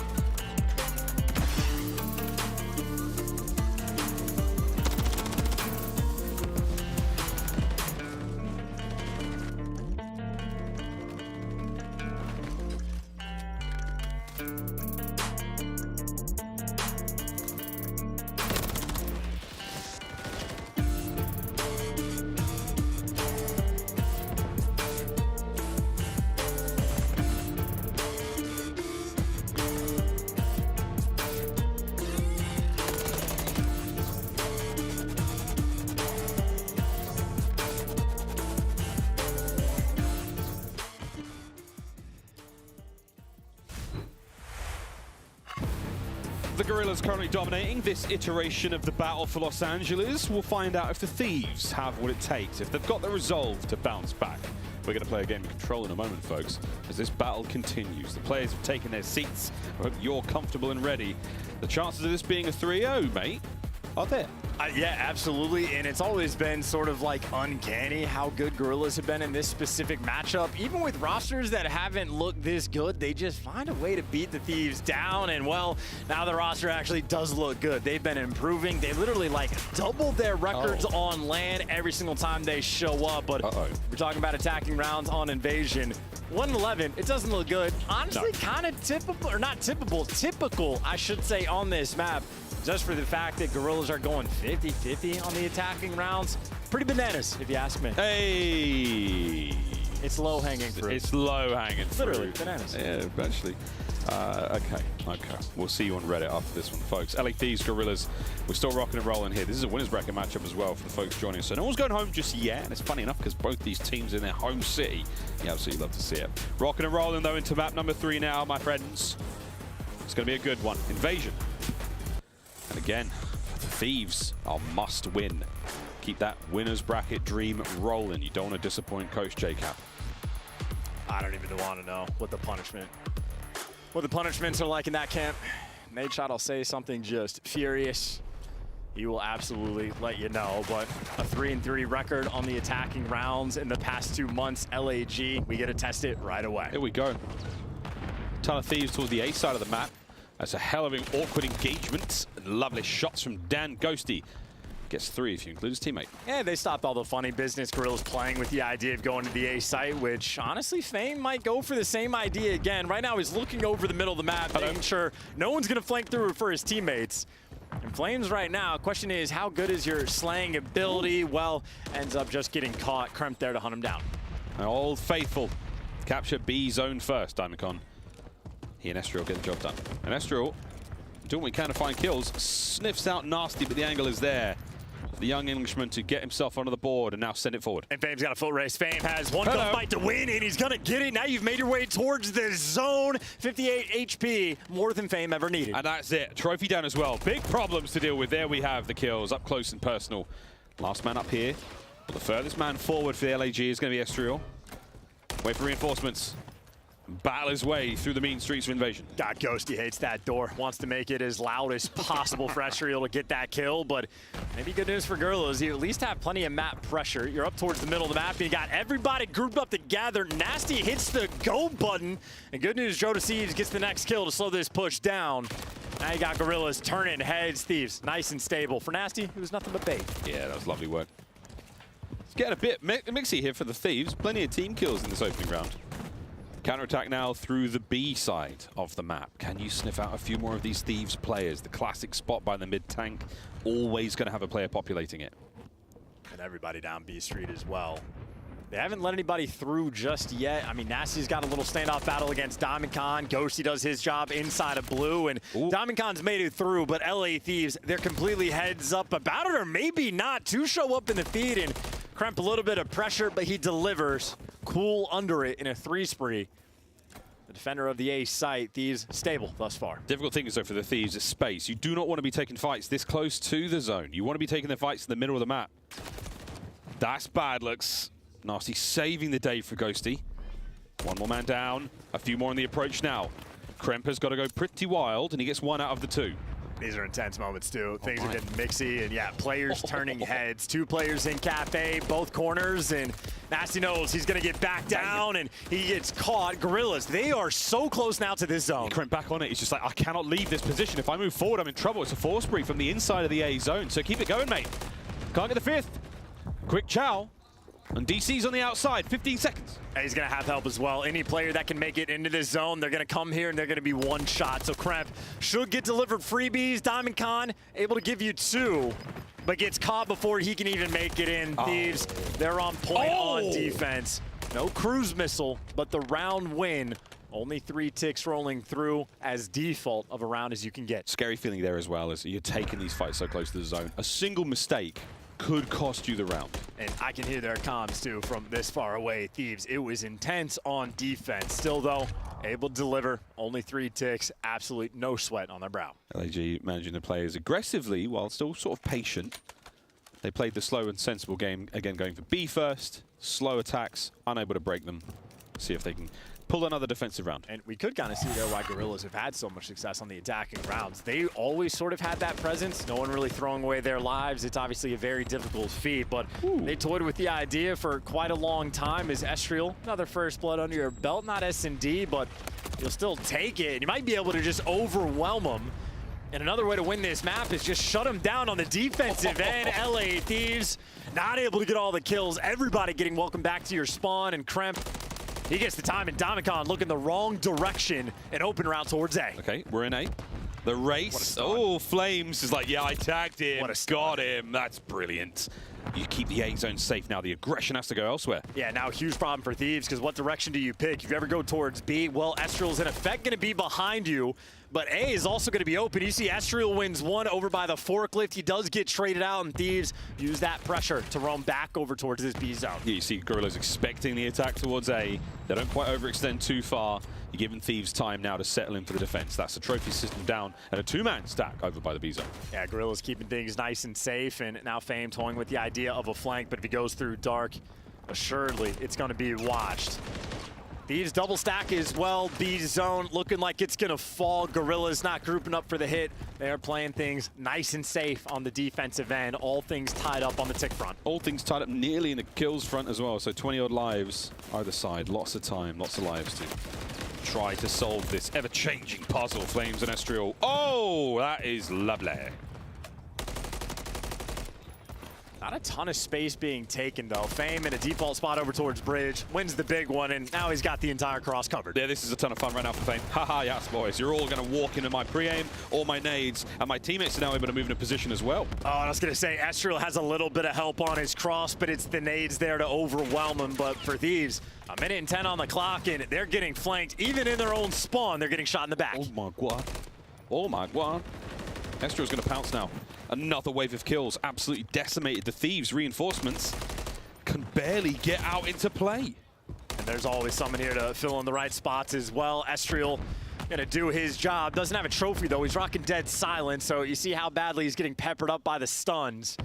Thieves 45 seconds now on the clock to make something happen. And next attack, if they lose this one, they've got basically one more. It has to be solid. Trade's done. Flames, one more for the Cruise. And you got Diamond Khan helping him out on the cross as well. So Flames number 5 on the mini-map, potentially playing for the extra bit of utility. And, well, Estriel just got left out to dry, but the 2 players on A Street, not a lot of space. You see Flames in the meantime, cruise missile secured, and a complete lockdown on the defensive end. Flames has been holding down the middle of the map alone. No one's making it through the B Street. No one's making it through mid-tank. It's all him. He's at it again. There's another 8 in a row. Brought down finally. This round is done. The Thieves completely unable to cross the bridge, unable to make it through mid. LAG, a watertight defense. And we are just showing signs of a team. Again, in the past 2 months, that was the key stat. Shout out to Easy Mac. 111 for Thieves. They never had space on the map. Maybe one mild opportunity early on to make the break, but not quite able to bring it together. Meanwhile, Guerrillas, it might be tied up on the tick front, but they were toying with the idea the entire time. So really just going to be keeping that pressure up. Name of the game right now, pressure. Thieves doesn't look like they're feeling it too much. We go again on defense here for the LA Thieves. Jonas Thieves may get the first blood. We'll wonder if he's able to pressure up the way Estriel had in that previous round, because you didn't get a whole lot of work until it was a team wipe. Yeah, Thieves on point, by the way. There's 2 players playing towards the middle of the map. They're checking all their corners as well, and maybe able to overwhelm. Diamond and Flames able to give you a couple kills, but now Kremp doing a little dance around the tank and buying you quite a bit of time. Gonna get caught, but either way for Guerrillas, they don't have the pressure on B just yet. And Ghosty, big 2-piece. Guerrillas gonna have to fight out of your spawn. That was that BDE, that bold, daring engagement. Another one from over here by Cage. Flames finding his 18 and 10. A sensational stat line. But this rookie, we're trying to overshoot this B zone, try to take care of the defenders and then create a position where you can't let them get close. Nice shots, Fame's in there. And that's a 2-man stack. Yeah, nice little spin to win as well. You got Flames, just sort of that front man, able to clear off your cross, and that just means you got to watch the middle of the map, which DiamondCon has under lock and key. Honestly, DiamondCon playing a guarantee. Thieves, there are no open avenues of attack, so much so that they might have to be turned and more worried about the A site. Flames does get cut down, but applying enough pressure, that B point secured. Honestly, pretty easy there for LAG. Got out of their spawn, no problems. Let's see if the Thieves can once again hold on and maintain some form of solid line, because the Guerrillas, they're getting creative in the break. And it might be tough to create this situation, but if you ever get a decent amount of control of Flames, if the right time hits, you can call in that cruise missile at any given moment, and obviously plenty of pressure. 3 players now crawling around your spawn. Movements like this, yeah, Fame trying to keep you in your spawn. You can't get out. Players not getting up close and personal. DiamondCon getting into it. 7 HP left on that life. And this could be the moment for Flames. I mean, maybe you want to call in the cruise if you lock down indoors, but it's not going to be the case just yet. But a big 2-piece there from Fame, and he's got a 5 spree of his own. Double cruise missiles would be massive, and he got it. Is massive. Might be calling it in right now. Wait for a couple more of these kills, because you're starting to bleed out the Thieves. You're still in it. Okay. No. That's tough. But you're still unable to get onto the zone. Yeah, it's a feel-good moment right there. And, I mean, Flames making the investment now. The only player pushed up on the map is going to be Estriel, and the curve does not connect. Cruise missile wasted. It's a tough shot, regardless. I mean, you have to come down there in the street by that tank in front of Fame. So kudos for the attempt, but 20 seconds. And once again, the Thieves' defense holding. And only 15 seconds, someone's got to stop the clock, but DiamondCon might just flood it straight into death, so much so that the trophies are doing the damage to them. No connection there. And Fame ain't going to be able to get it done. And a cruise missile burn in a moment like that, LA Thieves going to be so happy for it. Another standard round of defense. Only 3 ticks on either side for each given round. Thieves, they just got to match it. And then it'll come down to kills, and, well, looking at the kills column, Thieves want to get that extra tick. Yeah, they need that real bad. You seeing what we're seeing, Guerrillas? Yeah, you are. Now everyone's seeing what we're seeing. Next round's on its way. That one was very, very similar for the Thieves on defense. And again, if you just, one mistake, man, one little thing goes wrong. If that cruise does make it into showers, Nasty and Kremp are turned into dust, and your boys get on the zone.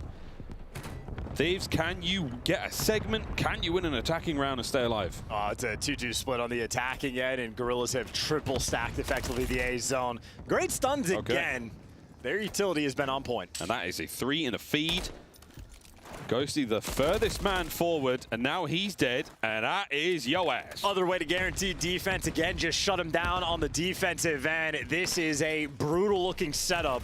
2 players over towards B, 2 towards A. I mean, middle map covered as well. Guerrillas should be able to lock this down. Complete and utter isolation currently. Here goes Joe, trying to make a difference. Gets 1. That's good enough for now.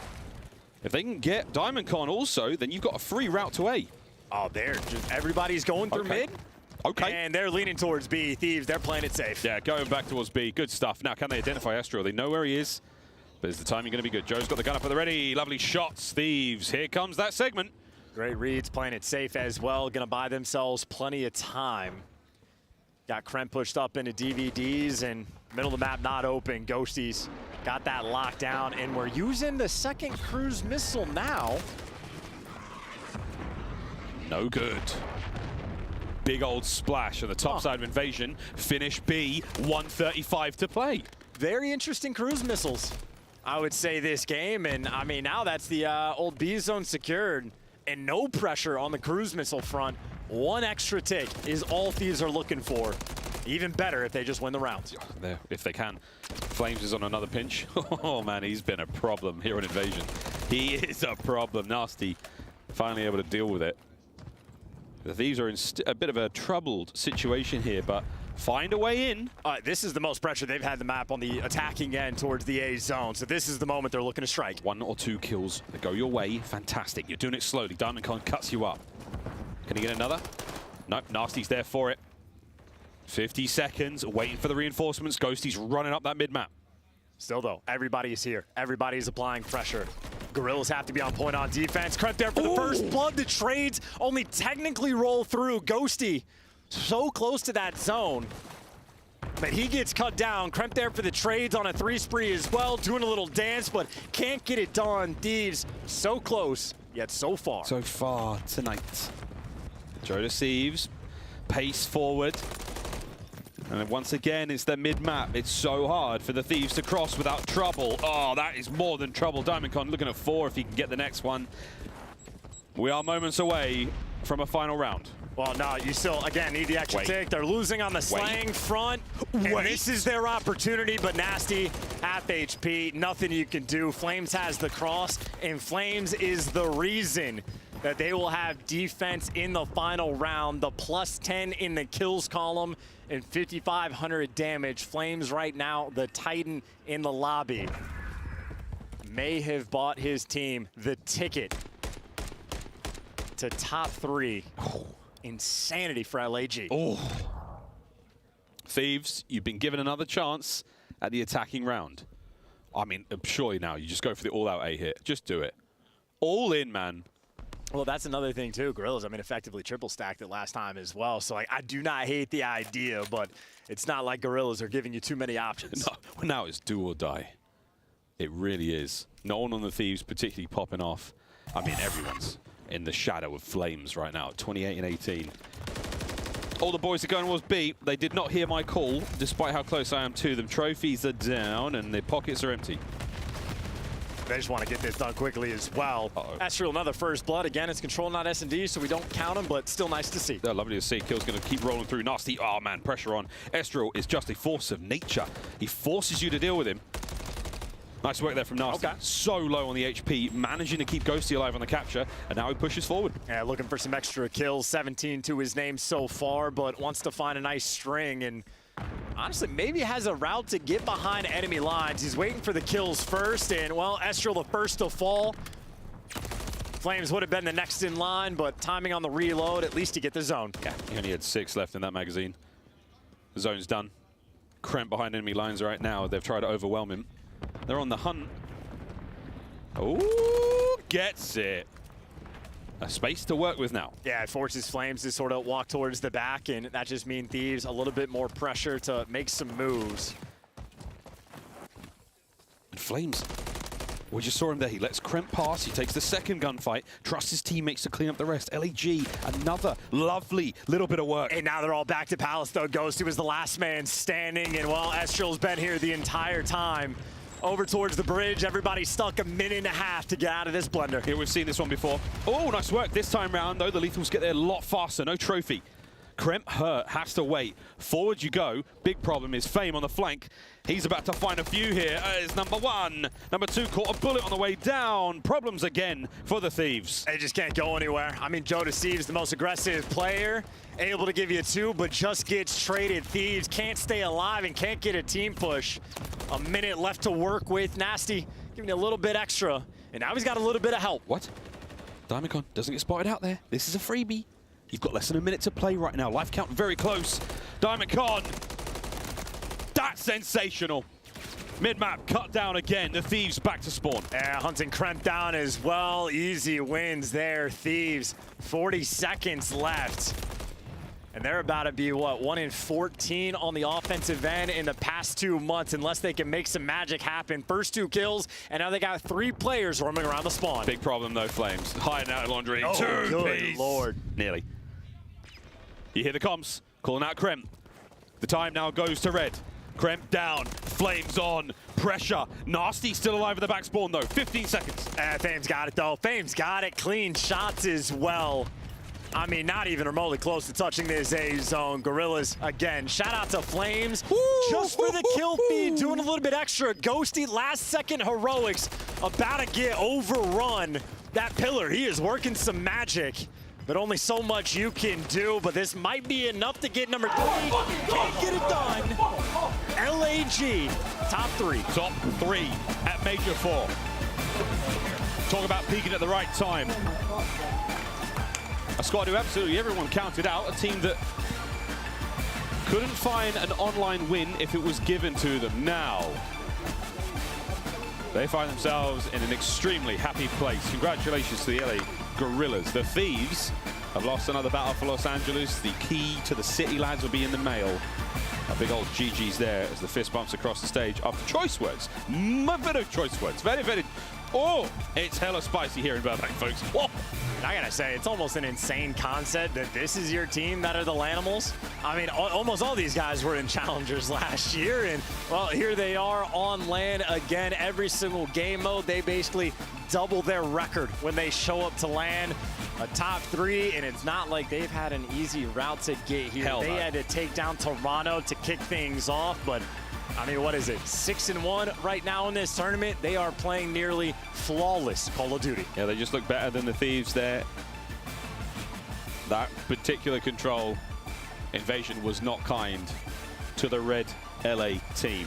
Good stuff, though, from the Guerrillas. The lights were out, but they were at home. They were grinding. In unexpected fashion as well. No facility needed. Guys leveling up at the right time, peaking at the end of the year. And now for Thieves, their tournament gets that much more difficult. They have New York subliners waiting for them in the losers bracket, but as we look at our stats, there's one man and one man only to pay attention to. Flames, 38 kills and 25 on defense, literally locking the map down. Another sensational rookie performance with insane damage, insane non-traded. It's all there. Great work there from the Guerrillas. Fantastic, well-deserved 3-0 victory here in the winners bracket. Didn't even have to get close to 6-star to cool things off, and the Rio Search and Destroy was a dream for many.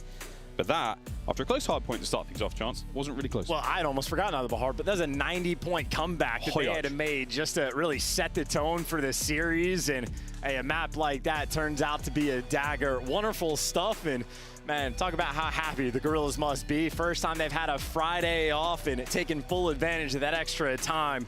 Guys have achieved their flow state. And we got Fame here. Fame, how you feeling, man? I'm feeling good. Happy to be here.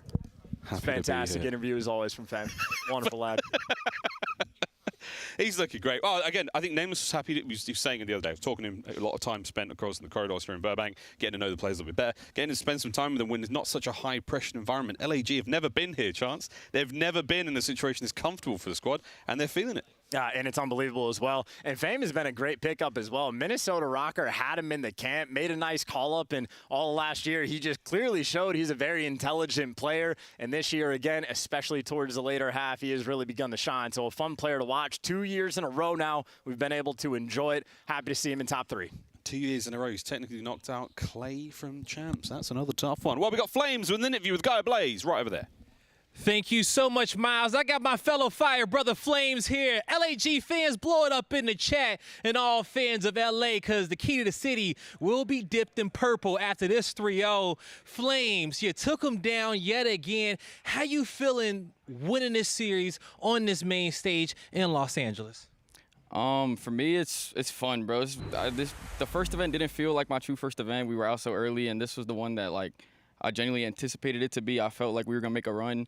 And, like, my first series on LAN against those guys, it's good to, like, join my teammates and just get them out the way on LAN because the online match was just fake. So it feels good, to be honest. It feels great. Well, this result was definitely real, okay? You guys did it again. And, you know, you are one of our youngest teams in the league. All of you guys were pretty much in Challengers last year, but now you're qualified for Champs. How does it feel to have this level up with the squad and to be able to reach these achievements?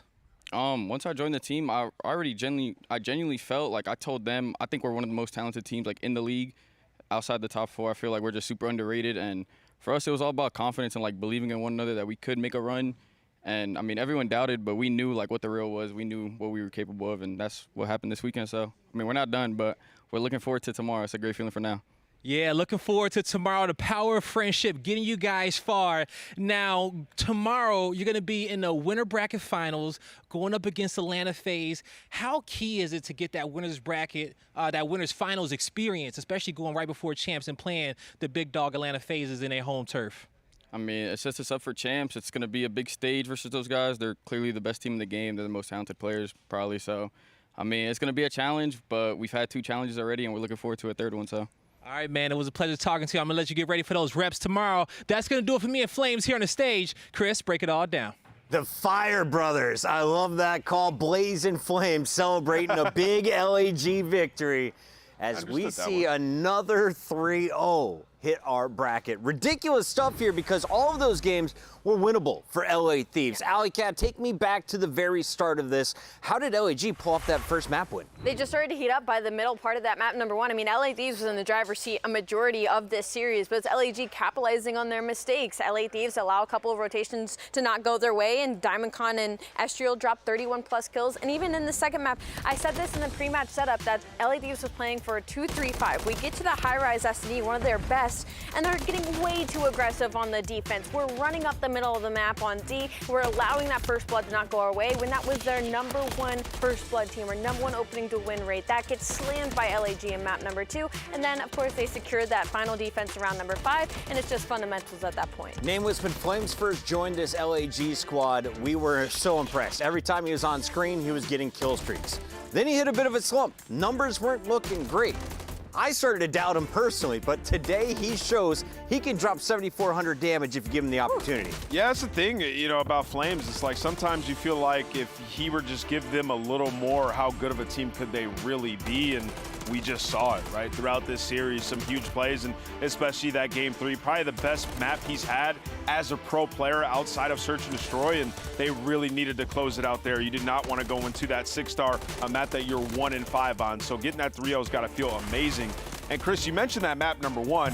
Yeah, that's the most impressive map of them all for me. I mean, they were down 90 points, and it's Estriel who makes the huge play to get them back in position on P4. The battle for LA isn't even close. 9-3 now all-time, 4-2, a convincing lead for the Guerrillas in this current title.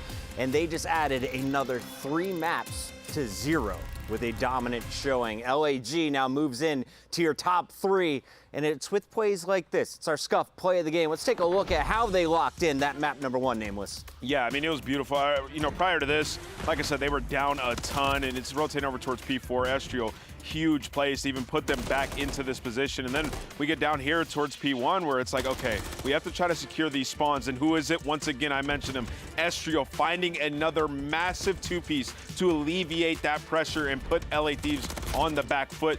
Meanwhile, DiamondCon's already at new, pushed out and ready for the opposition. Like I said, LA Thieves just allowed way too many rotations to go to the way of LA Guerrillas. At no point during that P1 did they try to send somebody over towards the P2 side of things, despite not having the favorable spawns. They were betting on their break-in. Unfortunately, DiamondCon was the first to rotate, and he's the first with the kills. He's able to find 2 before going down, putting enough damage in for his teammates to clean up and get that last 10 seconds. Estriel with a nice double, the triple from DiamondCon to go with it, and the 250 mark goes to LAG as they take all 3 maps here to kick off the best of 5. LAG moves on to our winners bracket finals, and we have some updated scores here to show the world. Atlanta FaZe setting a franchise and league record of 545 points. That is the most in an individual season. And LAG, who entered with the A seed, is now all the way up to 200 points, tied with Seattle Surge for 5. Now, LA Thieves aren't saying goodbye yet because that was still a winners bracket match, so we'll see them again later. So they still have an opportunity to move up in the rankings as of right now, but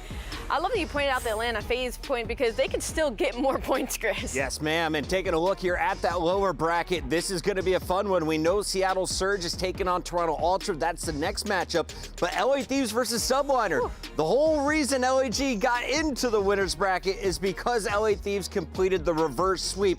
They draw their similar opponent in the Subliners, but this time on land, Nameless. Yeah, this time on land, and also this time a different New York Subliners. The last 2 matches has been chef's kiss. They've been frying in Respawn. Can't wait to see if LA Thieves can 2-3-5. We're done with the elimination bracket for now, or sorry, winners bracket for now. When we come back, it's all about the eliminations. Toronto trying to stay alive. Same, to be told, for Seattle.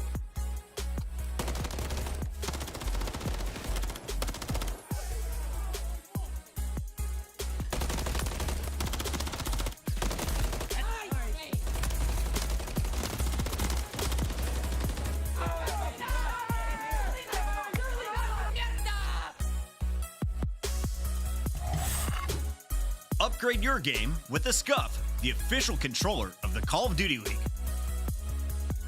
The Champs Tracer Pack is available now. The bundle includes the Reaper Operator skin, Ripper Weapon Blueprint, Death Stare Weapon Blueprint, Cuts Deep Charm, 2 calling cards, 2 emblems, and 2 weapon stickers. Use these items in both Call of Duty Modern Warfare 3 and Call of Duty Warzone. Available in store now using Call of Duty points.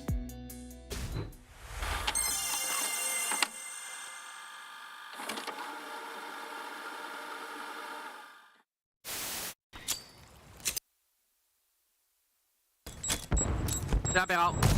No deberían. Y ahora en izquierda, tío. Me dio una de izquierda, no ahora, están por medio. Pícalo. 4v1, I think it was, the clutch, something like that. And we were just, you know, playing the round out, and I hear, oh, cat, you know, he's pushing up. I'm thinking, oh, he's dead, okay, so let's play it nice. And then I just hear a roar behind me, an absolute roar. And then he's like, watch it. And then the kill cam wasn't running, so I was doing the roll the tape. I want to see this. And luckily, it came up, and yeah, he's blown him away and left a bit of a little doo-doo in his pants, I think.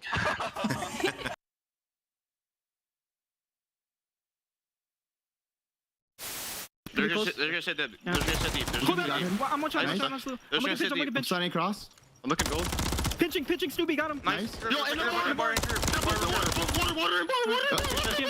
I don't know where he is. In the water. Oh, f***ing go, boys. Go, boys. Nice. Good DK 16. I got us, boys. Holy.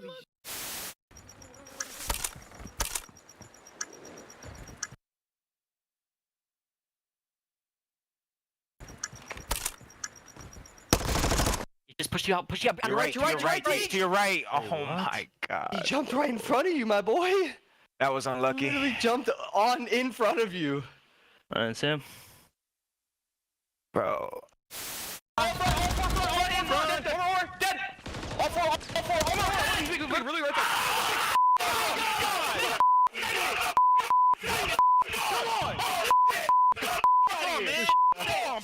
Yeah, got me. Don't even worry about it, guys. You just got one. So go next. Don't worry about it. Yeah, Did you go next? Just go next. Yeah, we're good. Oh, we gotta laugh that one off, boys. Oh, yeah, we got that one off. Bad. We gotta laugh that one off. God. Correct.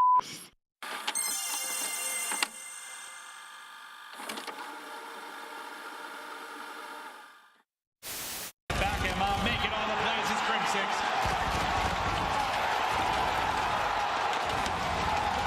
The curse has been broken. The dynasty has been cemented. They are the greatest roster in Call of Duty history. Optic Gaming are officially the Call of Duty World League champions. They're going for it, they're going to be in as well. It is not the Ravens. It is a Phoenix that has risen from the ashes here at the Major. They take flight. They break the curse. And London can finally weep tears of joy and not despair.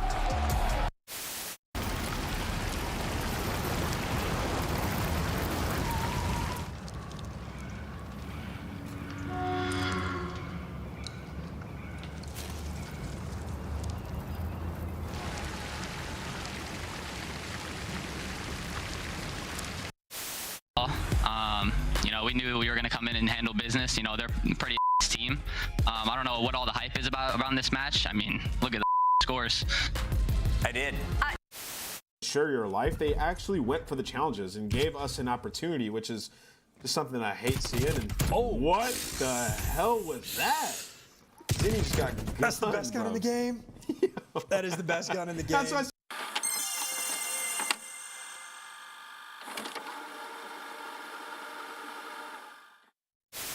From FaZe, it's a nade out of Arcites. Accuracy through the church alley, finding a few more. Celium's on the other side. Pred gets the kill, and it's not over yet. It's all 4 down. It's 10 seconds. We've got 2 segments gone, and good God Almighty, we might be going all the way. FaZe flying in, and Seattle.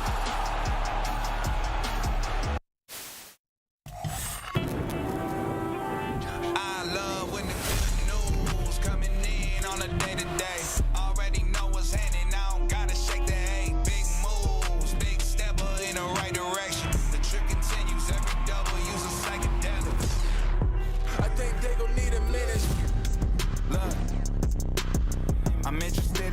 as opposed to making friends. Double bangs, I've been paranoid, having a safe so take the check. Finishing this drink should only take a sec, but Mark just cut me off. He told me that I go on stage and tan.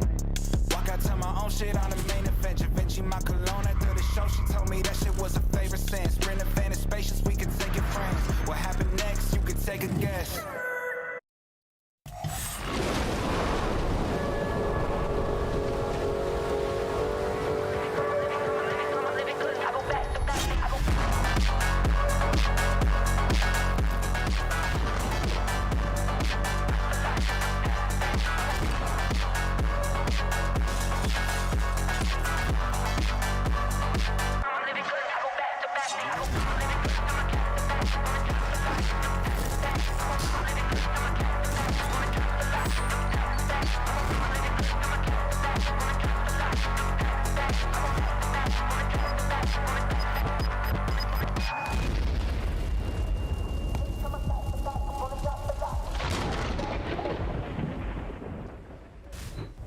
Toronto Ultra made it all the way to the 2023 World Championship match where they were smoked by the Subliners. After that, they picked up Envoy with one goal, to raise the trophy. They've already done it once this year at Major 1, and on the other side of the stage, they've got the Seattle Surge, a squad that has been retooled completely since the start of the season.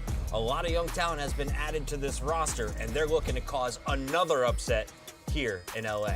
But first, they have to go against the Toronto Ultra, who has been literally seeking for blood since their loss to LAD on day number 1. And for Toronto, there's a lot on the line because you came in considered the #1 respawn team in the game. And now you've lost respawns, not only your map 1 record, but also to Miami Heretics. They lost one as well, and they had to clutch up a round 11 search and destroy. So clearly, a couple of weaknesses showing for the purple team. Nameless, walk me through this lineup. What should I expect as a fan? I mean, well, the guy on your screen's unbelievable. CleanX just taking over, especially in the controls. Our Monster Energy pregame will point that out. They've won 9 straight controls, a lot of those being high-rise, but we saw when they got to Karachi, it didn't matter. CleanX is just still simply that guy.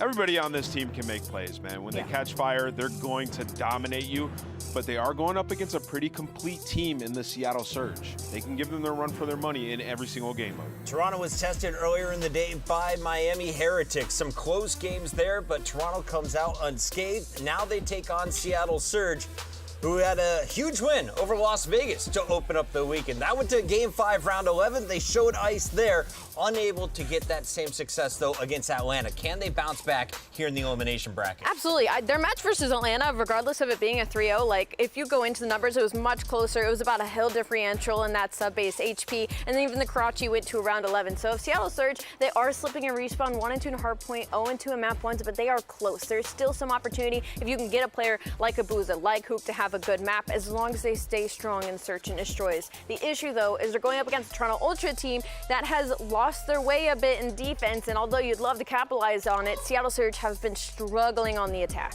Taking a look at the full roster, it's going to be Abuza on the AR there with Brezzy04 running the SMG alongside Hook, and if you're playing some of the longer range maps, 04 with an MCW has been equally devastating to what we just saw from Flames. Very similar role on Invasion, but this time around, it looks like Karachi is in the mix for Control.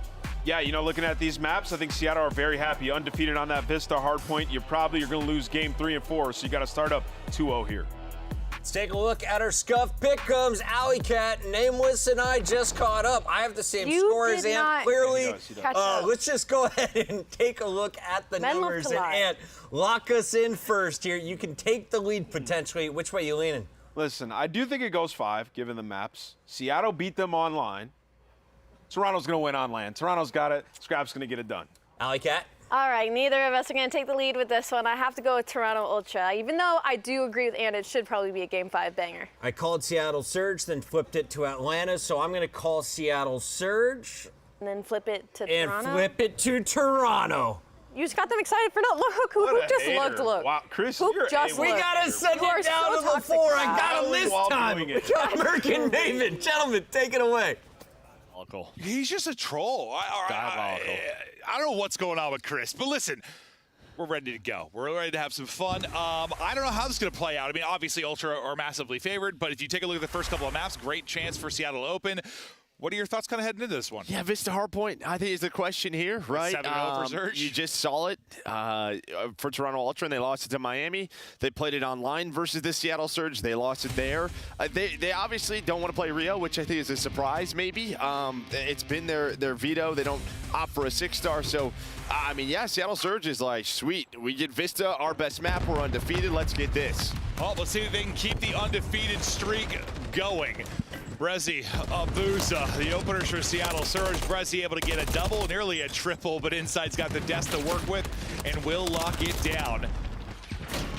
What do you think has made Seattle look so good here? Like, it's just one of those maps where, you know, kind of that relentlessness that they can show off really works out? Yeah, I mean, I think they're pacing. Obviously, like, I don't know. I think there are some teams on this map, they play for a lot for mid-map control, right? It's something we always talk about, but I think the guys like Hook and 04 will just take routes straight towards the hill, and if they win a gunfight, then your P3 is broken, right? So it's sort of that, but right now, they're gonna need the ARs going, right? Because if you look at the win, the reverse sweep online, Abuza, he was the main guy. And if you look at the match earlier today, while 04 was great, they need some AR prowess if they want to continue on in the tournament. Problem is, you're matching up against one of the best in the world in that, and that was Scrap. He was on 4 straight before he dropped, but man, he can get locked in, dialed in, and put your entire team into the blender. One of the best at that position. But now as we take a look forward to the point, Envoy being soaking up the time, able to take that one-on-one and nearly snap into the window, but Booza will get it. It's just trades really everywhere for the squads, hopping across the OBO4 to get their first points on the board, but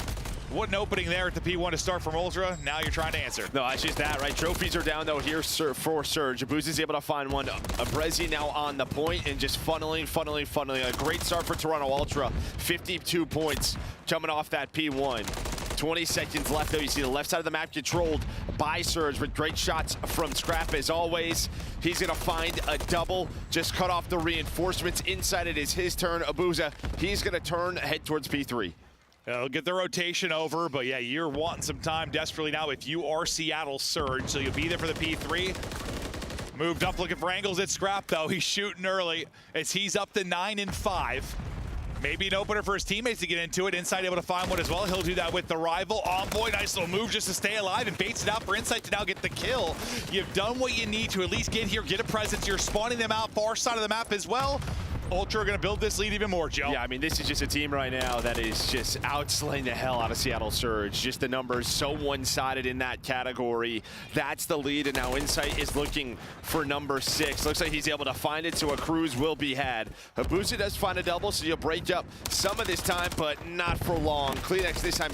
What's interesting is I've been seeing this. Kleenex is running a 3rd MCW on the map, so maybe just trying to slow him down. Maybe they're opting for it here on land. Obviously, the MCW 4 bullets, but you know, normally it's 2 rivals. This time though, Kleenex has that MCW. I mean, he's been, we've seen him on a, I don't know, high-rise control or a Hardpoint where he's insane with it, so not going to change too much. Yeah, maybe a little bit of a different pacing thing, but to speak to Surge, you know, you talk about them getting outslayed pretty heavily early on. They are one of those teams that, you know, you're getting outslayed 20 to 30 and you're still finding yourselves in games. Well, and that's just this map though as well. I think that's another big part of it. It's this map, it's just like hard to, you get a 4 dead, it's not always a full 60, right? Yeah. It's just it's a smaller map, so there can immediately be a spawn and then you're back into the hill. But speaking of a break, in 4 dead will be Seattle Surge. Well, you just have, I think, on like every other map, those hard points where you get like, I don't know, there's like 2 hits and then you give it up, right? Like you give it up with 30, 40 seconds. Like you don't really have that here. Like yeah, you're gonna hit and hit and hit and hit.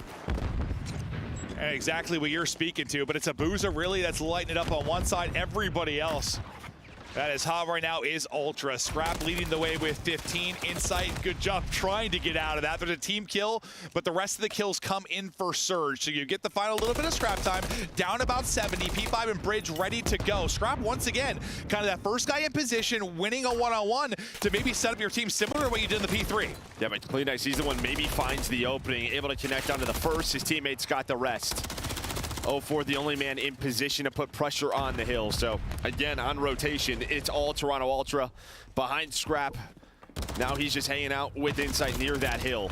Envoy going to be the first man up, but Hook getting things going. Yeah, it's just another one-on-one that Scrap's able to win, and the rest of the teammates, they will make the play. Can he push out this lead even more to 0-4 and Abuza have something to say about it? Scrap trying to get back to his spot, and Abuza just clipping him. 17 and 13 now out of Abuza. One behind the desk for Envoy to deal with, and that gunfight, not the most fun. He finds an MCW to work with as well. We see the other side of it. It's Hook and Brezzy trying to use that desk the best they can. Yeah, now 15 seconds left. 0-4 just wants to win this rotation, but you do have the crews on Insight. This is going to be the next big set of fights inside this P1. Yeah, normally when we talk Vista, comebacks start to happen on this one. So maybe this is where you see a cruise for Insight if they lose rotation, but they may not. Scrap finds a double. Abuza, though, picks up the flank. And now 0-4 trying to jump in on the cleanup. But Seattle Surge right now in a large deficit. Let's go to the comms with Seattle Surge. I'm stunned, I'm fucking stunned, I'm getting nade, bro. Shoot this for me, shoot this for me. Yeah, I'll try to. One guy might try and pinch. I'm watching our pinch. Yeah, one AV, one HP, guys. You want time in? No, T, guys, T. I got one. Nice, buy time, curler. We spawn deep. Yeah, start first. Yeah, I need time. Give me a sec. In cap, one shot. No choke. Cap, inside, challenge. Got it. Behind the desk, bro. That's weak. Yo, he went mid. Scrap, he's gonna be guy heady. I have to play on, bro. I'm ahead. Come on. 2-0, guys, 2-0. One behind the desk, dead. Nice, that's one. Yo, top part. Behind the desk again. Top part. There's only one hold. Mid life, behind the desk, guys. Inside. He's not shot. He's dead. Nice. I'm getting you right now. Wait, one is in you, right? Got it, dead. Nice. Can we On time and pie, I think. On time and pie. Time mid life, guys. Blood, dead. Alright, shut up. Half time. Scrap inside. Man, I have a truth, guys. I'm Yeah, I'm going to P1. I'm gonna shoot the pick phone, bro. He's ready, P1. One is phone, I P1 dead. Yeah. I pick when you shoot, guys, okay? Yeah, one's P1 on me. P1 weak, envoy. I can't see shit. He went Ivy. No, Ivy and one guy's flat. Dead. Nice. One's gonna be phone, bro. Yeah, one's for Ivy. Dead! Nice. One front, and one mid. You're fine. Let's get front. To be on. I hit the nade. Chalpol. Dead. One guy's on me. I'm Yo, on my back. He went back. Okay. I'm gonna help you. I'm stunned back. Envoy one shot. Going back, it looked like. I need a back. Low me. I'm laying out. Flip. I can't tell when he's behind us. Turn. Yeah, watch my. Low me, weak, scrap. On time. He's challenge that bug on time. He's Nice, dead. play new guys. One behind the back, bro. Yeah, they spawn blue up there. One pillar on me, Spawn blue, guys in the back. One pillar on me, bro. He's close. I'm turning, bro. Dead. Back at it, trailing by 60. R Surge into the gunfights we go. As your next hard point pops, you still have 2 here for Surge. A great chance to get right back into this, but Insight gets both in the back, and that's got to be a painful one. Yeah, I think that was your chance. I mean, you do a great job at P1 and P2 to fight your way back into that game, but the lead was still around 60. You had a presence there at the P3. But quickly off spawn, you're able to find a double. This is what Seattle Surge do, grind it out. Trying to grind it out, but it's another double through for Insight. Right back to work as he gets towards the point. Yeah, nobody really able to get in it, but with a 60-point lead, you're feeling solid if you are Toronto Ultra. Nice nade onto Abuza, finally able to clean it up as Kleenex gets the kill. You've got the presence towards 4. You're winning some fights towards the point. Well, it's Surge actually winning the fights. Now maybe can you get this? Final 10, can you break early? Because I think you're fine with this if you're Ultra. Yeah, you get the chunk of time. Yeah, can you at least like split this or win this hill if you are Seattle Surge, if you want to start this comeback? For Ultra, this is maybe a chance to just kind of put things away. Yeah. And they're going to win the opener behind Scrap, trying to find Abuza, but this is what you wanted out of Abuza earlier in the day, starting to bring it here in this series. Yeah, 31 for him, dropping a bomb, and now you are through. And you get in with a big chunk of time. There's 50 now remaining. You are right back in this. A chance to take this game if you can keep holding this time, but you've already got in through the front of your number 6 in Envoy. They got to deal with him. They're able to do it, still racking it up. We'll see how close they can get it, how much of this final 30 seconds you're able to do, because you're going to get another push or two. If you are Toronto Ultra, you got to deal with wave after wave, and so far, Abuza in the squad is doing it. Yeah, and then Envoy was the last player left. Scrap pushing through top burger. He's going to have that one-on-one. Brezzy's still weak. Renetti out. The contest is good. He'll take this all day. Scrap then wins the gunfights. So on rotation, Joe Seattle Surge, you see, that's going to pull Abuza. He's able to find that. Scrap may spawn out here, maybe over, up top towards P3. And he does. So you're going to have Brezzy all the way through on the back, but behind Envoy's double. a nice setup here for Ultra. Yeah, just scrap one of that one-on-one. Just like a big difference with regards to time and how the pressure you're able to apply early into this hard point. You got to be clutch as hell right now if you are Seattle Surge. Where is the opening going to come from? Maybe it's a Booza. He's been your hot hand. He's traded out, though, and into the blender go, too. His insight gets 2. It's 2 then from 0-4. You're at least keeping Ultra out. You haven't let them get a point for a while, but nice job with a headshot there for Envoy. He gets safe behind the boxes. Here's the streak. Yeah, you'd probably love 0-4 maybe to just lay down and contest there, buy time for his teammates to get there. Insight been hanging on to the cruise for so long. But again, who is it? It's 0-4 from P1, who's able to get them off the hill. So you do not win this here if you are Ultra. Yeah, I mean, they've only got 10 points here. It's a good enough job from Surge to at least extend this game, but then P1 and P2 have got to be something magical, because you're going to get to right around 240 mark if you're Ultra. You'll need 10 through for the victory. Here we get ready now to rip and roar. Brezzy and Hook on through. They'll have early P1 control. How perfect can you be, or does Kleenex play the disruption? I thought 3 in front of him for a second. You get blessed maybe that he's not able to get everybody, or is he? I thought he was still going to pull a rabbit out of the hat. Yeah, but he buys enough time. He allows his teammates. He pulls all the attention towards his side, allows his teammates off spawn to help him out. Ultra now only need a few more seconds to take this map. The contest is here, but Kleenex wins another one, and Ultra take map 1. A good old-fashioned square up. You got your undefeated Seattle Surge there on Vista. Not able to stay undefeated as the best hardpoint team in the game, able to lock them down, to shut them down. And as good of a job as you did with some of your breaks late to really give yourself an opportunity if you're Surge, it's just you don't... sometimes you just don't have those individual moments that you'll get out of an Insight there. You got them out of Kleenex. You got some crazy sprees from Scrap. Like, the fundamentals are there. The talent in this type of matchup sometimes isn't. Well, it's kind of the trend of the tournament right now to start down 100. Apparently, yeah. Versus really. Like your New Yorks and your Ultras, the top 4 teams. They've been doing this. And you're seeing the challengers start to, bring it just the second half of the map, but it's too much of a deficit. So you're 10 to 15 seconds, you hang onto the cruise missiles. There's just too many chances for them to close out the game. I was joking about the green room yesterday. I was like, how did Legion make every map look like Hackney Yard? Like, it doesn't matter strong side, weak side, what it is. Like, let's go down 100. Like, that's all I can think of, like Hackney Yard. Like, guaranteed 100-point lead. Okay, let's have that on every map. But let's look at some highlights now as we get ready to go. You get some monster numbers out of Abuza on one side of it. Bit more of a balanced effort, though, there for Ultra. And, yeah, they just come out strong. I mean, you put a 52 in the P1. You're looking good from the get-go. Yeah, no, I deleted Hackney Yard out of my mind and memory forever. That's fair. That's smart, Joe. Yeah. That map was horrible. So it was, well, anyways, I mean, again, just this strong lead. But I think with Kleenex running that MCW, like we talked about, his high-rise control has been amazing in his numbers. And I think probably the conversation is just like, you can run that weapon if you're Kleenex. Just, you have to keep that playstyle that you bring, right? That aggressiveness. And I think he's the type of player that's going to do it. It's allowing him to put up some great individual numbers. That was maybe your one chance at that P3 in this P4 to really get back into the game.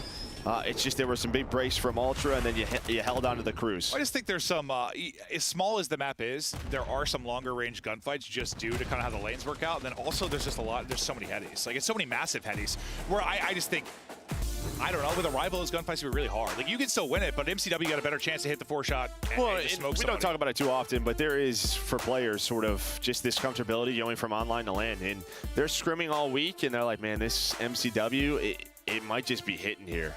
So maybe just opted for it a little bit more, but here's a look at that game flow. It's pretty much purple ahead all the way through. Well, it definitely is. It is, yeah. No, you just lead, and you don't really look back.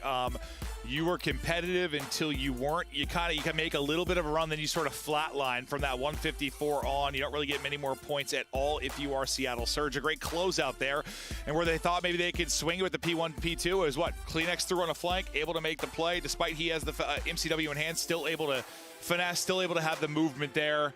Like you said, just kind of keep that same play style, just with a different gun in hand. Yeah, 100%. And the Des talked about it. These first 2 maps were very strong for Seattle Surge. They don't get this one. You're hoping now going into this search and destroy, you can bounce back. And that was kind of the tale of their last series versus FaZe, right? You lose the map 1. You got it close, but FaZe were just too far ahead. And now you go to this map number 2, which is very strong search. If you go up, you got to close it out. Yes, you can't have a 5-3 lead and let things slip through your fingers. Good thing is, I mean, you don't have a BZ on the other side, maybe with better search players in the world, but you do have an Envoy, a Kleenex, yeah. Yes, exactly, who are just as good, who have owned that matchup versus FaZe. You have so many people that are able to take over, but as we get ready for 6-star, we heard Hook. He's been so vocal in the comms. He is a guy that can absolutely pick you apart on a map like this. But if you're just talking the Seattle Surge side, someone that's got to step it up, got to make plays, got to be huge for them here, who is it? I think it is Hook. Okay. You know, a lot of the retakes, we talk about the smokes over towards that statue site, and we saw it, day one, to win the round 11, to win the series. It was Hook who made the play. So I think you got a much better game out of Abuza in map 1.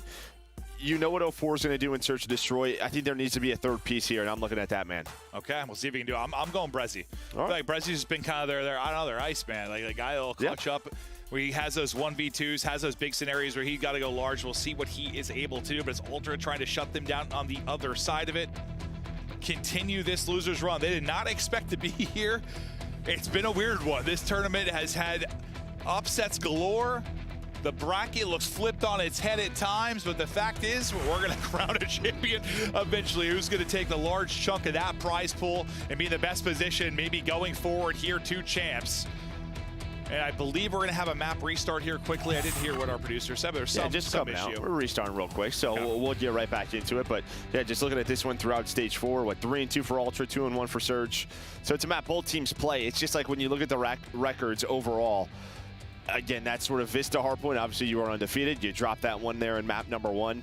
But stats-wise, you saw the top 2, the first 2 maps, and we're like, these are chances for Surge if they want to cause this upset. Well, especially because 3 and 4 look bleak. They look real strong. Just Karachi, that's like Ultra's home. It has been since day 1. Yeah, they've got property there. Inside's got like a 3-store condo. Well, granted, they've been hit by missiles. Yeah. He probably got it pretty cheap because none of the buildings there are in very good shape. No. But no, they've been sensational there. If you can get it to a map 5, you got a shot. I mean, you get to Invasion Search. Both teams are real great there. It's just this map is you have to win this year's Search. You have to, because it's back-to-back bangers for Ultra. Yeah, I mean, and then you're gonna have to win one of those if you want to get to a game 5. So gonna be difficult to do, but it starts here on this 6-star. Maybe you can get some momentum rolling. And yeah, if you get to the Invasion all the way in the map 5, Ultra haven't played it this entire stage. It's one that, historically they have played, but their focus has been elsewhere on the map pool. No, I mean, I thought the map 1 was kind of a must-win. I don't know what's like bigger than a must-win. Or more important. An absolute? Absolute win? Okay. Maybe that's what it is. Now for the map 2 as we get ready to put on our swim trunks.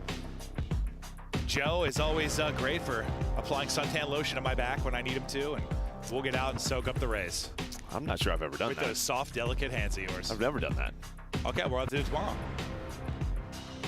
Probably gonna be better for me than it is for you, but yeah. We take a look at 04's S&D stats, 1.48 through Major 4. He's been amazing. You said he reminded you kind of Study, a guy that comes in, just know he'll make a play and Search and Destroy. Maybe I'm Respawn gonna drop a double positive KD, but he has an instinct for this mode. Yeah, I mean, it's just this mode. I mean, not like the sniper, but it just feels like he knows Search.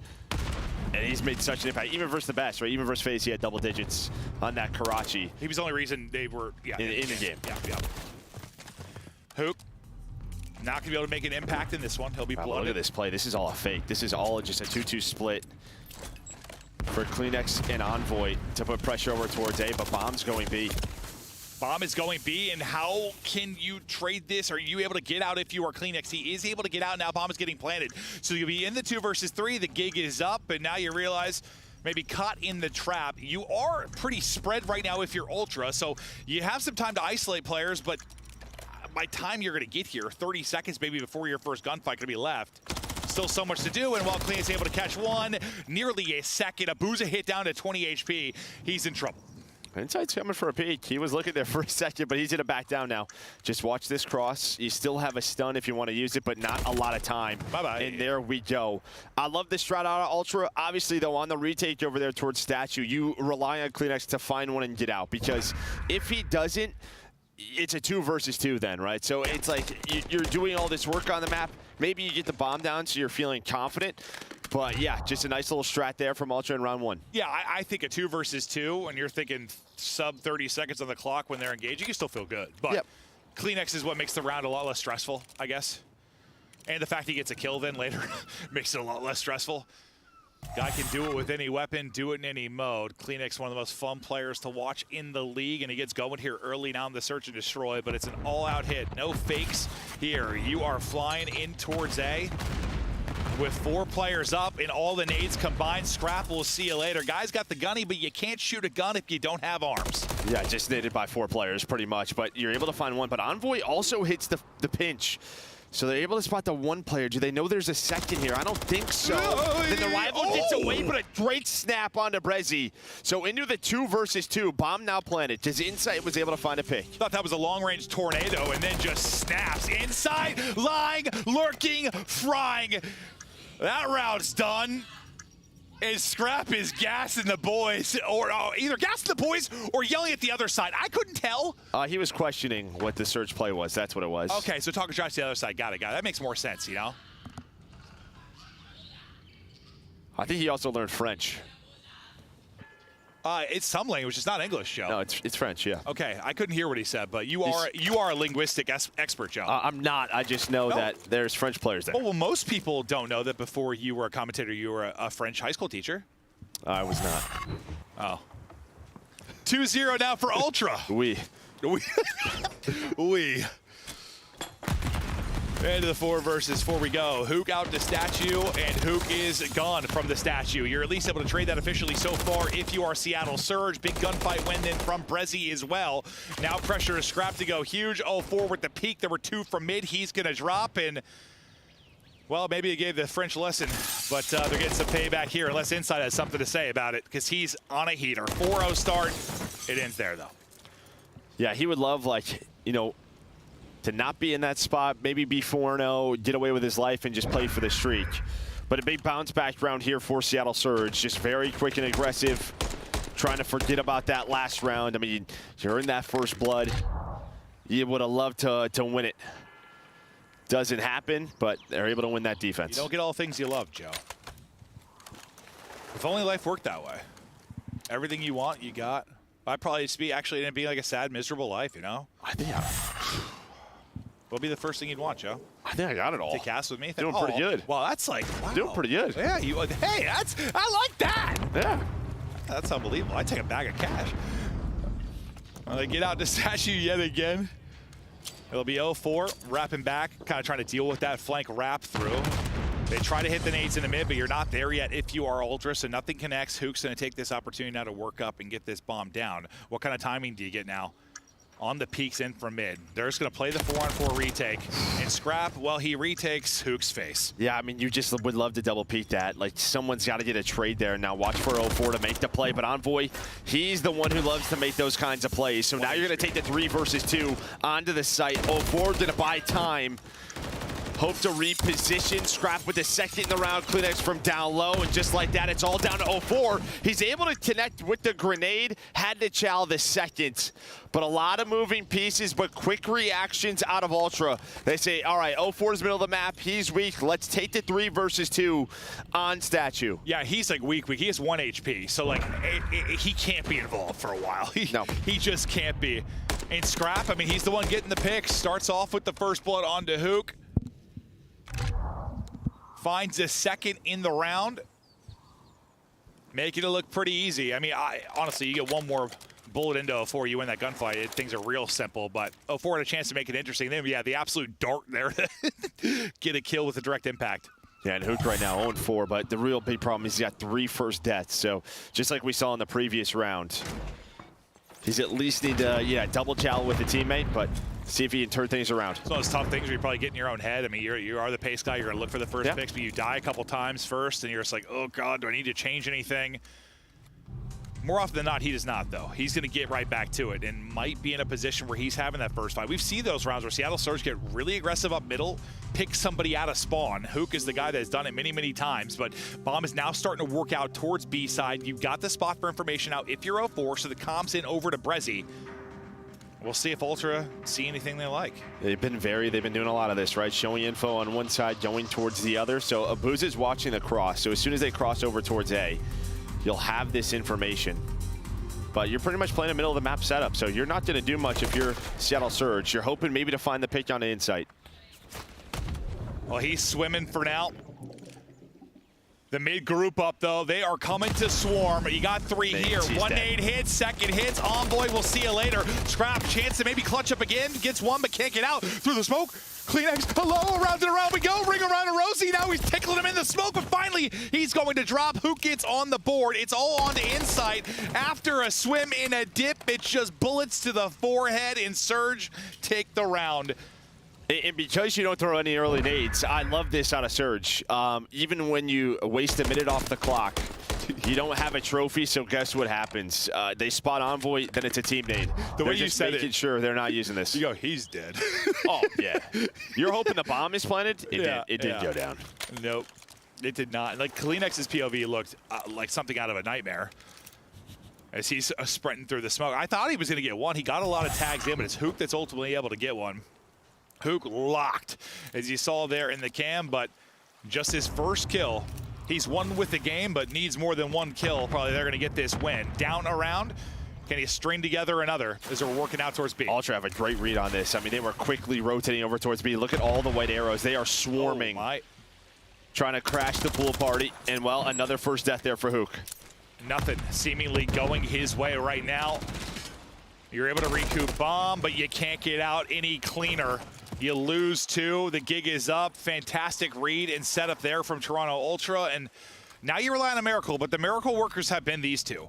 At least in my experience with them in Search and Destroy. Brezzy's had the clutches. 04 has had the playmaking. Insight, though, has got the read, and he locks it down. Brezzy at least able to take out 1, take out 2. And I might have spoke this into existence. He's on 4 in a row, looking for the 1 versus 4. Oh, sweet Mary Martha. No, he's just stuck, though. He's got to try to get out, and yeah, Envoy there with it. Scrap wasn't going to stop shooting. He was just going to keep going and going and going, so he's got to get out of the vent. There was a chance there. Maybe if he doesn't have the Renetti out and has the MCW, can catch Scrap. And he's like, he's not ready for that fight, obviously, but like he's centered pretty well. Like if he had that MCW out, he might zap him. Probably feeling confident after he got those 2. I swear, if he did that right after I talked about his clutches, just pulls off a 1v4, I was like, all right, well, opposite of the caster curse, you're welcome. But, I mean, this has just been Toronto Ultra here on land. I know great adjustments, just moving so quickly. As soon as they have any info, they are swarming as an entire squad. We'll see if Seattle can make any adjustments. The adjustments have got to happen now. Well, I guess he got 1 more round to give, but now would be better. Jesus. Zapped is Scrap with the headshot. Envoy with another. The only adjustments have been made are the heads are gone from the Surge members, which is already happening. So not really adjustments, just more of the same. And again, anytime there's any info, Ultra are going so quick on the other parts of the map, right? Scrap finds multiple setup over towards A. 04 is down, but then you plant the bomb. Kleenex is already through your mid lobby. They are just going. The pace is different. They're more decisive, without question. And like we've been waiting for this search sometimes for Ultra. You know, it started out so strong and it's been a little all over the place. But when they're clicking, it's fun to watch. It's just like it feels like it's hard to tell, but just it has to be with their comms, right? Just trusting each other. It looks like synchronized swimmers on the map, dude. I don't really know much about synchronized swimming. I'm gonna be honest with you. Me neither. Yeah, but I know that they do things in sync, so that's why they're called synchronized swimmers, Joe. Thank you for that. I appreciate it. You're welcome. 1 more round needed for Ultra to be up 2-0 in this. Another first blood. I am a dirty liar. Brezzy pops. Envoy is dead. Advantage to Seattle. And Hook, I mean, he's gonna be able to get the bomb down. That's about all he's been able to provide, because unfortunately he's just been first dead so often. He has 351 damage. He's just not been involved in rounds because he hasn't been in the rounds. Ooh, wow, yeah, Kleenex is gonna check it. So here we go, 3-on-3, now winnable here for Toronto Ultra. The stun is out. Abuza, though, somehow hits the shots while full stunned. Insight quickly there for a trade, but maybe the difference in the round is Hook on a Scrap. Insight, not a lot of time. 20 seconds to go, taking a route. We'll get 1, still time to work with. How do you play this if you're 04? Time dwindling, 10 to go, nothing he can do. 04 tucks away and able to do it. I mean, if you 180'd him there and somehow grabbed the bomb, then Lord help me, that would have been filthy. But a big kill there from Hook. Well, what was the most important thing for you? Well, I mean, honestly, it was this kill, because I thought Kleenex had the read. He read Brezzy in the one corner, he hit the stun, he slid out, and somehow Abuza fries him. I mean, the first blood is great out of Brezzy. Allows him to get that bomb down, but there was a chance, very much so, for Ultra to win that round and win the map. Yeah, I saw, like, you know, his character model, I thought was looking the opposite way at first, you know, checking both sides. But as he jumped out, I'm like, oh, Envoy's got a freebie. And then Envoy's, like, deleted before he gets a bullet out. I'm like, okay, well, 1 round to Surge. Now, it's like the opposite of the predicament they had. You know, you're up 5-3 last time versus FaZe. You weren't able to win it. Now you're in the 3-5 hole. Maybe this is how you pull it off. The pressure is on. It's a mid-map setup once again now from Seattle Surge. And this is what it looks like when the homies got your back. The only difference is Brezzy's getting active. He's going to find one, able to spot the second, but a nice trade there. Who trying to help out Brezzy, but you just play the 3 versus 3. While this was happening, watch number 5, though. Scrap's able to sneak on through A side. He's giving the call, like, yo, A is open, bring the bomb here. Exactly as you said, that will be the calm, and you know you got some time, so just get this thing down safe. No nade's going to combo to pick you this time if you're Envoy. Now, you talked about him taking a route. He's taking even a further route. Like, you pushed the entire way through for info. If you are Scrap, you know everything's going to be coming from mid or the opposite side office. He's just a little bit out of the fight, but he needs his teammates to stay alive. Now he can push on up. But oh, he read it for a second. There's the first out of Scrap. Problem is he was just weak. I think he was going to win that one. I'm not going to be traded because he's weak as well. Envoy gets both. Ultra will take it. They were moving in sync on the map. The comms were flowing, and that was some good search and destroy there out of the Ultra boys. No, it really was. They were just trusting one another. They were finding the info. When they found the info, they were just so quick on the rotates. Obviously, those island players have to play their life. We saw it, you know, out of inside poolside or Scrap winning that first blood over towards Statue. But every single time, they're like, we have an open. They just went. They know the type of play style that Seattle Surge like to play on that map. And they took it to them. Yeah, you know, sometimes there's like, we'll talk about like, you know, that blind counter, like they just call, they think it's gonna be an 8-push, you got 4 people there, you deal with it. It wasn't like that, it was just quick decisions. Very fast. Quick wraps, and it just felt like while Surge were talking through and figuring things out, you're already moving if you are Ultra. Just a step ahead throughout the course of that one. And I think what you like to see if you're Ultra and you're making a run to another win, statistically, I mean, this is what we wanted from inside. Like, he gets back to that search and destroy guys dropping double digits. Like, they're right back to being a good search team. Yeah, it feels like when they're playing this type of search and destroy, when they're active on the map, it feels like he thrives. You know, so maybe them playing like this, you're going to see a lot more of it. Well, I imagine it's more info he's getting when they're that active on the map. He can get to a spot and just be pre-aimed and win a fight, but there was a long stretch where he was just the guy in search and destroy for them. Hasn't had, I know, necessarily that incredible of a year in that. It's been a little bit up and down for him, but when he is on point, the guy can be absolutely disgusting. But through 2, I mean, kind of, I don't want to say as expected because the first 2 were strong for Surge. It's still Ultra up. They are the better team, and now you get to the good stuff for Ultra.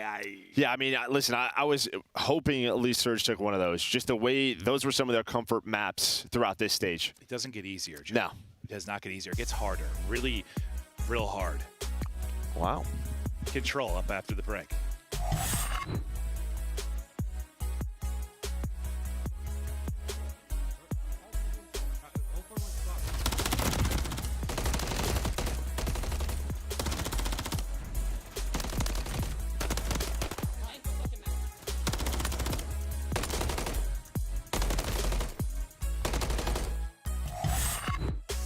Upgrade your game with the Scuff, the official controller of the Call of Duty League.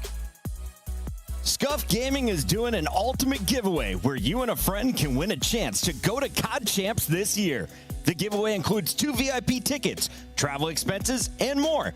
To enter, scan the QR code on the page or go to scuff.co/CDL and enter your email. Terms and conditions apply. The Call of Duty League is brought to you by Monster Energy, the official energy drink of the CDL.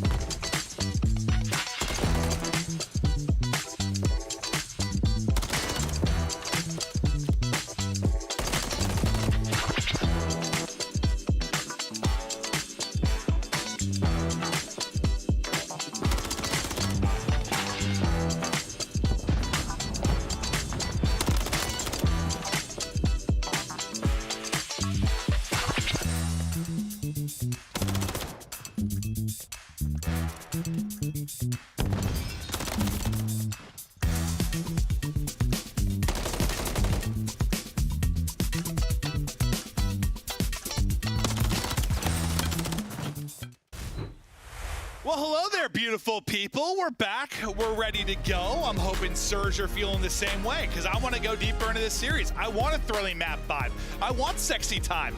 As of right now, Ultra are kind of handling things. No, they are. I mean, obviously, you know, starting losers round one, but Ultra have a chance to make it to Sunday, be in the top 4 with a win here.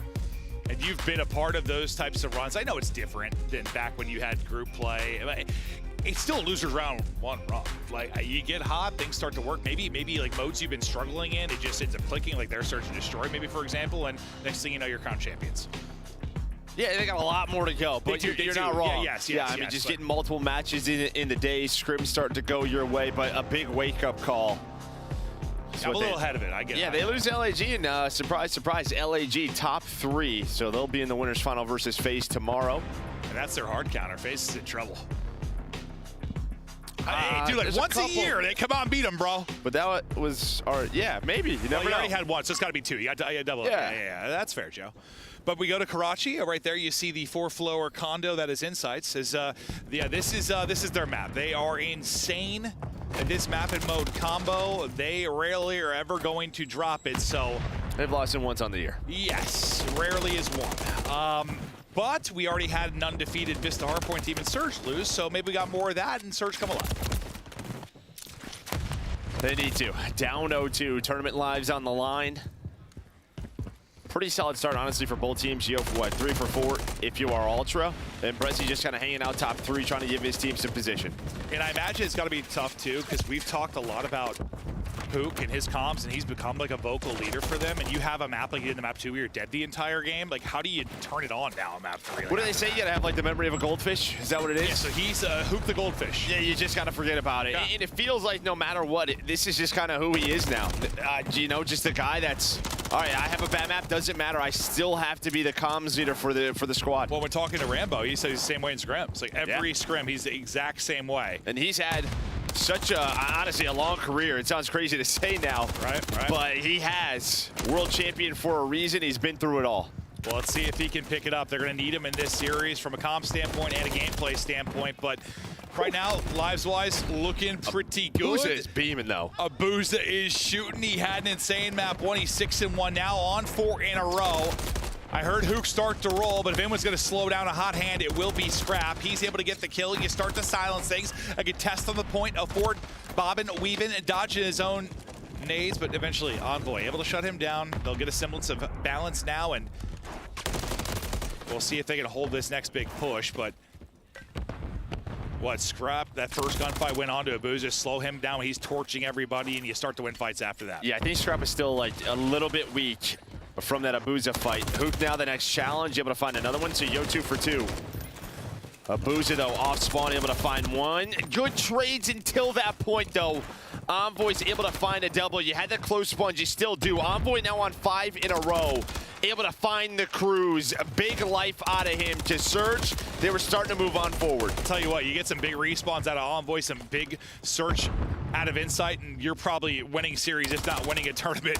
I know it's early in this map, but Envoy already out to double digits. You just got your second kill if you are 0-4, but now you find another opening. 2 are going to be dead. You got to get it going. 25 seconds to go, only 6 lives. Envoy's POV, though, he's trying to get right back into it. He's able to do just that. 1 player left. Stun gonna hit. He is frying. Only Hook and Brezzy left, no respawns remaining. Yeah, I mean, you never know what would have happened, but Envoy makes that round a lot easier there for Toronto Ultra. I mean, it's really just that first push through red. He was the last player alive. I thought they were trading well. You would have had the close spawns. You would have been on the point, pressure on. Instead, it's Envoy who has 13, 11 non-traded. I thought he had 15. I was going to say, like, there's 30 lives. He has 15.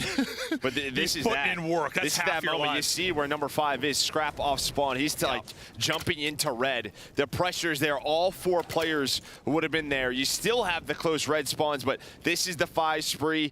Finessing in the area, turns it into number 6 in a cruise. And I mean, that's why Envoy has always been so great as a player. Like, just those, he's really good at those moments just to stop. Just tuck away in a corner, catch you, piss you off, earn a streak. Some vintage Envoy there as he gets going early at 13-5. Now they try to do it on offense, but 0-4 wants to get going. He only had 2 kills in that entire offense. He's got 2 already through this. Yeah, you kind of start with Envoy's team nade, and then, yeah, Seattle just kind of fly through that. So with Brezzy's position through Junkyard, looks like Ultra are going to try to retake top 3 control and troop control and then start from there. You just really need this defense if you are Surge, but they're starting to opening up the can is Ultra. They're on it. You got a little bit 2-stack, putting it on forward, trying to get that 8-point done, and CleanX just trying to keep the players off of it, keep them at bay, and a nice gunfight win. Not the easiest of them, able to take down Hook and stay up.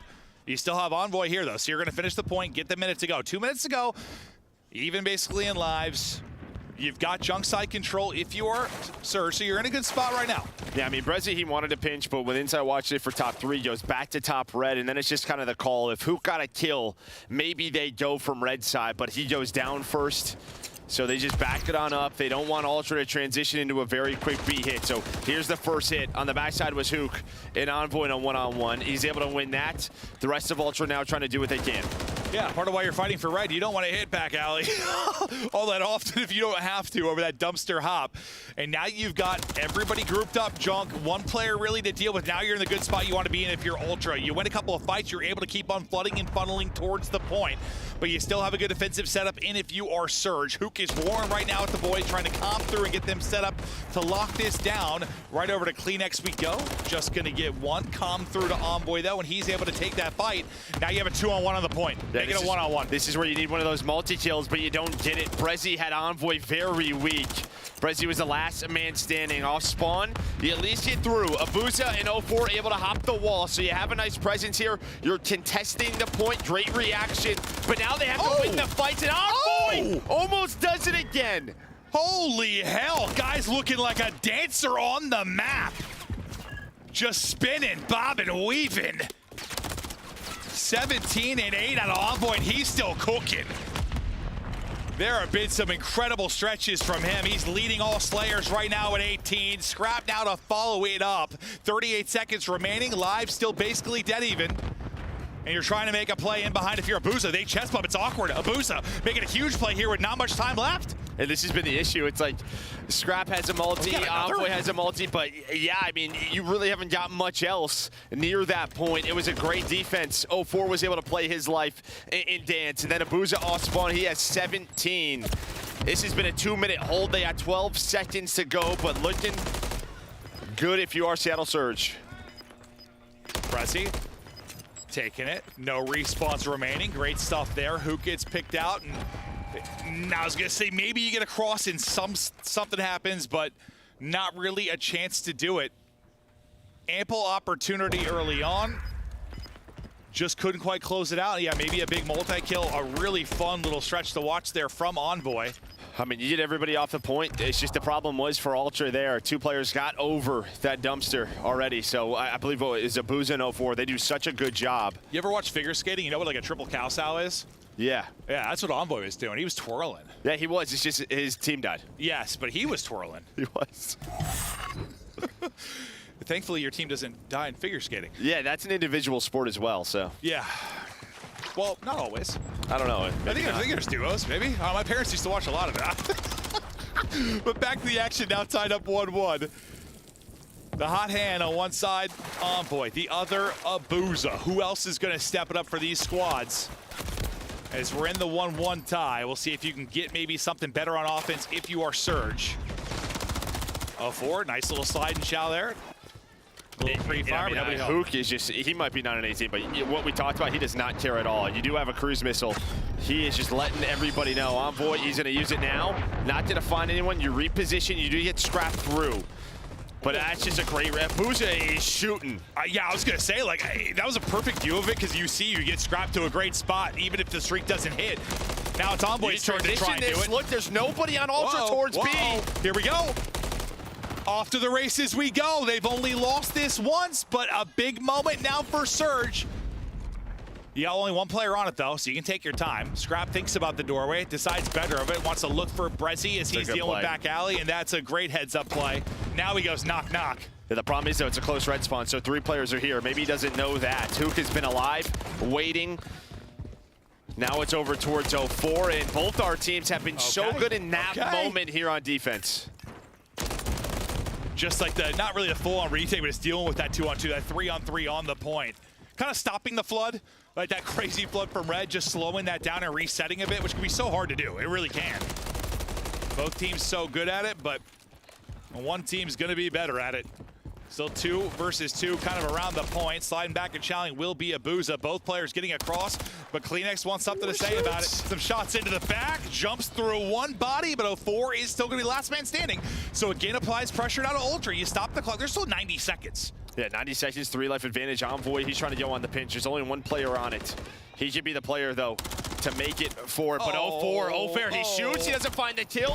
What can he do? He finds a double, another one, and plays his life. Bro. Hook, though, is able to find a kill. Hook pushes through the back alley. He's saying, hey, these guys are going through mid. He's right. Brezzy, Abuza, they find those 2, and now it's 2 rounds in a row for Seattle Surge. There we go. You wonder if that map won. You're undefeated if you are Surge on the Vista. Toronto, take it to you. This the bread and butter for Ultra. Hell, let's flip everything on its head. Now 2-1 advantage to Surge. This is the one that I don't want to say felt unwinnable. Listen, Karachi could be crazy. But it felt like the biggest kind of lockup on the map, probably, when you talk about a better team in Ultra and one of their best. Like, you're thinking this is absolutely where you are favored. You win this, that's got to be a confidence booster. Who knows? We might be going the distance. Yeah, you aren't wrong, but a big part of that is due to this, man. I mean, 04 really steps it up there in that round, number 3, to get 4 positive. Has some multi-kills, but Abuza has just been so consistent leading the lobby. No, I think a good shout out there, because we talked about Hook and how would he come after that map too, and the struggles here, but he has still been screaming. It can be difficult to do when you're not playing well individually to keep that type of energy, keep that type of positivity, but he's been able to do that so far, and can he keep on doing it? Brezzy into the closet. Teammate drops. Insight maybe dealing with both. Around and around we go. Finally, Brezzy able to catch him, trying to get the reload in for the next fight. It's just going to be Renetti on Renetti action. Brezzy somehow still up. 11 HP remaining. Yeah, I mean, he's just hanging on to the Renetti. Do I have a primary? Maybe. Maybe. Doesn't really matter. Been seeing more of this because the MCWs. Still pressure here. Now maybe Ultra off of this are like, all right, we got to go towards A. It's crazy. He's only gotten 2 kills during this, but it feels like he's gotten 100. He shot 100 bullets. Yeah, no. It's like you usually, you see people run out of ammo with your primary a lot, but I was like, he's going to run out with the Renetti. I've noticed that before. We saw him reload about 6 times across that stretch across the street. And Surge are saying, let's do this again. We're going to try to play for 2 minutes over towards B. The only difference, they don't have red control right now. You see number 5 and number 8. They're just kind of locking that down. So as soon as this comes into play, you have immediate pressure on towards B. That is a big difference. You had a player all the way out junk, right, the first time. This time not going to be the case, and you lose somebody right away. Here come Ultra Envoy. Hold me closer, Tiny Dancer. He has been dancing when he's got near Diner, and he's looking to dance again. Finally, though, he's going to be shut down. Can't crack them open too much. Kleenex can't do it either. Screaming are the Surge side again as they're getting hyped. You just got a long time to hold and still have that close spawn. Yeah, you're just a 3-4 dead scenario away from losing this round and going to a round 5. They're trying to do what they can, but here we go. 2 dead in the feed now. You see what the players are trying to do, trying to stay alive, make it 3, make it 4, and just like that, the stack will be in. Yeah, no, Joe, you said 1-4 down away, and you're probably done, and that is going to be the case. 4 dead, round over, round 5, here we come. And that right there, I mean, I think we've been setting that up, talking about the close red spawn, and maybe if you're a new viewer not understanding how quick it can get away from the defense, that was a very good example of it. Yeah, I mean, last time Ultra just couldn't really get past the bus and out of ticket outside of Envoy. It's like every time they did, they just got smoked. We'd watch Envoy like scrambling around like crazy, and then everybody else is dead. But with early B pressure, they kept 2 people alive inside of red, kept Surge out of it. So as soon as they got done with that first point, they had all the control in the world. Yeah, you just needed 1 clean 3 or 4 down if you were Surge. That allows you to maybe push out red, get a little bit of a reset, but they never allowed them to get comfortable. It was a scramble from the get-go. Round 5 now. This is a loser's bracket match. Surge, your tournament hinges on this. The nades hitting out for the side of Toronto Ultra, and they're still hunting. Kleenex looking for more. Yeah, it's aggressive top 3. Envoy's able to win another one, hits the opening nade. Maybe not the start that you wanted. You do have one player starting to lean over towards B. Envoy with some great shots. He's got 30 on the map. Insight needs to go big here. He needs to win this one and set it 2, and now it's a foot race. It's going to be a foot race over towards B, but at least Envoy has an MCW here to find one. Can he get another cruise? He sure can. Dude, he is filth on this map right now. 32 and 19, another cruise earned, making sure only 1 gets across. You thought the pressure was to Insight? It was, but picking up the slack is Envoy. Yeah, you got another cruise. Can use it right now if you want to. He sure will. Envoy's already pushed through junk, so what can he find? At least get them off the point. You're going to find 104 stayed. They want to get right back to it. You only got 40 seconds remaining, but you lose your player inside a broken. Kleenex gets a tag or 2 to the face, but snaps out of that as he's got 6 HP. The word has been desperation all weekend long because of the circumstances for champs, so that's the word right now within this map. 33 on the clock. Surge's tournament hopes in the balance. Minute extension in, lives about square. Here we go. And again, you had someone stay red in 04, so maybe not the same setup like we saw last round. Huto is top AC. You're in a good position if you're Surge, but Envoy, he has been a thorn in your side, and he is the first man, and he's going to find the first kill. Doing what he wants, having his way with Surge. 35 and 20. Alleviating the pressure off of his teammates. They take Envoy out of it. They get another in Kleenex. Couple coming off a spawn now for Ultra. Spawning in close back alley and trying to get across. An opening now to get on through. Brezzy able to get through. You get 2 other players there. Some massive gunfights now incoming. 04 able to win 1. Brezzy's just standing here. This is for 6. This is for a cruise as well. Massive next engagement. He wins it with the rival. Just snaps and puts him in the dirt. Cruise earned. Only one you got on the map, and we'll see when it maybe comes through. Brezzy still going. 7 straight. 8, 9 in front. Dodging nades, staying up. They're on the point. Give him another. Teammate will get him, but the second tick is done. 1 click to go. You're racing if you're Ultra. Surge, though. They're staying alive. No, boys, that's 1. And what has this matchup been? I mean, listen, you know, we're not talking stats all the time. You know, average viewer, they're watching some Call of Duty, having some fun. But the ones we'll bring up are sort of your map characteristics. One team's really good at this. One team's really good at this. You had a couple setups that were godlike for either team. Neither statistic mattered at all. No, I mean, just great plays out of Surge, especially on the attack. First of all, that first strong defense in round 2 where they held for 2 minutes, I think was massive, just to sort of get in your game flow for them. And then, it was Brezzy there towards the end. Everybody had moments, but it was Abuza who finished his 27 and 30, surprisingly, but he kept them very much early in the game.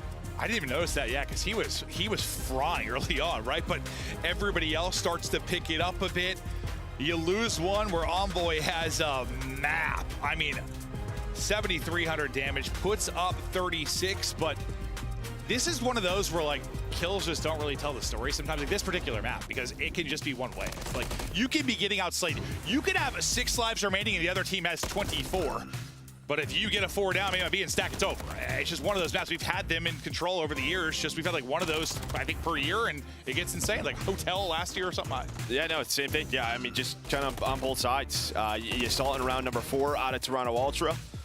You get it again in round 5. Gets a little bit scary because Envoy's able to earn that cruise, but they calm it down. They're able to earn towards A, and then Brezzy, man, you saw he was putting trophies down on the cross. He played his life beautifully in a lot of different scenarios, using the rival, using the MCW. He's able to earn the cruise. Doesn't even matter, though, but just plays like that.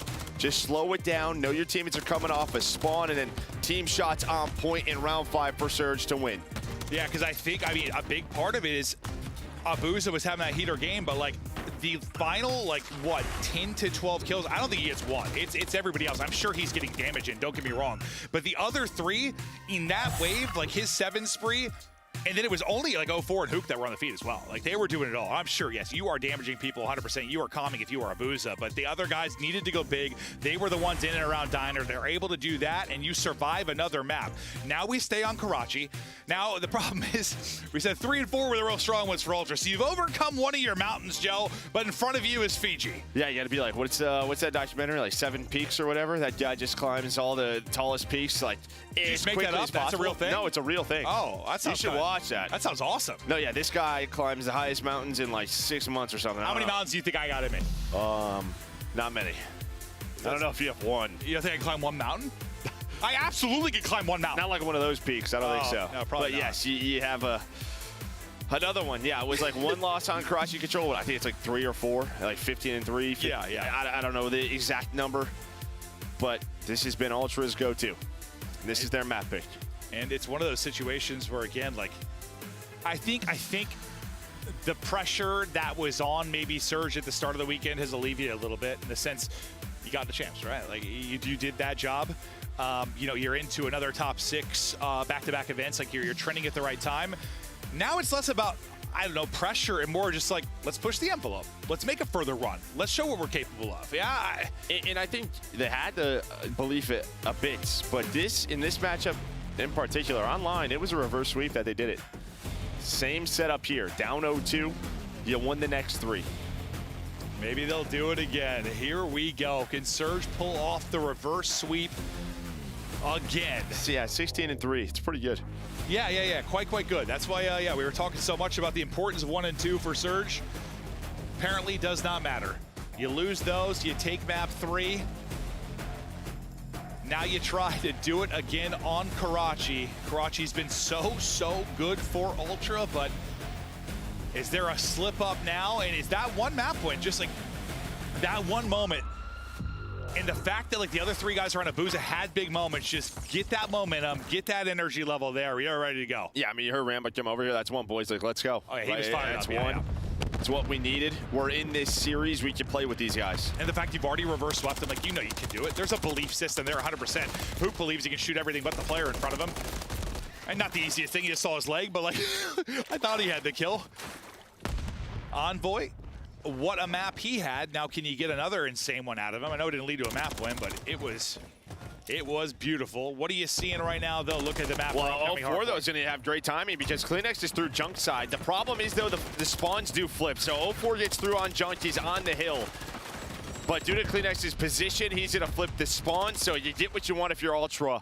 they have a chance to rally together the first two hills, and Insight will be here, but there's going to be a lot of pressure from Surge. Yeah, they spawned close side junk and just synced it on over. You have a 3-on-2.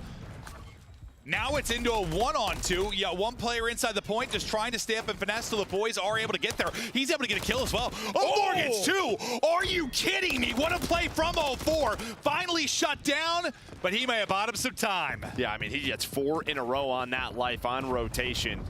Just makes it so like what we talked about on map 1 not being down 80 to 100 early after the first 4 or 5 hills. It's a play like that that would keep them in the game. We've talked so much about his kind of S&D pedigree. Maybe not having the moments as often in respawn, but he'll have them. After they do that, though, CleanX says, okay, my turn. Breaks back on through with, what, 25 or so seconds left. You got to give this up if you are Seattle Surge. Now think about the rotation, but the fact is, you did your job so far. Yeah, I think you're just happy you split that hill. Yes, yes. If Based you on are the fact Seattle you got Surge. flipped out, yeah? Yeah, but CleanX, you know, he goes on a route. He's able to find a Tommy behind the teammates. Brezzy, though, on rotation, does find one. All a Surge are here. CleanX down low with Scrap in the middle of the map will be the first set of pushes from Toronto Ultra. But you're still very far away from this because a couple of players spawned at Old. Yeah, you're real far away because you also got those first opening kills. If you are Seattle Surge, Scrap, oh, I thought I got 2 for a second, but one's going to end up being a team kill, and then Brezzy will answer on the other side of it. Still has Scrap to deal with, but 04, he's working the other end of it. Eyes there through mid. Brezzy is shooting 4 straight, not 5 though.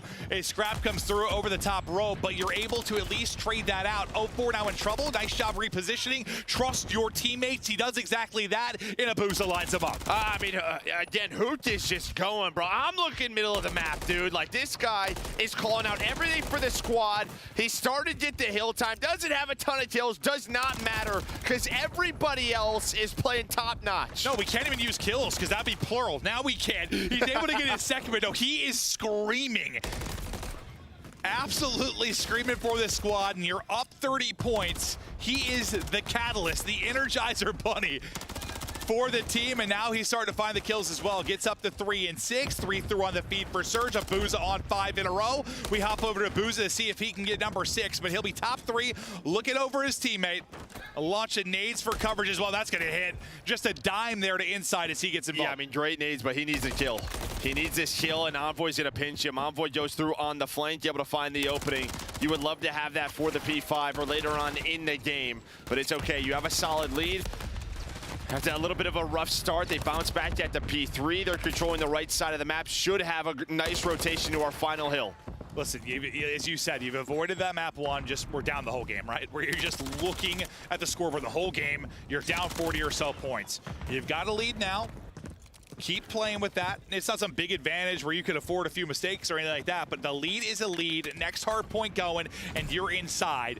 Abuza locked and loaded, and you're still a mile away again if you're Ultra. Exactly that. I mean, Hooch has put so much pressure through the middle of the map. Abuza won a huge one on the rotation on a CleanX, but Hook with the arrival, with the Renetta, able to find 2, and he's getting these kills top 3, not even close to the hill. Can they hold the next wave? Brezzy's eyes on the cross. They pick the player out of the hard point, so somebody's got to go ahead and track back. So nobody in for now. It'll be Hoop that'll pick that up. The little engine that could, trying to keep it going. You still got all 4 players here. 04 looking to back down and stay up. 50-point advantage now as he's lying, lurking, ready for the fight, but CleanX a little bit more ready. You got 15 left to go here, and you lose this time, but you're able to win the rotation. Not going to be the end of the world. CleanX just still being kind of a thorn in your side. He's so annoying. This may have been the cleanest P5 we've seen all tournament, honestly. Yeah, Normally, this is just a mess. Both teams going back and forth, but Ultra didn't even touch it. I think it's because usually when you think about the P4, it's so scrappy, like people rotate early, you don't get a lot of time. The fact that they had them spawning out so deep when it popped, I mean, they were in Narnia. Yeah, but normally, like, you make a 4-man push through red. True. Like a 2 for 2. That just never happened. And look what this has turned into, a 70-point lead for Seattle Surge. Multi-kills all over the board. The team is locked after that map 3 win, and look at that angle. That is disgusting out of 04. 5 straight for him. Momentum flipped. Script flipped. guy was right next to him, but now he's able to track back and not able to take the fight, as that will come to an end. A tough little situation there as you don't get the streak, but who cares? You are getting the time, you're getting the points, you've got Ultra on the back foot. And this series, statistically, when you talk about maps and modes, makes absolutely no sense. Light it on fire, straight into the trash can, because none of it matters. This is Call of Duty. 110-point lead. Ultra going to need a big hold here at P2 if they want back in this game. Kleenex going to be the first man. He finds 4 in a row. Immediately traded. See where the spawns come in. So you spawn them out if you are Surge. You know this. 04's trying to maybe find Kleenex off spawn, but he's going to turn now. Shots are in. Now it's down to the 2 players on the hill. Yeah, they just leave it and collapse onto the point. Now, can you win those fights? They're able to pick up one of the transition players as well coming out. Beautifully spawn. done. You get the rest. The vibes are flowing. Surge is flowing. It's a tidal wave right now as the lead grows up to 100. Kleenex, they're toying with them. Brezzy alive and Boss on 4 straight. Looking for number 5. Well, he's right on the other side of it. Teammates able to pick it up, though. And this just, I mean, that's a dagger right there, you feel like, right? 5 in a row, but just those 10 to 20 seconds are going to put Surge at 220. I mean, just unreal Call of Duty here from Seattle Surge. If they're not holding for full 60s, they're finding an early break and finding 30 or 40. Yeah, I'm not sure what state we're in, but what the squatters' rights rules are. But we talked about Inside's condo. It's not his at all. Surge have posted up inside. Ownership has been transferred, and they are just taking over. But here you go. Maybe a sequence now from Ultras. You get 4 dead in the first, like, positive moment for them since the start. Yeah. They had 50 points through P1 and P2. And then not a lot over the course of a lot more hard points. I mean, the problem is as well, like, up next is P4, right? We know how scrappy it is, but it doesn't really matter. It's 4 dead again, just running right at them. And now you have Hook in your spawn. He's able to find 1, slides out. The man is confident as ever. 04 looking over him. Envoy trying to do what he can. Brezzy's like, we'll give you a second. 13 more needed, and we push this to a map 5 invasion. It's so close. Wow. Surge can taste it. Hook, I know he's 15 and 18, but he's had the time at the point. He's had the routes. He's taken fights a mile from the hard point, alleviate pressure off the team. He's got me ready to run through a wall right now. This man is just going. That's how the team is feeling. 6 more seconds, and just like that, we're headed to a game 5. And the point, though, at least for now, is Ultra. Still trying to stay alive in this. It'd be the most insane comeback on the year if they're somehow able to do it. Okay. Yeah. Hey, you say it's possible, but guess what? It's not. That is the map. Surge take the win. Karachi, the new home of Seattle Surge, is owned by Ultra No More. Rambo Ray is so fired up. And now it's time for invasion. Listen, I think in the green room, I looked at you, Joe, and we saw the maps. I'm like, yo, they get this to a map 5, they got a shot. Just not this way. No one in hell thought this way. No one on God's green earth thought this is how we got to the map 5. Outside of like a player's parents or something, I don't know. Not this way. Well, I think, I guess if you look at this weekend in Ultra's loss versus LAG, they lost to Karachi Hardpoint, but we just haven't seen it that often. True. You saw the stats, but I mean, the scariest part for Surge was like the first 2 hills, but they do a good enough job to find some time at P2.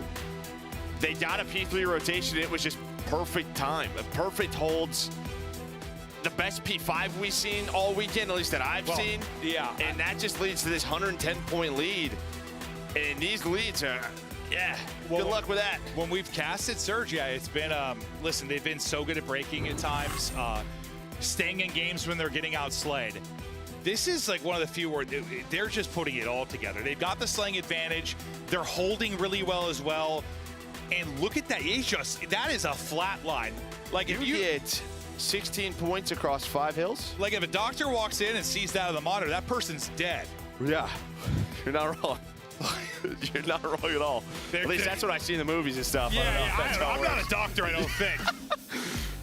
Oh, God, we're having a little bit too much fun.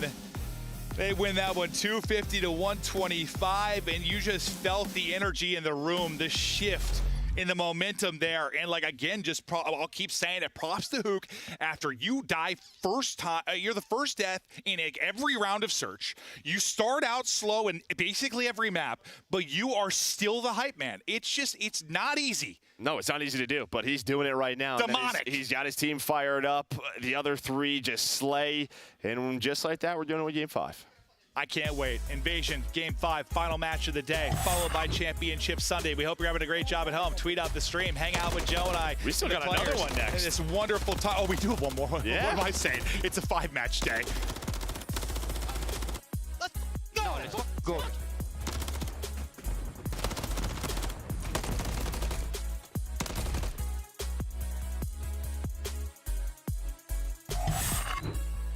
Upgrade your game with the Scuff, the official controller of the Call of Duty League. The Champs Tracer pack is available now. The bundle includes the Reaper Operator skin, Ripper Weapon Blueprint, Death Stare Weapon Blueprint, Cuts Deep Charm, 2 calling cards, 2 emblems, and 2 weapon stickers. Use these items in both Call of Duty Modern Warfare 3 and Call of Duty Warzone. Available in store now using Call of Duty points.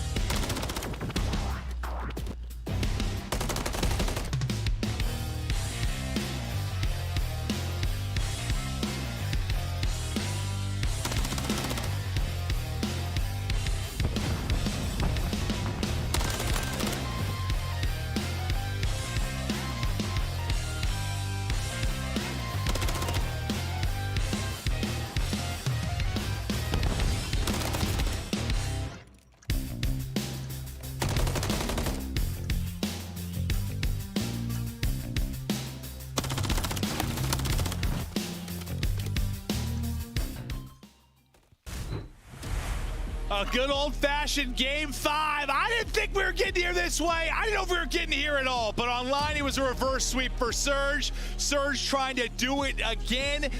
If you are Ultra, God, you got to reel it back in because you started getting fried in that map 4. But we're going to take a look now at the map 5 metrics. Joe, give me your thoughts. Well, just overall season, I mean, honestly, pretty solid on both sides. 4-2 for Ultra, 6-4 for Seattle Surge. But when you just look at Invasion, Search, and Destroy, it's just one you don't play a lot of if you're Ultra. You really haven't on the year. You haven't throughout this stage, just 5-4. Where on the other side, it was really when like Brezzy and 04 came onto this squad. It was kind of like your go-to. Haven't played it a lot recently, but 9-4 on the year. Throughout the stage, 2-1. So I don't know if the stats matter. I'm going to keep talking about it. I don't know why it really haven't mattered. Yeah, didn't we say we were throwing that in the trash can or something? Light it on fire. Yeah, okay, so we're good. Scrap, map 5s this season. The guy will talk, but he will back it up. He has been clutch for them with a 1.23. We'll see if he can do it here. But again, one you do not play a ton of. A look at how the stats are broken down. I don't know that I'd really to light a graphic on fire. No, I don't think you do. Yeah, but we'll see it one more time, even though they don't matter at all, right? Into that 5 we now go. Offense up for Ultra. Let's see what the plan of attack is early, but we'll be keeping an eye on the mid-game and mid-round adjustments for these squads as we get deeper into it. But Invasion Search, it could be a fun one. No, in map 2, if you're just joining us, maybe you didn't watch the entire map, you're eating dinner or something. I mean, Ultra just took it to them. They were so quick to react on the map on 6-star, but an opening first blood for Brezzy. Usually that's how it works when it's like one of your good maps or one you play a lot. When it's one you haven't, typically that may not be the case, so we'll see if they can execute as cleanly here as they did on 6-star. Obviously a very different map, but bomb going to start getting planted. You still have that first blood in the 4v3 advantage for Surge, but very winnable situation for Ultra. The thing is, you don't have like trophies. If you got some utility still on the side of Surge, a little bit easier maybe to open this one up. Yeah, and the problem is Envoy's back there with a rival. It's just like not the weapon you want behind the tractor. They're hoping to hit some nades. Smoke gets through though. Insight has to reposition. Instead, Brezzy's able to find him. Scrap with 1. Can he get any more? He sure can. Maybe able to save Envoy. Just now pressure to him. Throws the smoke, smokes some staff out. Down to a 1 versus 1. It's on to Scrap. Scrap able to win it. And Scrap is frying everybody. It's an ace in round 1. An ace in round 1, and you pull off the 3v4. You saw his map 5 stats. He talks. He backs it up with his gameplay. Then he talks some more. Yeah, and he's yelling at Ray in the dugout because Ray obviously fired up, but Scrap's talking to everybody. We didn't see the 3rd, but right there on the 4, a great smoke for Envoy to just play his life. And no, he's literally yelling across to Ray, who's all the way over here. Pretty far away. Yeah, he's going to be yelling at everybody. It doesn't really matter. If there were children here, like if there was a coach that had a kid, be yelling at the kid. I don't think it matters, honestly. Like, he's just going to yell at you. It could be a sweet 7-year-old girl. He's going to tell him she should have gone. He doesn't care, man. He's insane. I respect it. I respect it. You can say whatever you want after an ace. Well, maybe not whatever you want. Maybe not that. Maybe not whatever you want. Insight. Tagged up to 39 HP, but staying up for now. The offense for Seattle Surge, working kind of that execute onto A. Scrap though, number 5. I mean, he's going to be a guy that's going to have maybe a quick line of sight onto this. Him in Kleenex. But now another gig is up. Just right away behind the smoke, going for that plant. Seattle used this smoke all the time, and it's planted on a side where, yeah, it's going to be easy to defend from Cafe. Brezzy's able to find another first blood. He's got 2 on the map. Wallbang is in from Kleenex with that MCW, but post-plant, with where it's at, you're hoping to find it. You heard Hook, and they react to the comms. I think they thought he was on the defuse. Well, Brezzy apparently has got to do it all. He's got both first bloods. Now he's got to do all the work, and he can't. The retake is in for Ultra. Oh, God. Brezzy's got 3 of their 4. He's gotten you first blood clean in both rounds, and you can't win them. Some early daggers. And I think that's how you slow down. That's how you change momentum pretty quick. So when Hook gets killed there, he gets the kill cam, right? And I think he sees a player cross the bomb. And I'm going to guess, because the other 2, the other 2 kind of panic. Yeah. And that panic kind of costed them a bit, right? Just sort of, we had to go, he's on it, he's on it, he's on it. And no, nobody was on it. No, they were both in closet and just, they got fried. So far, so good for Ultra. Scrap still on that 4-0 start. I mean, you hope if you can keep doing this, if you're Surge, you keep getting first bloods, you got to imagine they're going to start to turn into some round wins, but you got to start that soon. You don't want this to get out of control and you're just a step behind the entire time like you were in the game 2. You have a 2-man setup over at B. Yeah, and they use the smoke like they take Broken, right? So what that does is that'll slow down the attack for Ultra. They're going to have to clear Broken side if they opt to go for B, but on the A site, Hook was just playing behind the bomb. Scrap is out. He's in a different district now as he gets ripped, just trying to get away with his life. Is he still on the 4 straight? Envoy still looking for his first. Scrap looking for a gunfight. So now you do have 0-4 in Broken. This could come down to him. He's just going to get isolated, though. He's got to find one. He doesn't. Said it's a first blood for Insight. He had 2 set up at B early on. Rotation came through, and one of your players gets caught. Nobody home. Now you got to perform the 3-on-4 retake if you are Seattle Surge. Inside's POV for now, but it's a Booza with a kill. Do first bloods matter in this one? Maybe they don't. The statistics haven't mattered, so why would first bloods, Joe? Yeah, I mean, that's the bomb planner. Now you're waiting on Hook maybe to pinch. They're going to play the 3 versus 3 retake, or is he just going to find another one? Insight, though, through the middle of the map. A heads-up play from Insight, and then Kleenex finds another one. This is what we saw in map 2. Finding the openings did Toronto Ultra. Insight through on the flank. They picked them apart, and they survive it. I thought it was going to be another first blood, maybe thrown away on Invasion, but you ice up. You get Scrap out the 5-0. Already 1,200 damage in this one. I mean, he's got nearly as much damage as the entire Seattle Surge side, but, you know, an ace in round 1 through 3 kind of helps you. Yeah, and that's just, to me, obviously a couple of big moments there, but 0-4 inside of Broken. He's been such a good Surge player since joining the CDL. I mean, you're just, you know, again, just the rotations out of Toronto Ultra, they catch him over towards B. I mean, what adjustments do you need to see out of Surge? It's like you've done all this hard work. You've had all this amazing play to get here. You can't just lay over and die. What do you need to see? Well, I mean, you're getting first bloods. I think it just comes down to simple executions, right? Invasion is a map you can slow things down. Maybe you see that here from Surge, but honestly, sometimes COD just comes down to gunfights, and you see the streaks in the top right. That is 12 in a row. 5 for Scrap, 3 for Inside, 4 for Kleenex. Yeah, not usually what you want to see if you're on the other side of it. Envoy here and lurking. Now another first blood for Ultra as they tied up 2-2 in that department. Booza brings it right back like he was able to do in the last round. Envoy still trying to stay up. The fact he gets a kill there, gets the smoke, and almost got out. Would have been ludicrous, but they are able to trade it. Now we go into a 2 versus 2. Bomb starting to move up. Kleenex wants no part of it. He's up to 5 straight. Booza now his chance to clutch in a 1 versus 2. You're pretty split right now if you're Ultra. He might be able to get a 1-on-1 if he takes it quick. If not, Insight's going to work his way back into it. Still has a stun. He still has a stun to use as well. 20 seconds. Buys enough time. Insight flew. I was looking at that gunfight. I didn't realize how quick Insight was there. And I said nice damage. He really ripped me at 12 HP. And Insight, yeah, I mean, they were pretty split for a moment, but you just kept working a little bit closer if you're Insight.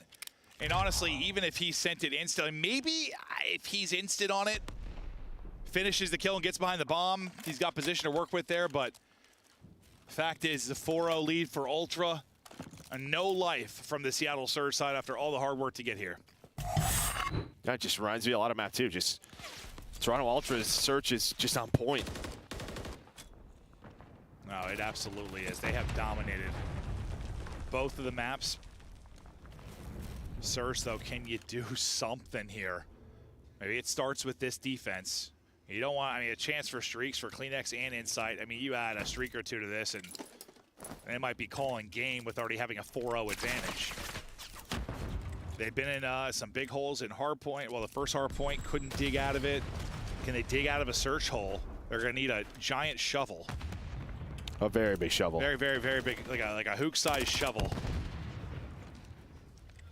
And yeah, it's just a rotation. All right, a lot of info B-Dom over towards this mid-tank, so let's try to isolate Brezzy. Nobody watching his cross quite yet. Now Hook is here.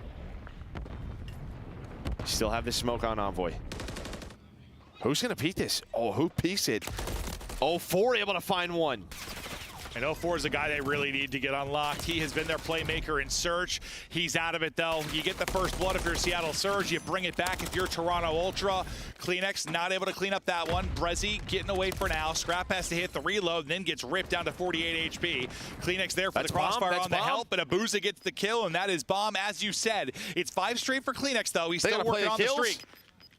They're trying to hunt him. They're trying to hunt him, and they just can't find him. They're able to find one, but Brezzy not going to move. Yeah, you needed that one if you are Surge. It gets messy in the 2 versus 3, but you catch him on the bomb.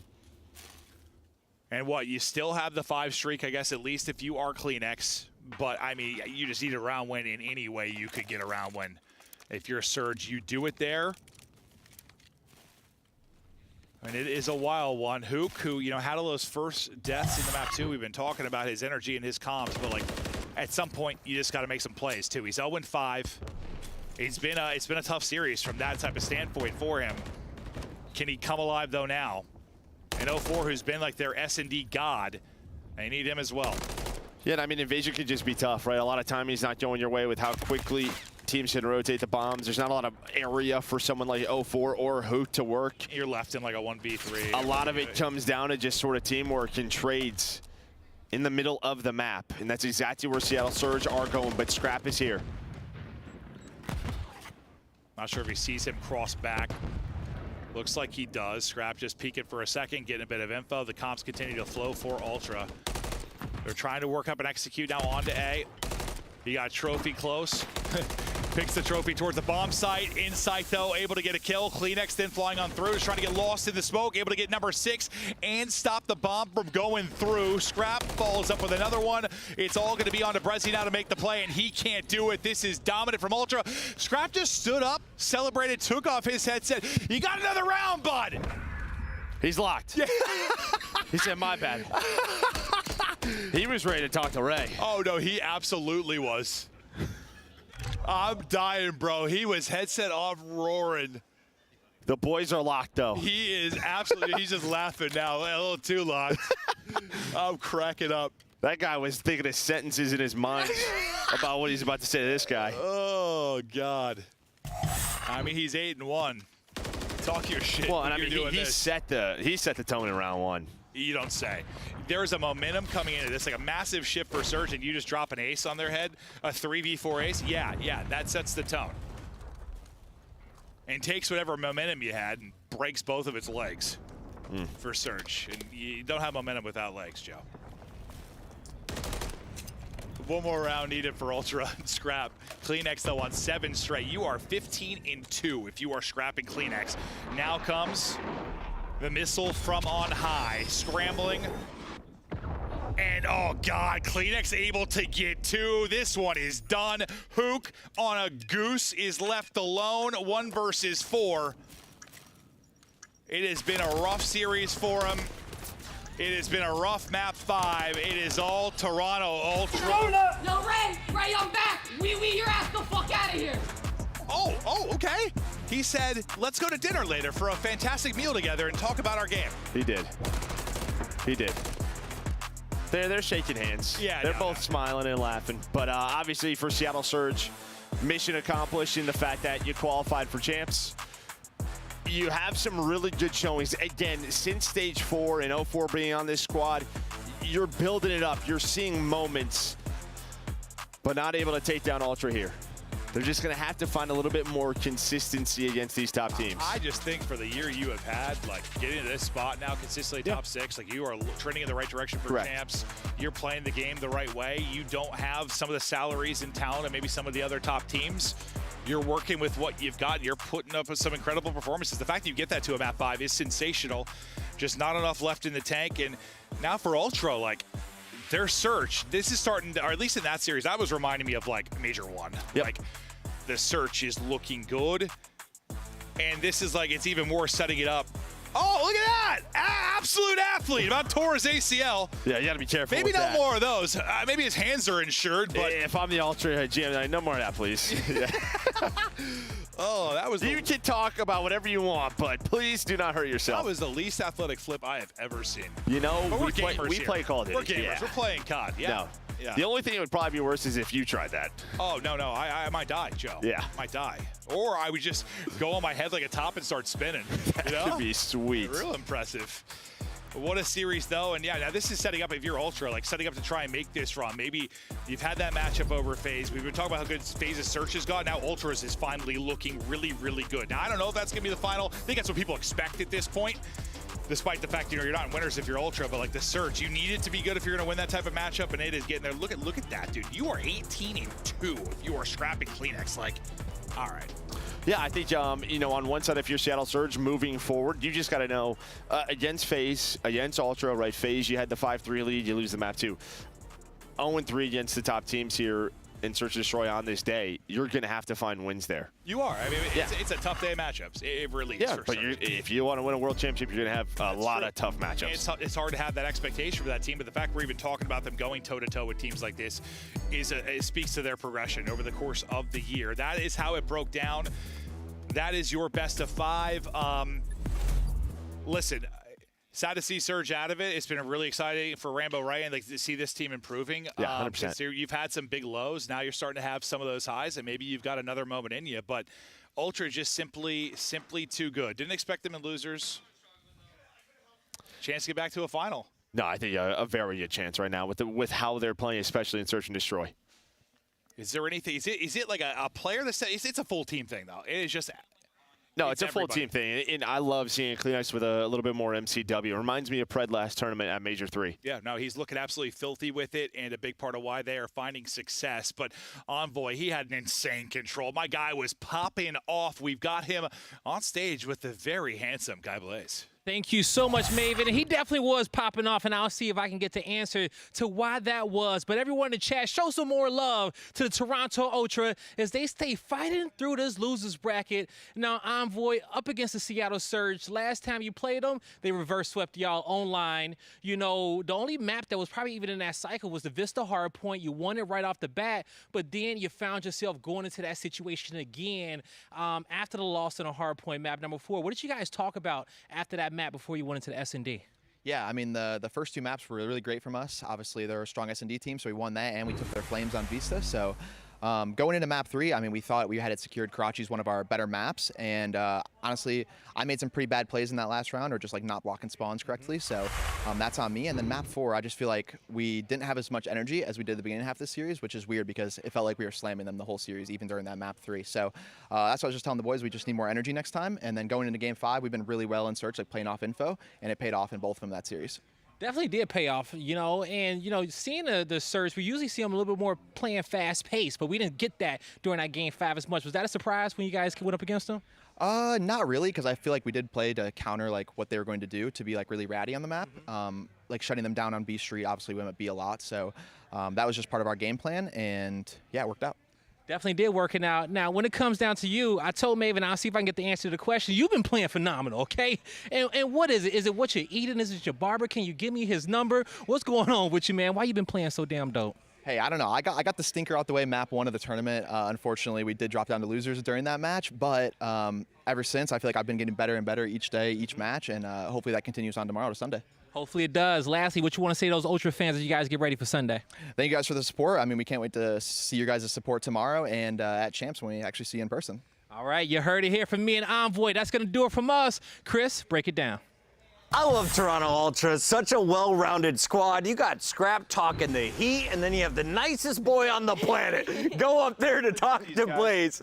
We've got Scrap, though, with your scuff play of the game, and I got to start right there. He set the tone in round number 1 of this game 5, saying, Surge, you are not on our level. And this was so important, right? Because Seattle is such a momentum-based team. We saw it. They clutched in that round, and in that map number 3. They continue that momentum to map number 4. Scrap, though, this opening play there allowed to get the bomb down very early. They're man down as well. 04's in a prime position. Scrap's like, I'm not letting my teammates get ran off on at any point. I'm pushed up street already. He gets the flank and finds 3.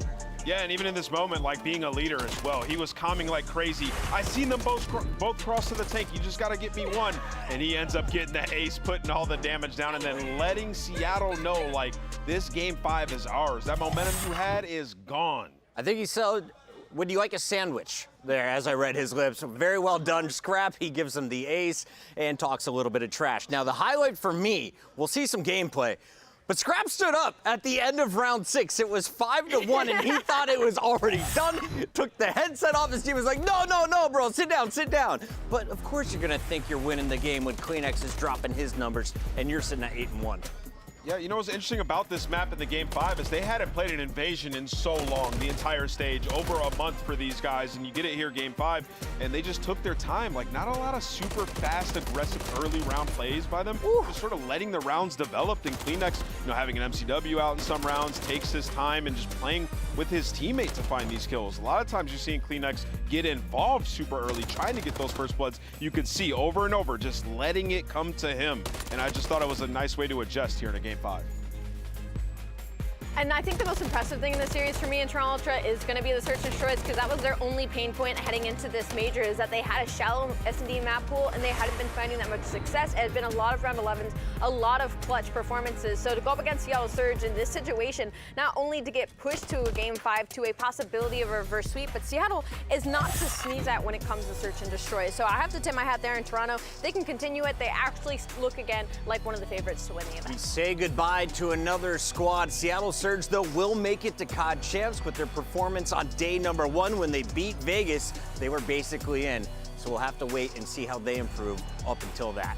Now, in the meantime, we've got to update our standings here, Alley Cat, and we are just 5 points back of 500 for Toronto Ultra. They could still catch Atlanta FaZe, but Atlanta has been looking red hot. And Nameless, we've got a bit of a storyline brewing. Yeah. LAG could steal a 5th seed, which would bump Seattle down to number 6. And they would play against Optic, you know, the team in the top 4 that has been regressing. And Rambo Ray's been spicy lately. A matchup versus Optic could be a crazy storyline. S&D versus my team? Come see me, says Rambo Ray, in front of all the Optic fans. That's just one of the many storylines we're keeping our eyes on in the big picture. Here, though, as we focus in on Major 4, Alley, still $150,000 up for grabs for first place, and we have these teams remaining. Guerrillas, Atlanta FaZe, Toronto Ultra, and the winner of our last battle of the night. Yeah, absolutely. There's, you know, we're not at champs yet, and I just cannot wait to see this LA Thieves versus New York Subliners match, because LA, from what we saw earlier, that's a banger.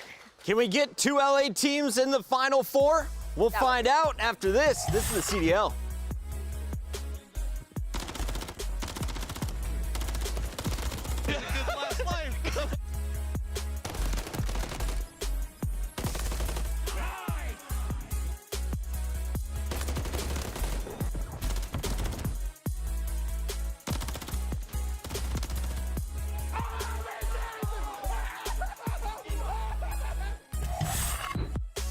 Upgrade your game with the Scuff, the official controller of the Call of Duty League. The Champs Tracer Pack is available now. The bundle includes the Reaper Operator Skin, Ripper Weapon Blueprint, Death Stare Weapon Blueprint, Cuts Deep Charm, 2 calling cards, 2 emblems, and 2 weapon stickers. Use these items in both Call of Duty Modern Warfare 3 and Call of Duty Warzone. Available in store now using Call of Duty points. Well, hello there. We are back and ready to kick it into the map 3. A hot contest so far. Yeah, it's hot in the building.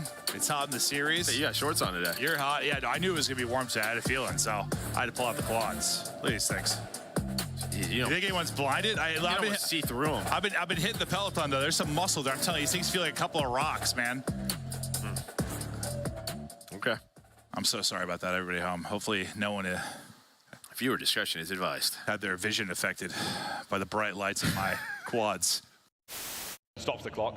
You have to do a selling on the top side of the flat. Does indeed. That's good. Oh, the snap! Max stays alive. Another for Mac. That's unreal. 23 seconds. Pause. Try and work someone on the flank. He's able to find by criminally the Craigs. They're able to get 2 headshots. They know that formula's gone. Vivid. Ooh, I think that's a bit of an over challenge. Envoy, he goes to the defensive side. Nobody able to check the bomb. Crim ready for it. Nice shots. Are Criminally now going to find all 4 kills? This is formal for the ace. 3rd. 4. Illy wraps back and it's formal with the ace. Booza. Now right back over to Illy. He takes his fight as well, trying to keep this 100% at 100. And looking good so far. 2v1 now. Dashy last up. Full health though. Chance to make a play. Next guy drops. Dashy 1v1. Versili, former teammate. Ah! Just gunned to sleep.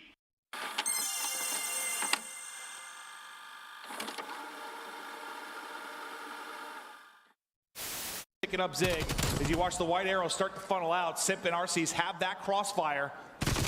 It's a lot for Simp to deal with, and he is dealing with it. 4-0 start. Just sensational. And he gets stuck. That was directly to his forehead, I think. Yeah, Toronto Ultra trying to get water side to, flip spawns for the second hill. We're going to head towards the left side of your mini-map. Dude. Over towards the kitchen. All right, but at least they're sticking them. Was that deja vu? It's like 4 in a row. Craziest play I have ever seen in my entire life. I don't know if anything will ever stack up to this play. I mean, I can't believe he had time to reload for the first one. I mean, part of that at all. And the fact that Priesta accidentally mantles the Godheady. They're playing my court. They have to play. They are both water, three, one shot. There's two water. They were both. They went red. They went red, Clay. They? Yeah, they went red. Both red. Both inside red. Both inside red. They went front door. They went front door. He's hopping. Watch his water. I have your word. Back door. They didn't see you yet. Nice! Let's go, Clay! Yes, sir. Cerca del... El otro tiene que estar por el under, creo. Going alley. No, en el Eli,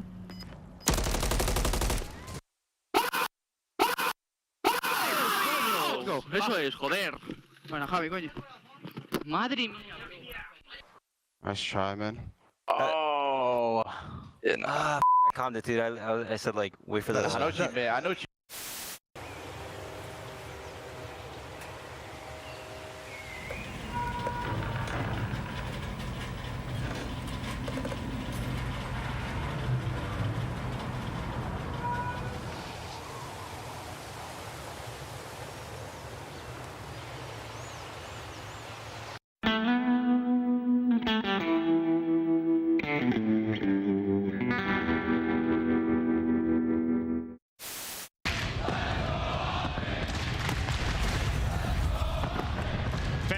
Roaring early in Kenny. What is this route? Spiny picks Shotzzy. The guy's Michael Phelps on. He's going for a deep swim around the flag. Shotzzy. Or is it Aquaman? Coming up from the depths.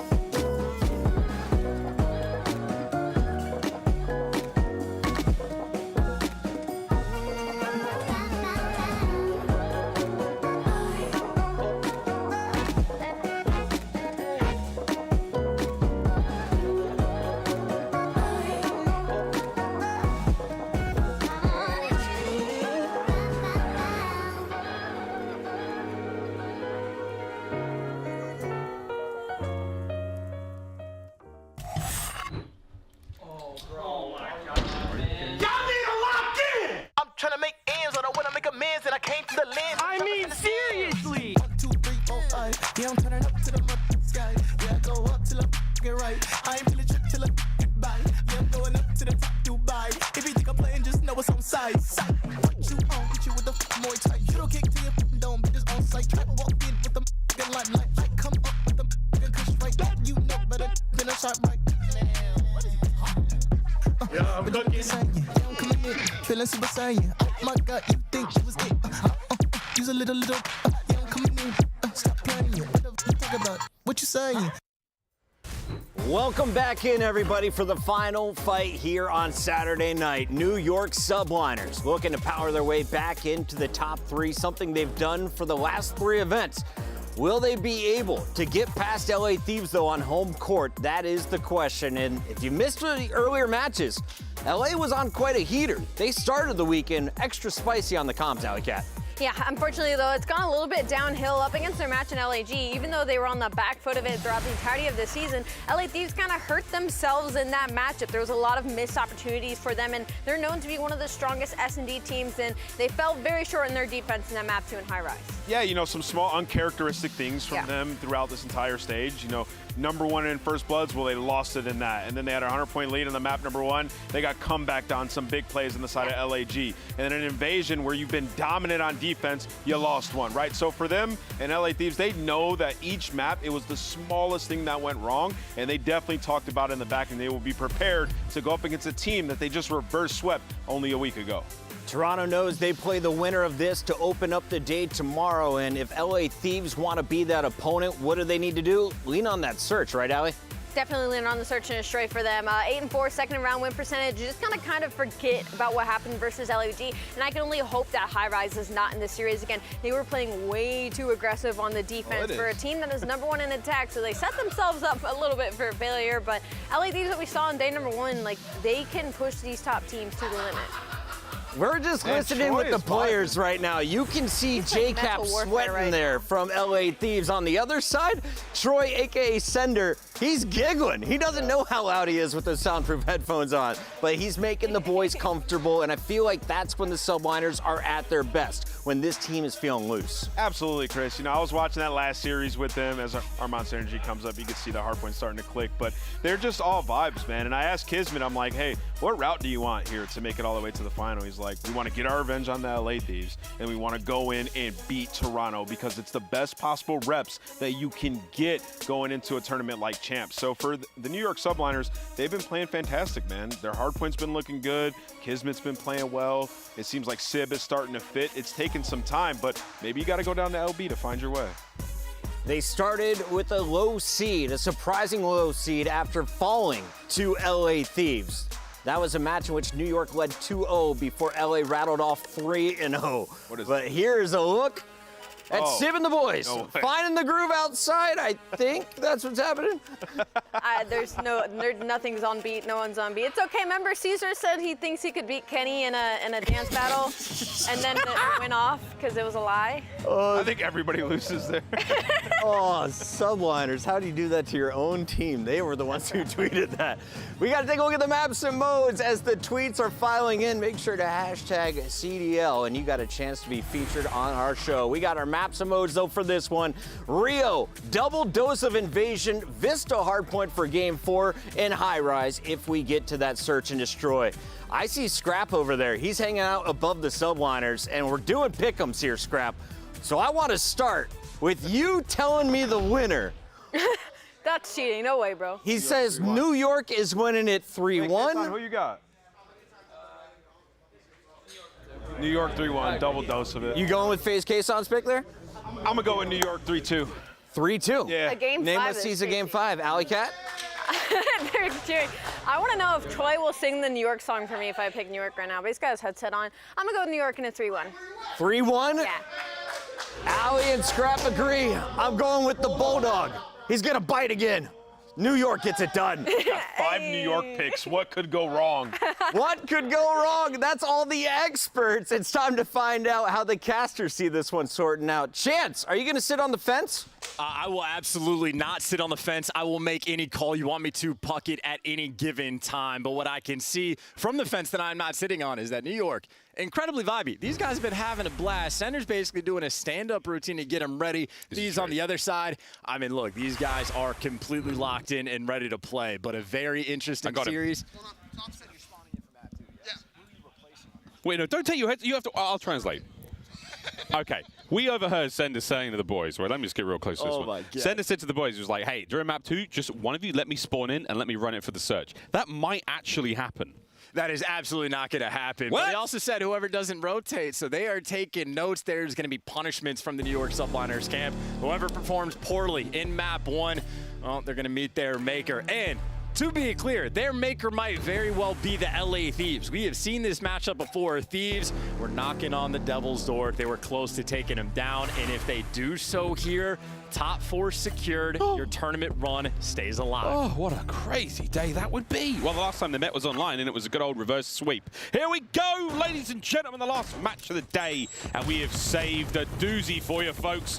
Thieves taking on subliners. Krem and Ghosty with the kills. And we know know the potential of this team, but we know Sky's got the Kobe's, and Skies might have them all. Maybe Nasty just the next man in line, but Thieves on this map earlier had a 90-point lead against the Guerrillas that they ended up blowing, but that just means when they're on, they're on. Yeah, can't let that happen again, surely.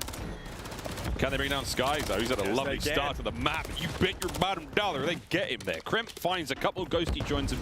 And with that being said, we should be able to pull a little bit of a lead back over to P2. Ghosty's already in. Kismet wins a big one. It is, in fact, a big gunfight. And you see New York Subliners, they're putting all the pressure on this rotation. Jodecides gets number 1. Number 2, though, traded out Hydra, making moves and at least attempting to get behind enemy lines, but still extra emphasis. Kremp, they really want to get those 2 seconds of scrap time. And, hey, duo up together. Kremp and Nasty working together on the break. They got it. They did. They got it. Now towards New. Lovely snap from Hydra. Great damage. Kismet will definitely... Oh, lovely coverage there. Jodecides took the words right out of my mouth and turned it all around. Ghosty towards the back. As the Thieves have got P2, let's check the break out of the Subliners. Teamwork on point, triple stack together. They lost the gunfight on the flank, and now Kremp gets to flank for free. So Hydra gonna have to hit the go button, and Kremp's gonna be behind you. And well, last man standing. His team though spawns out, and Hydra maybe all's well that ends well. Can't get the gunfight into time, but his teammates there to clean it up. Spraying. Oh wow, Kiz, lovely damage on the Ghosty. That's gonna stop the play in its tracks. And if everything goes to plan here, the New York Subliners will be able to get right back into this. However, the battle rages. Nasty. Bottom line of the ramp there, finally brought down.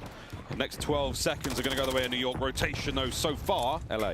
Yeah, and maybe Sky's the most advanced person on the map for New York Subliners. Kismet playing mid, but he's got to play it patient. Now he's got Sib next to him, so Subliners focused on the teamwork element. Stun check the left, and well, now it's guns to the right.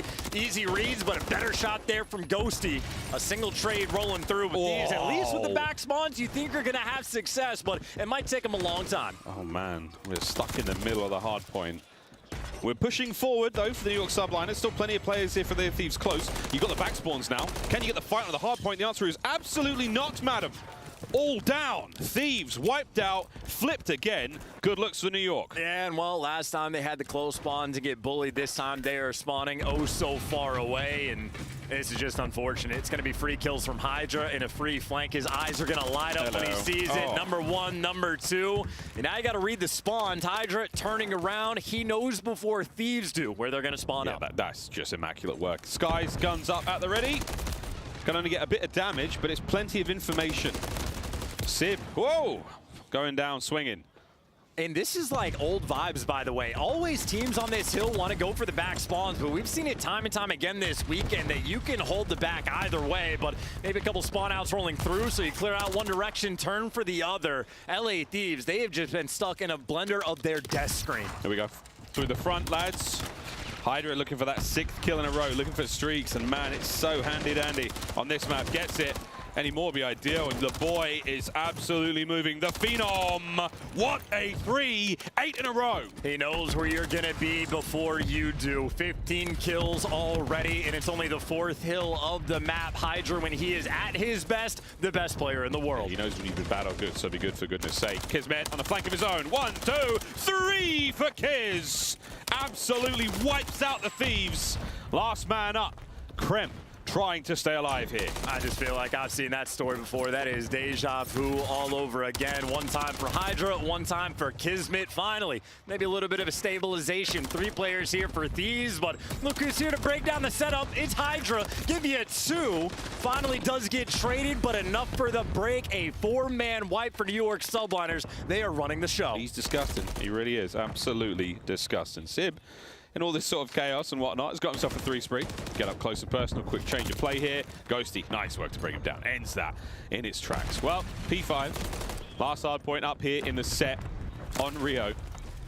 So far, so good. The Thieves are battling. And finally, a bit of noise from their side of the stage. We can hear signs of life. It's still an 80-point gap. If they blew a 90-point lead, maybe they can make up for it, being down by about 70. Long way to go, but the hill time so far is good.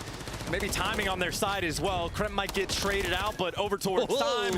Unfortunately for LA Thieves, it's Hydra who gives you one, and the trades are there. Subliners are flowing. Back to P1 we go, chaps. Joe's in trouble. Joe's dead. Skies. We saw the 3-piece he picked up to start the map off, and he hasn't had to do a whole lot since, because Hydra is going 20 and 10. Lovely work out of New York. And Sender is the loudest man in the building. Yeah, I mean, anyone can roar at this point. Subliners, they got the right side spawns. They're good for the long-term game and short-term. Well, the reinforcements for LA Thieves. You're dealing with Sib, and he's at least able to call this out. Everybody's hitting the street. Skies receives that, turns his head on attention, and ready for the gunfights. The kills might fall on his lap. Here we go.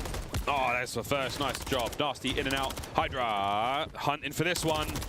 Gets it. Outstanding work alongside Sib. P1 is yours. 25 seconds to go. Thieves are going to want to hit this. And they're going to hit the old college try. You expect the trades roll through for the subliners, and Sib there to connect. Fell off the 4 spree, and honestly, 15 seconds of scrap time that the LA Thieves are going to be happy to collect, because on this rotation, could be devastating. Hydra waiting in the wings. His teammates there in the back to back him up. We see teams survive on scrap and keep these long hardpoint games close. This time around, though, it's a massive lead. LA Thieves have got to do a lot more than live off scrap. They've got to win in this rotation. First time around, they did have it. And then with Kremp, if he can get a kill here, he gives his boys a fighting chance. And you see what subliners are doing, though. They're not playing around the time. So Kremp, he just looks around. He's chasing a bunch of ghosts, and now he moves towards it, but he's just being swarmed and surrounded, but he comes out on top to Season Kremp there for the break. Oh, it's all coming up. LA Thieves. Let's go for a quick listen in and see if they sound good. I'm pitching blue. I'm pitching blue. Blue. Two blue down. I'm pitching blue. Yo, 1 gate, 2 blue. 1 gate, 2 blue. 1 gate, 2 blue. Blue, watch it. Nice. Wait. Blue chow. One more blue weak. He's going bridge. He's going to the left. I'm picking up bridge. I'm not pushing this. I'm not pushing this. I'm playing safe. Right there. Bridge. Yo, listen. Yeah, in the back. Dead. Nice, good shit. Yeah, that's fine. Okay, you can. Sib and Skies are looking for, okay? Heard that. Who's on odd? One box in the SL. This is Skies. Was it you? This is Skies. He wants bridge, man. I don't know who. Yeah, it could be Skies. One to fold. I'll see bridge. Can you be through or no? You need to get in there. No, he can't be. There's no way. I'll play TV car. He's out. That's it. I'm gonna show. They went box. Cash one shot. One shot out one, bro. One shot out. Oh, yep. Yo, one top on me. Yep. Play boxes now. Boxes. Play off the spawn. He's cash, one shot. There's 2 cash in 1 box. Play left. Shot center. I'm one shot. Yeah, double. He wants it. Shop weak. He's Paco. Yo, one on me. I think he went front shop. SC's one shot. I think Paco's front shop. Paco weak. He's back door, 1 ticket. Box is dead. One more time. Hey, back door ticket, last two. Weak, Paco. Yep, You went cash, okay, guys? Yeah, coup boxing me. We need to hit this, okay? I'll see boxes. Yo, I'll play through here. I'll play the shell, dude. I'll see back on 5 there. They know boxes. Oh, I just needed my fucking self, bro. I'll see him on time. Yeah, on time. Center weak. I need a cider. Boxes, he's dead. Center kids hit twice weak.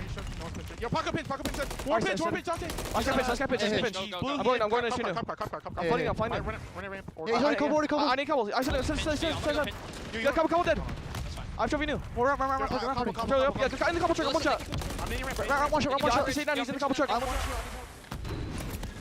About a 100-point game.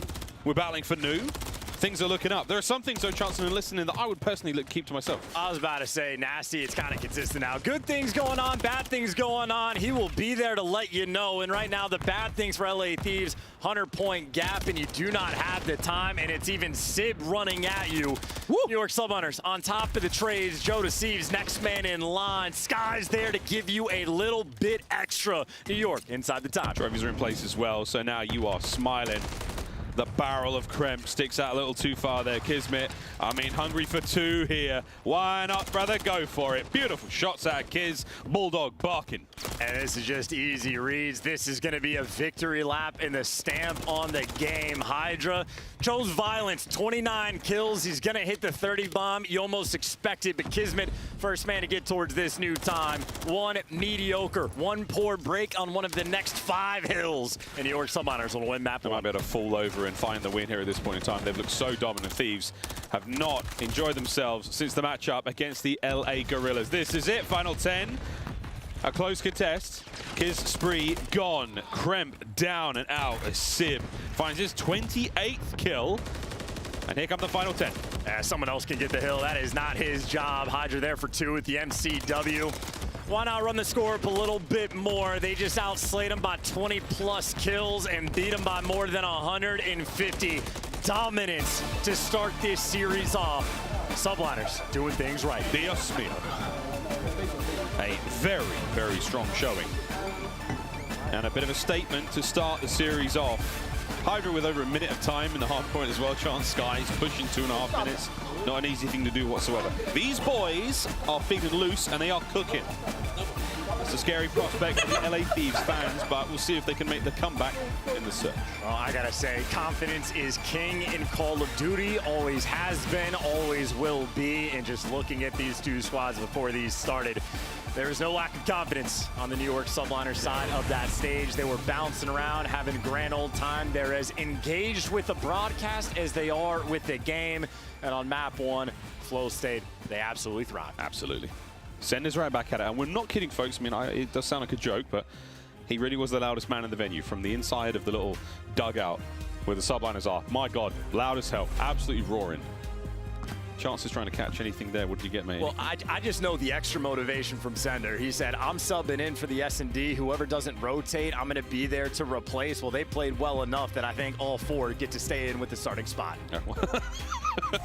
The idea the Sender could come in. Actually, I think if he does have a player contract, technically it can happen. But quick look at the stats, folks. Sib, 30-19, 32-21 from Hydra. Massive, massive work. No one there on the Thieves really brought up too much chance. They were just getting suffocated. I mean, Kremp was shooting, right? The damage was pretty out of control, or at least he kept pace. But just as a collective, you get outslayed by 22 kills. There's only so much you can do. And even for like the moments where Thieves started to string things back together, a cruise missile just there to break you down. And New York Subliners, a well-oiled machine. They use it to perfection. So you got to be damn near perfect when you play against them when they're shooting like that. But really, just a victory lap. What was once a fairly close game. Again, they just blew it open, never looked back. Well, this is the way things looked on the last Sunday at the qualifiers.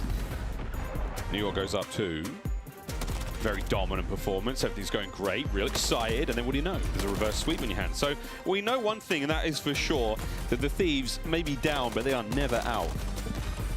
Confidence, though, being the key currency in the Call of Duty League at the moment. It's got fantastic trade potential. Seemingly works in every environment. These fellas need a bit of that confidence. See if they can't find it going into the search between JCap and Shane, the coaching staff for the LA Thieves. See if they can't get the boys motivated again.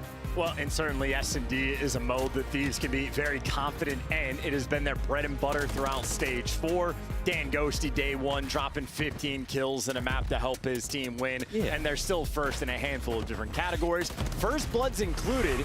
That being said, I know New York Subliners, it's a game mode they love to do a little bit extra homework in. They're the team that's breaking out the Ordnance Clubs. They're the team that sort of pushes the pace, that finds new creative ways to play the mode. I don't know if they've got anything special cooked up for map 2, but I know they are a force to be reckoned with. Sender once again. Spit and hot fire. They managed to win 2 majors in the MW2 season and champs. Extraordinarily dominant season from them. This is what the Thieves side looks like, of course. The LA Thieves, think of their Vanguard season chance, back-to-back events and a champs win. I mean, 2 orgs with fantastic legacies. A lot of success found. And Sender, he's locked, baby. He's absolutely locked. He just said, I'm freaking locked.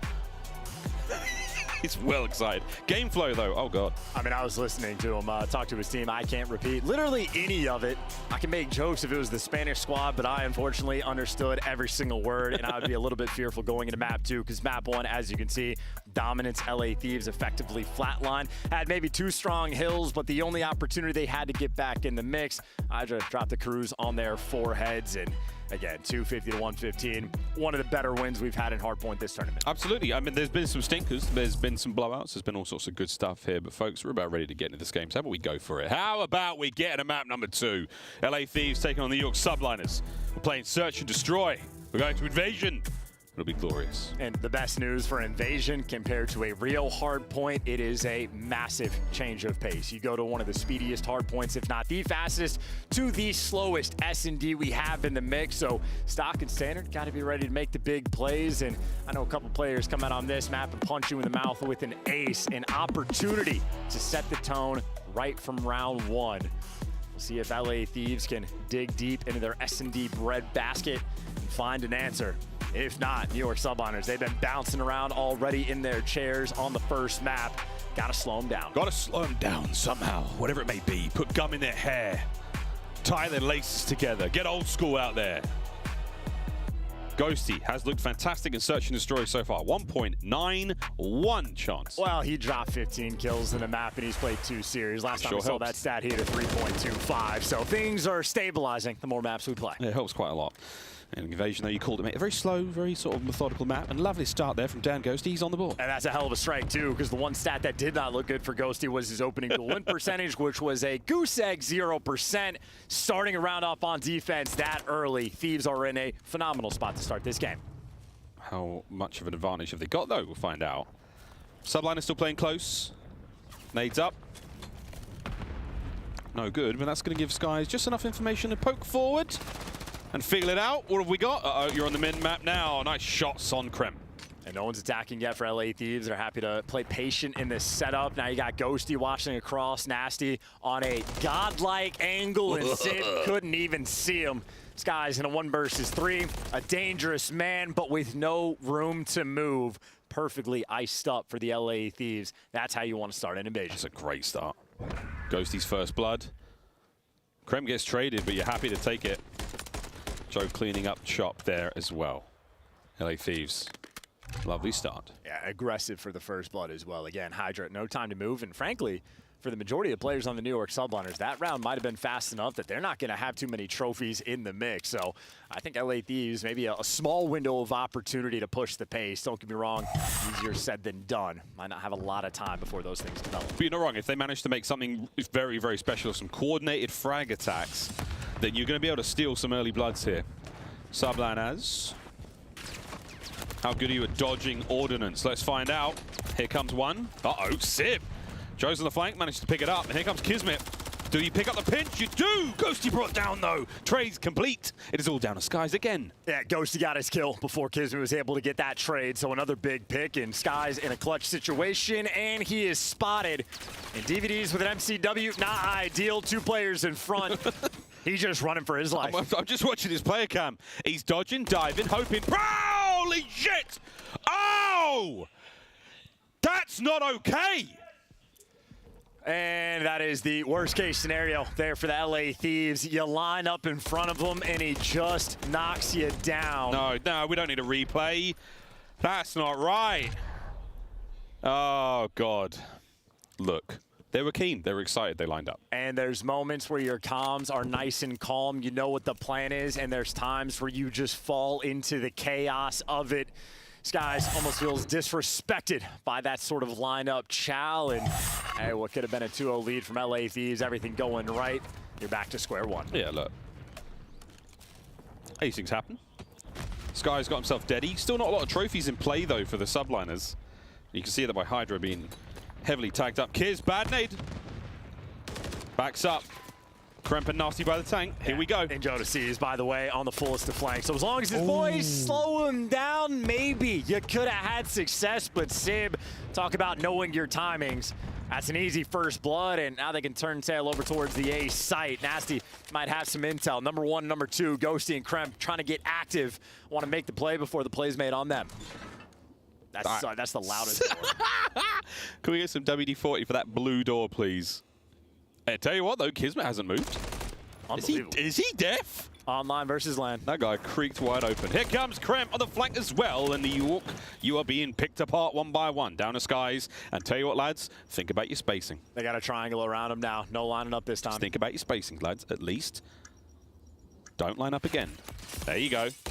We're on the bomb as well. And that's the LA Thieves with a lead. And the sound must have just been different for Kismet than it was for us. That was the loudest door I've ever heard, but that is a 3v4 and a massive retake there from LA Thieves. So both teams right now taking turns trolling around, so we're tied up on the troll front.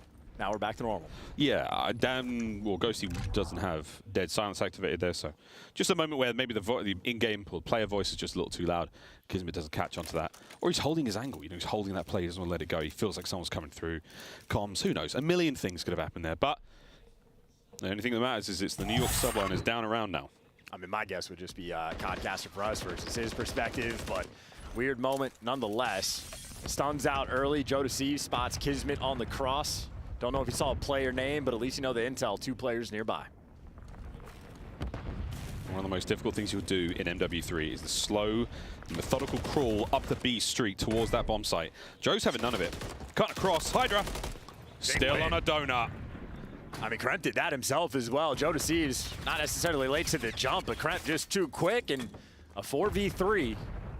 get the first blood, execute on the round. Watching out for the pinch as well. Hello, Kiz spotted out. Lovely teamwork once again. Trades though.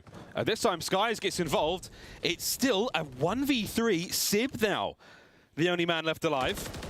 Finds a Joe. I can't find anything after that. LA Thieves, 3-1. Pushing pace as well. This has felt like a very quick invasion S&D thus far. And I think New York Subliners maybe need to reposition just a little bit. I know Hydra 0-4. You want them alive later in these rounds. Well, I mean, if not for the lineup, this is 4-0. Very true. Absolutely the case right now. Thieves, you might not have had it there on Rio, but you got it on Invasion so far. Keep this up, and you're tying things up. Subliners, though, ooh, you can never count them out. And again, Hydra 0-4. He's only done enough damage to get a single kill, and he's died first twice for the New York Subliners. And not a good sign for a team like this. World Championship caliber might get punched in the mouth again. There's the first blood. The second time Thieves have just run it down A Street. And now Kismet has to pump the brakes. He's caught, doesn't know what to do. I know, you get punched in the mouth like that. Slows things right down. Head's a little reeling. Your vision gets a bit blurry. Slow down. Perfect stun check on the tank. Nobody home. It's being watched from an alternate angle. Joseph deceives. It's on the other side of the park. And here we go. That's awkward. But that door definitely got heard. 4v3, but he moved. No reason to, no intel, and now Ghosty, the timing on the bomb plant. Oh my God. Or Nasty just gutting from dark. Oh, Kremp on a 4. Kremp. Down and out. Kiz. Pushing pace. Surprise. What did he say? He said, good round, boys. Let's go for the next one. Well, that's map point for the LA Thieves. 4-1 now. 4-1? Oh, sorry, you're right. No, you're right. I gave him that official point after the. I gave the wrong point after the lineup. See, this is why I'm not a referee or an umpire. Yeah, for what it's worth, by the way, only 4 minutes and 30 seconds of gameplay has actually taken place. So when I said invasion, slow things down massively, I would have been right. 90% of the matches we've had this year on this map, I'm extremely wrong right now. They are running it down, both these teams, and Hydra 0-5. I think we're definitely setting a record here in terms of how fast this map has gone. Watch out, Sib. Nasty's had your number at range. Kremp with the timing here might be loving it. Thieves want it bad. This time, though, they're going to get blooded.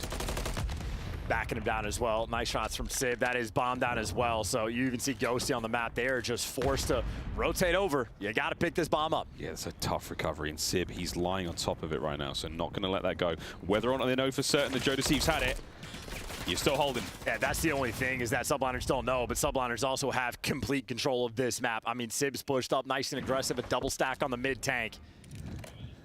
Sib's a player you want to catch, but you can't catch him. Hydra gets off the donut, Kremp in a 1v4, and there's a stream of Subliners right in front of you. Good luck with that.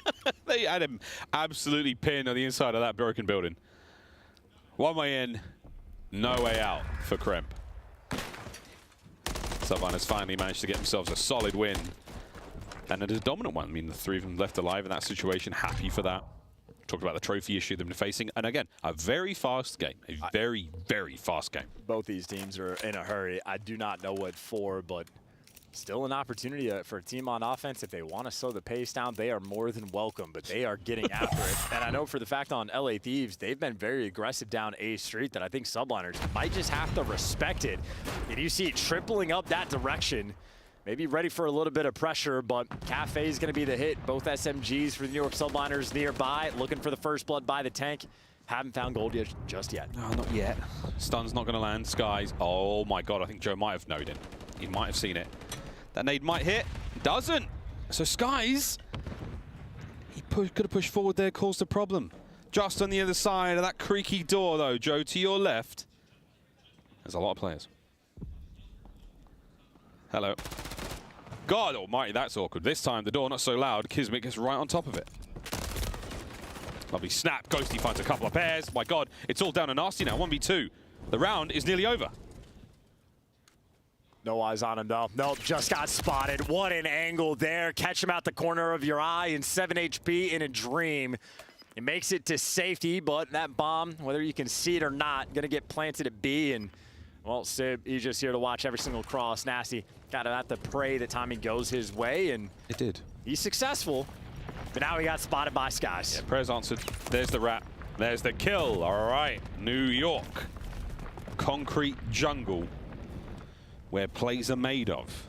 1 round separating our teams now. And I can't quite hear what they're actually saying, but I know there was a moment in that round where the comms from New York subliners got active. They started making plays, and I mean, S&D listens in. It's like an evaluation that we've never been able to do, but certainly this is a mode where you can set yourself apart as a player and help your squad out. Well, a 4-1 lead for LA Thieves beginning to collapse. New York is creeping up on you, still down a round. But the fact that they have defense right now, they are looking to tie things up. Through the middle and right up B Street go the New York subliners. That's so aggressive. And they want the fight, and they've kept the Thieves at bay. I think a lot of glances were exchanged, maybe no shots. Skies is still keen for a few more. We oscillated over towards the A-bomb site nearly immediately. Going to bang that door, get on top of it. Sib's got eyes, and Skies might be moving in for the kill. There's a flurry of comms from both sides right now. We know the play is on. Here comes the bomb plant. Oh, Sky softens up the flanks. Kremp manages to find a first. Pressure now on. Hydra springs into action. Opening up the street once again. Kremp again, his second kill on the round. Yeah, 2v3 as well. It's going to be a tough spot. Nasty was sort of on the late flank in this moment. Ghosty gives you one. Sky's last man standing. Looking to clutch again, but an extremely difficult spot. This time the boys are not holding hands. Final few moments here as Skies is going to dance around, desperately trying to stay alive. Yeah, he was trying to bait out shots and see if he could intel on Kremp, but Kremp trigger discipline on point. Now like these, they're going to hunt him down and catch him. Nice plays as well. You shut down the cruise missile, you kill their momentum, and you get an offensive win as well. Best case scenario for the Thieves, a round of defense on Invasion S&D, and they'll tie this series up. That point. It's very quiet in here now, folks. Last moments here for the New York subliners to pull out something crazy. And these teams have been like bit by the aggressive bug as well because the comms, I'm telling you, compared to what we've heard this weekend on a map like this, incredibly active. LA Thieves had to have just spotted these players on the cross as well. That was all four that made that commitment, but maybe not. Kremp has not gotten active down A Street, so maybe not the perfect amount of intel. He's still quite far forward, but that's just the white car cinder block position. Ghosty shoulders. Ghosty tags, lovely work. Stays alive as well. Subliners a slight flurry in the lines there. Are they going towards A? Well, stun check, connects. Now you're worried about the pressure. Cook it, send it. Connect. Nasty by the dozer, trapped now. Finds one with his back against the wall. Joe deceives like a wounded animal. The LA Thieves are looking to bounce back. S&D has been their backbone, and this is exactly why. Built a massive lead and slammed that door shut. No comebacks on Invasion. And honestly, one of the faster Invasion S&Ds we have seen this year. All time. Hyperactive between these squads. Thieves come out on top. That's a win I felt like they sorely needed. Morale would have been at an all-time low, especially after the 3-0 they suffered at the hands of LAG. Another battle for LA that doesn't go their way, but now you find a very convincing win on Invasion. And S&D looking good. Active here in the cage in Burbank. It's been an extremely exciting tournament. We've said a very fond farewell to many teams, some of which we will not be seeing at Champs again, but these boys we will. There's the stats. And again, lovely work in the damage department out of everyone there on the LA Thieves. If not for the lineup, an absolutely, a very, very convincing performance there on Invasion. Absolutely. All things considered, dominant performance on the map. You almost could not ask for anything more. And even the trades, hyper efficient from the squad as well. So Thieves, nice regrouping after the Rio. They got, you know, absolutely taken to the woodshed, so to speak. But a map win is a map win. And going into control, honestly, either one of these teams can win this game. Invasion, I know for LA Thieves, the biggest theme has been their offensive rounds. They have not had success. And well, maybe the perfect team to be playing against in the sense that New York Subliners are one of the best teams on the offensive round. So going to have to level up your performance today. Yeah, well, folks, we're going to go to a quick commercial break. Sender's already chatting to the boys. Everyone's getting ready for that invasion game in just a moment. Don't go too far.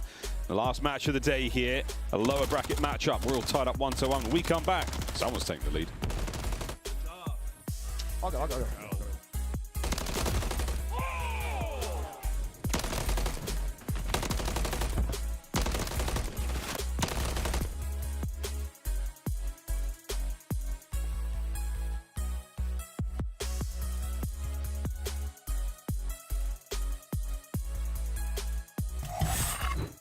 Upgrade your game with the Scuff, the official controller of the Call of Duty League. The Champs Tracer Pack is available now. The bundle includes the Reaper Operator Skin, Ripper Weapon Blueprint, Death Stare Weapon Blueprint, Cuts Deep Charm, 2 calling cards, 2 emblems, and 2 weapon stickers. Use these items in both Call of Duty Modern Warfare 3 and Call of Duty Warzone. Available in store now using Call of Duty points.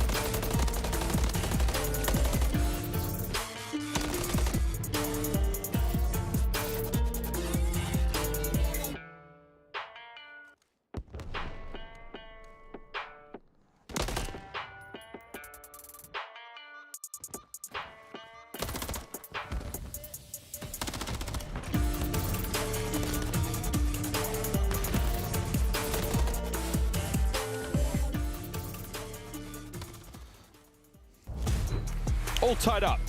1-1 going into control. Your shoes should still be on, folks. We haven't left Invasion, and we'll stay on there for one map more. Welcome back to the Call of Duty League Major 4 marches onwards. Invasion control. That's where we're going. And those two teams, they had a lovely day earlier, but for now, let's see how the LA Thieves and the New York Subliners go.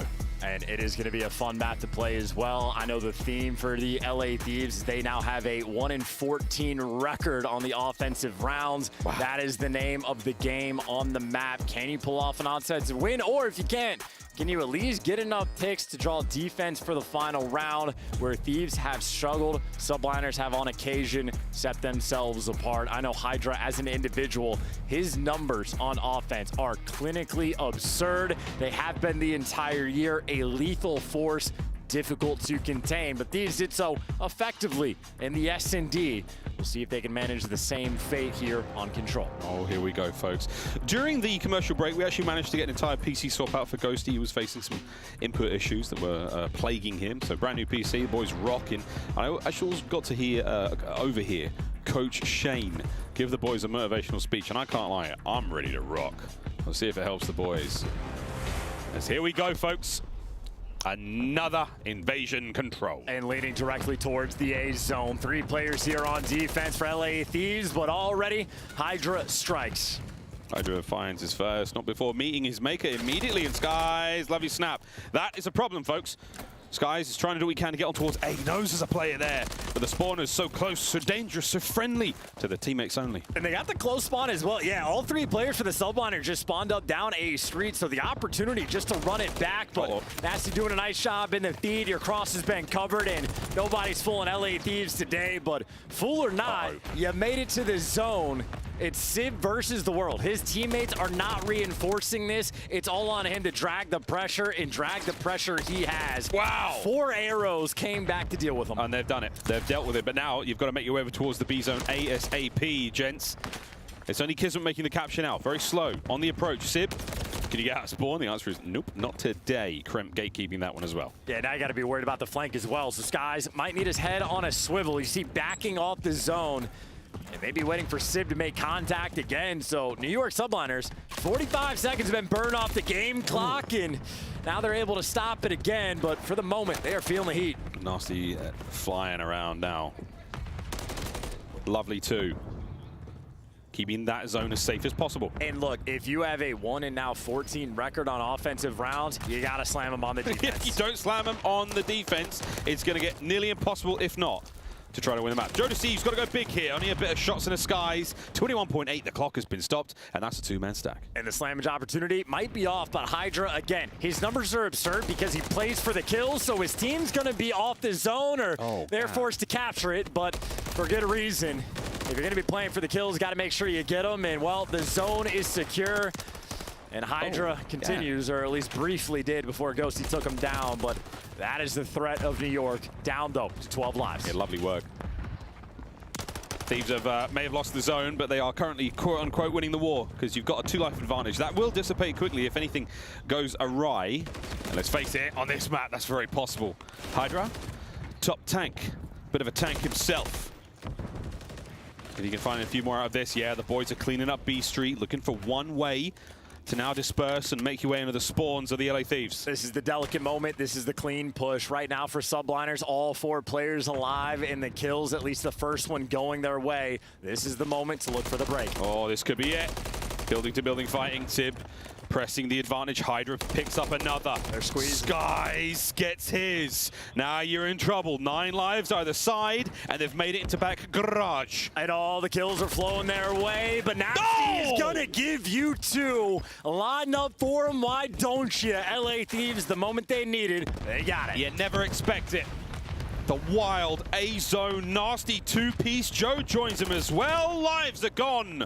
All the lives of the Subliners eaten away. It's down to Sky, Sib, and Kiz, and this round is over. Was it a slammage? Not necessarily, but the Thieves will take that win. Not a slammage, good, but not great. You got the job done in round 1, because New York Subliners, I mean, the pressure cooker, they were turning that bad boy on. A lot of those kills started flowing. They were able to force out that deep sort of blue spawn as well, but then Nasty picking up 2 on the zone. They won the important ones. Now from LA, maybe a situation with the record on offense this bad. Some might say that they're due. Others would say New York Subliners also love defense. General rule of thumb we have here in the league is 2-3 down at any given time can spell utter doom for the defending team here on Invasion. That trophy barely hit the ground. Thank God they had to. Barely. Thank God. Everything eaten alive. Kismet, 8 Hydras, Nate 2. So not the ideal start for New York here. One segment long gone. LA Thieves, they are going for it. Sib and Kiz have had enough of this. They're going to be hitting the zone. Oh my God, they're all dead. It's all 4, and you already got Skies in prime position. Everybody, they got the ice cream spawn. Okay. Okay. What are they going to do? They're going to fight through mid? You have to get rid of Skies. Yeah, they're going in for it. There you go. Kremp sniffs him out. Takes care of business. Kiz pushes up ice cream immediately. Will he be able to make anything happen here? Well done, Kremp. That's 2 when you sorely needed them. And you see the commitment, though, wrapping back and just going towards the B zone. So maybe keeping up the pressure towards A to make sure the reinforcements for the Subliners not all going to be here, but just looking for the standard. Match the 3 ticks on 3 ticks. And Dan Ghosty, all the kills flowing through. That is 3 in a row, and B zone secure. Wow, what a crazy round. 1 minute 49 to hit A. Subliners, nice spread defense. You've got Skies by the bridge, very, very bottom of the map. What a win from Ghosty, 4 in a row. He's heating up. That shot is clean. Input not an issue now, and man on a 4 spree. Most important guy right now for the Subliners to kill. Yeah, clean input leads to lovely output for Dan Ghosty. There it is. The teammates finding kills as well, so now he's on the hunt. He's going to overshoot these players in spawn, but it's going to get ugly. Yeah, Subliners almost uncharacteristically let him through. It is just Sib to deal with him in this moment. Oh my God. He's right next to you. Oh my, Ghosty, living up to the name. Sib! Ah, that's terrible. 5 spree, trophy down, you're in. And nobody's here, and you got Dan Ghosty. His teammates are at least down A Street to watch the cross. Well, they're worried about all these players in mid-map. Hydra's there as well, causing issues. Kismet keeping Nasty out the play. Ghosty totally solo. It's a 1v2. Yeah, just wants the tick, and at least he's gonna get it. So you get a little bit extra, but in a moment where his teammates just needed to watch the cross, instead they get caught themselves. So all things considered, LA Thieves, small smile on their face, and 52 seconds left in the round. Quite a nutty game of control. Hydra, top of the trash can. Puts Joe Deceives right in it. Nasty finding a big one there. 13 and 8 for Nasty, by the way. Hydra still on the prowl, finding these kills all over. He's at 13 and 9. Get in there, Kremp. Trophies ready. Skies, oh my word. Stay alive, son. If anything, get away from the trophy system. It might kill you. He just got no help on the cross, so he's forced to make the play. And, well, Joe Deceives just a smidgen too late to get in the mix, and Sib gives you a little bit extra. 7 lives remaining. Last-ditch attempt. Oh, nice nade. It is a second late. That's the problem here with the LA Thieves. Lovely work here from Nasty and Krem. One more there on the inside. Kiz gets 2. Kiz gets 2. Kiz can't get the third. Sib gets a pair. That should be the round. Last 3 lives here for the LA Thieves, come to a close. And it is a marginal advantage at this point, but LA Thieves, all things considered, technically they're going to be in the lead. I just know the New York Subliners is an incredibly dangerous team on the attacking rounds, but they're gonna have to get that B segment in a little bit extra. Ooh. Another situation as well where if it comes down on the kill count, Thieves right now, actually, it's very close. I was going to say, Joe Deceives is 8 and 16, but Nasty is +7, so it is very close on the slaying category. So ramp up the slaying just a bit. Try to keep those Subliners at bay. This round might determine the kills then. Who can take a decisive lead simply in the KD department. And it truly is the team on defense wants to give you a little bit extra. If the offensive team right now, that being the Subliners, even keep it close in the kills column, they can find success that way, or they can just try to run over A, completely spreading the map once again. They're playing with options, but they're getting caught and picked apart left and right. Joe Deceives and Nasty deliver again. You know, this is the time where we keep a firmer eye on the LA Thieves. How good can this defensive round go for them? For the Subliners, just watching out for the segment captures. Krem pops the hood, pops the top of Skies as well there, and you're on B. Yeah, Ghost is going to be working the flank. Nasty through Dark gets caught, but sets up his teammate for the kill. And now you have Dosty actually looking for Skies, but Skies is taking routes off spawn, but it does open up the flank for a brief moment. Hydra forced to get off the zone, but his teammates have him covered. as Joe Thieves clears out of spawn. Yeah, nice clean up. 50% of the way through the B zone. Bodies on. Kismet getting the capture. And Nasty doesn't read that Hydra push. He's well and truly up in Yo Biz. Nice shots there. Ghosty again out of spawn. Back into the fray. Are they going to be able to survive this attack on the B zone? The Subliner's waiting for the opportune moment to complete it. Pressure's certainly on. That's 2 kills as well. Dude, the flanks, they've just been active. Hydra likes to run past the zone, so try to flip the map on its head, but you do that, you deal with Simp. Hydra, by the way, on a 4. Oh, he's looking for the 5th, and he's got himself in laundry. Stun check doesn't find him. Nasty gets caught. 5. Hunting for 6.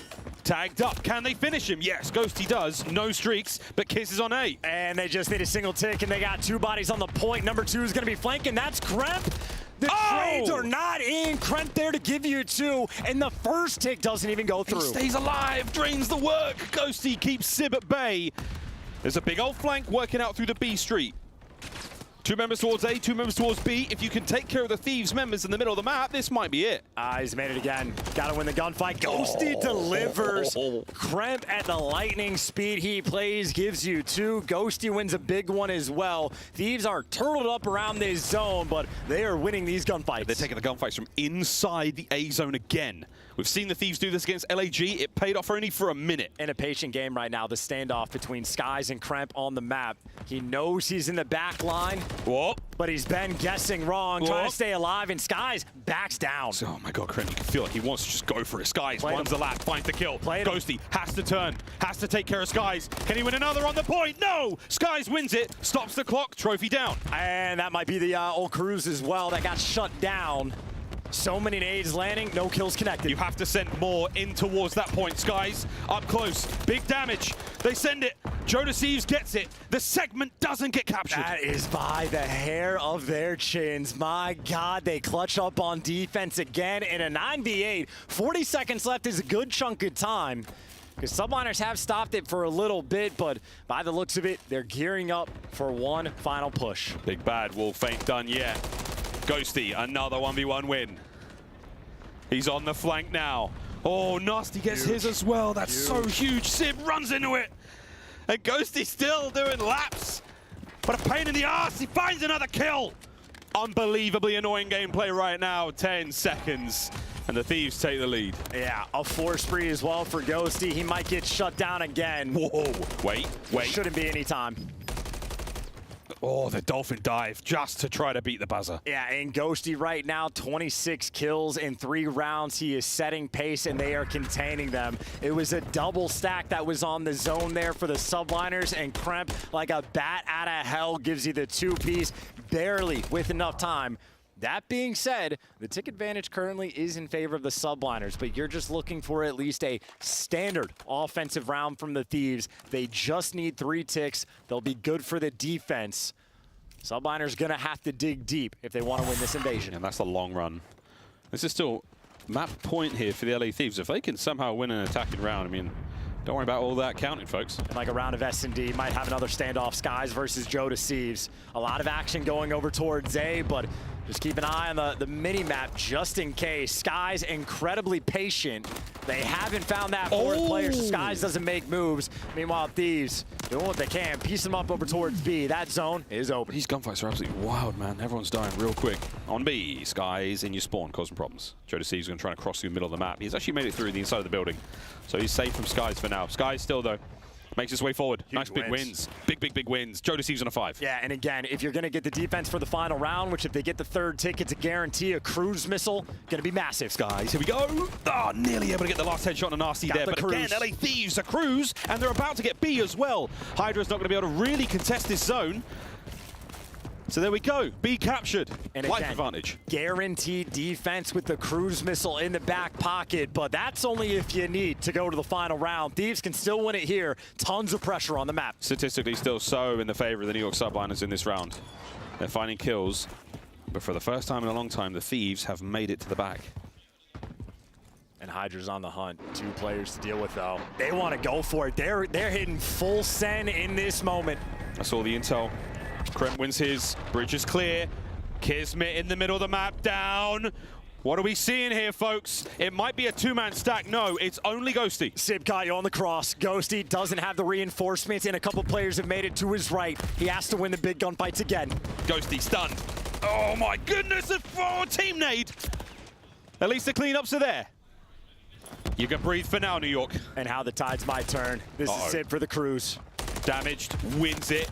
The sweet child of mine. And we saw how LA Thieves wanted to use their cruise missile. Well, we know what subliners do with that extra bit of utility. Still, though, a minute left to play. Plenty to go, plenty to go. Massive win at Kismet. You're locking down mid. Knows Joe's out there somewhere, can't quite deal with it.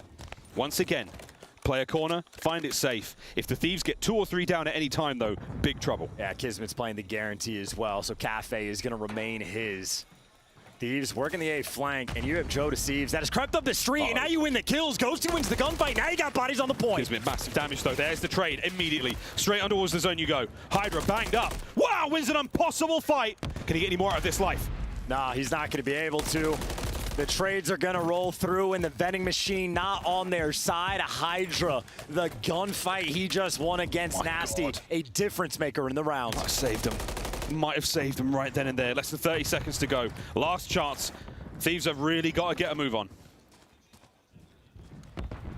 Straight into the pre-aim.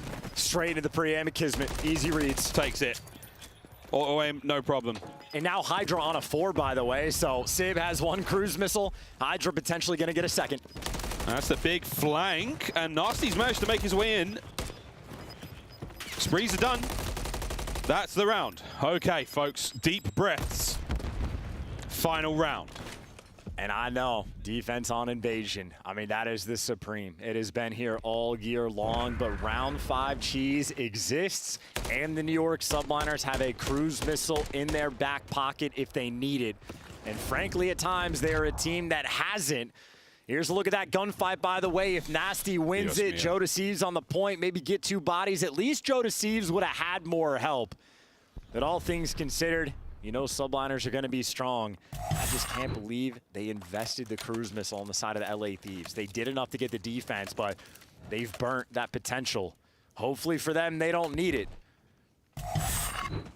Still, though, more pressure on the subliners. It is still immensely difficult to win a round on offense. You see Skies creeping up the street. He is but a distraction. Yeah, every time, though, the subliners have been able to get more than 1 man into the A zone. That's just a difference maker in itself. Hydra, what an aggressive opener. And you have done a lightning speed cleanup of this entire area and found nobody. That's unbelievable. Skies was basically dealing with 3 members of LA Thieves, and the 1 defender there for LA over towards the B zone actually gets a kill. An interesting start, but around, we got a long way to go. You're calling him out. I don't know where they are. Running in circles like a maniac. You thank God for your teammates, right?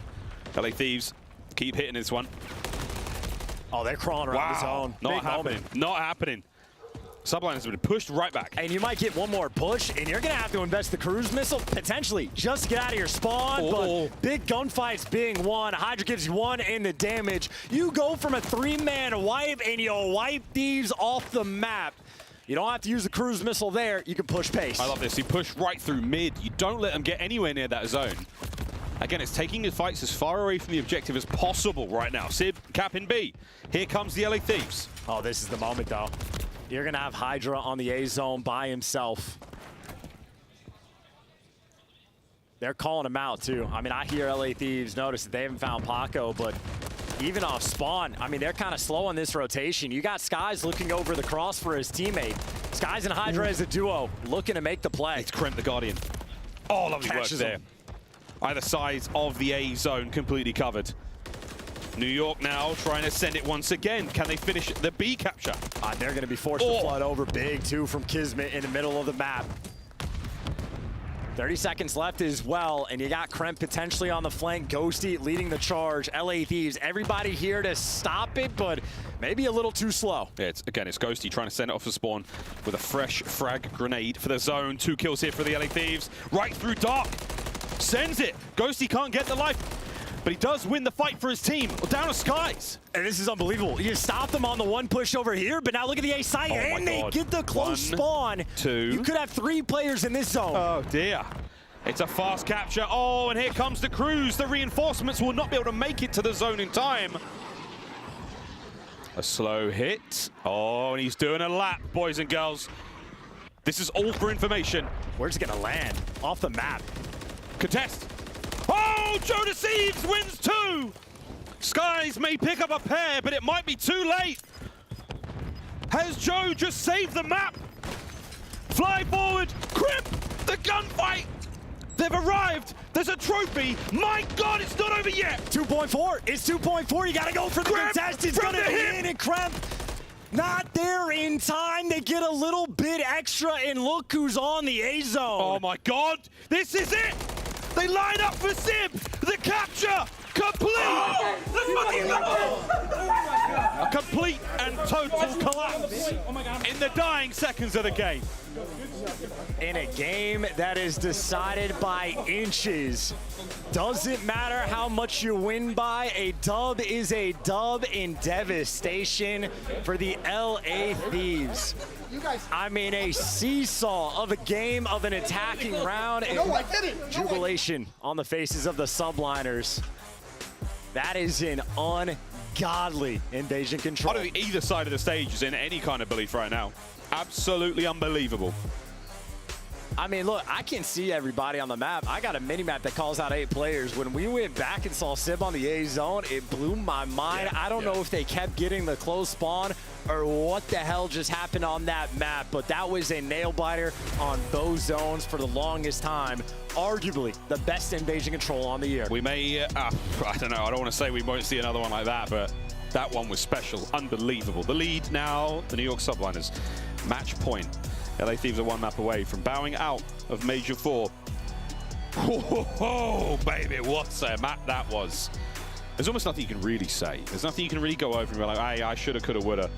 Played their hearts out. Everyone really did. I mean, honestly, who cares about the stats, by the way? Whether or not anything stands out, it just comes down to like the objective juggling in those final moments. Should we contest? Should we be on the point, off the point? We'll get a second look at it, just how close everything actually was. Sib's doing a twirl. He's just keeping him indoors. He's trying to waste as much time as possible, and it's a smart call. He buys you all the time. Thieves still win the gunfights, though, to get you off the A zone. Yeah, unbelievable. And this is the timer. Finally, Thieves send it. Here comes Joe Thieves. Bang, gets a pair. Skies picks up a few in the middle of the map. Then it's the spawns. 3 members up immediately. Fly to B. And look at, 3, and Sib just makes the call. So watching Sib on the minimap, he's got a gunfight against Joe Thieves. The 3 players on the point over towards A. Kremp doesn't go for the contest. And he's on it for a split second, but the second he dies, the B zone gets secured, and then Sib just wins the 1v1 in LA Thieves. It was a fully committed investment to defend that B zone. Right idea, wrong time, and they lost the most important gunfight of the map. Credit to Sib. If that's an individual decision to go towards that zone, if he heard it in the comms, or if he tweaked out and did something he shouldn't have, I do not know, but it was enough for the win. Any or all of the above, it was the right decision. What a heads-up moment there. Well, folks, that was your Scuff play of the game, and with damn good reason.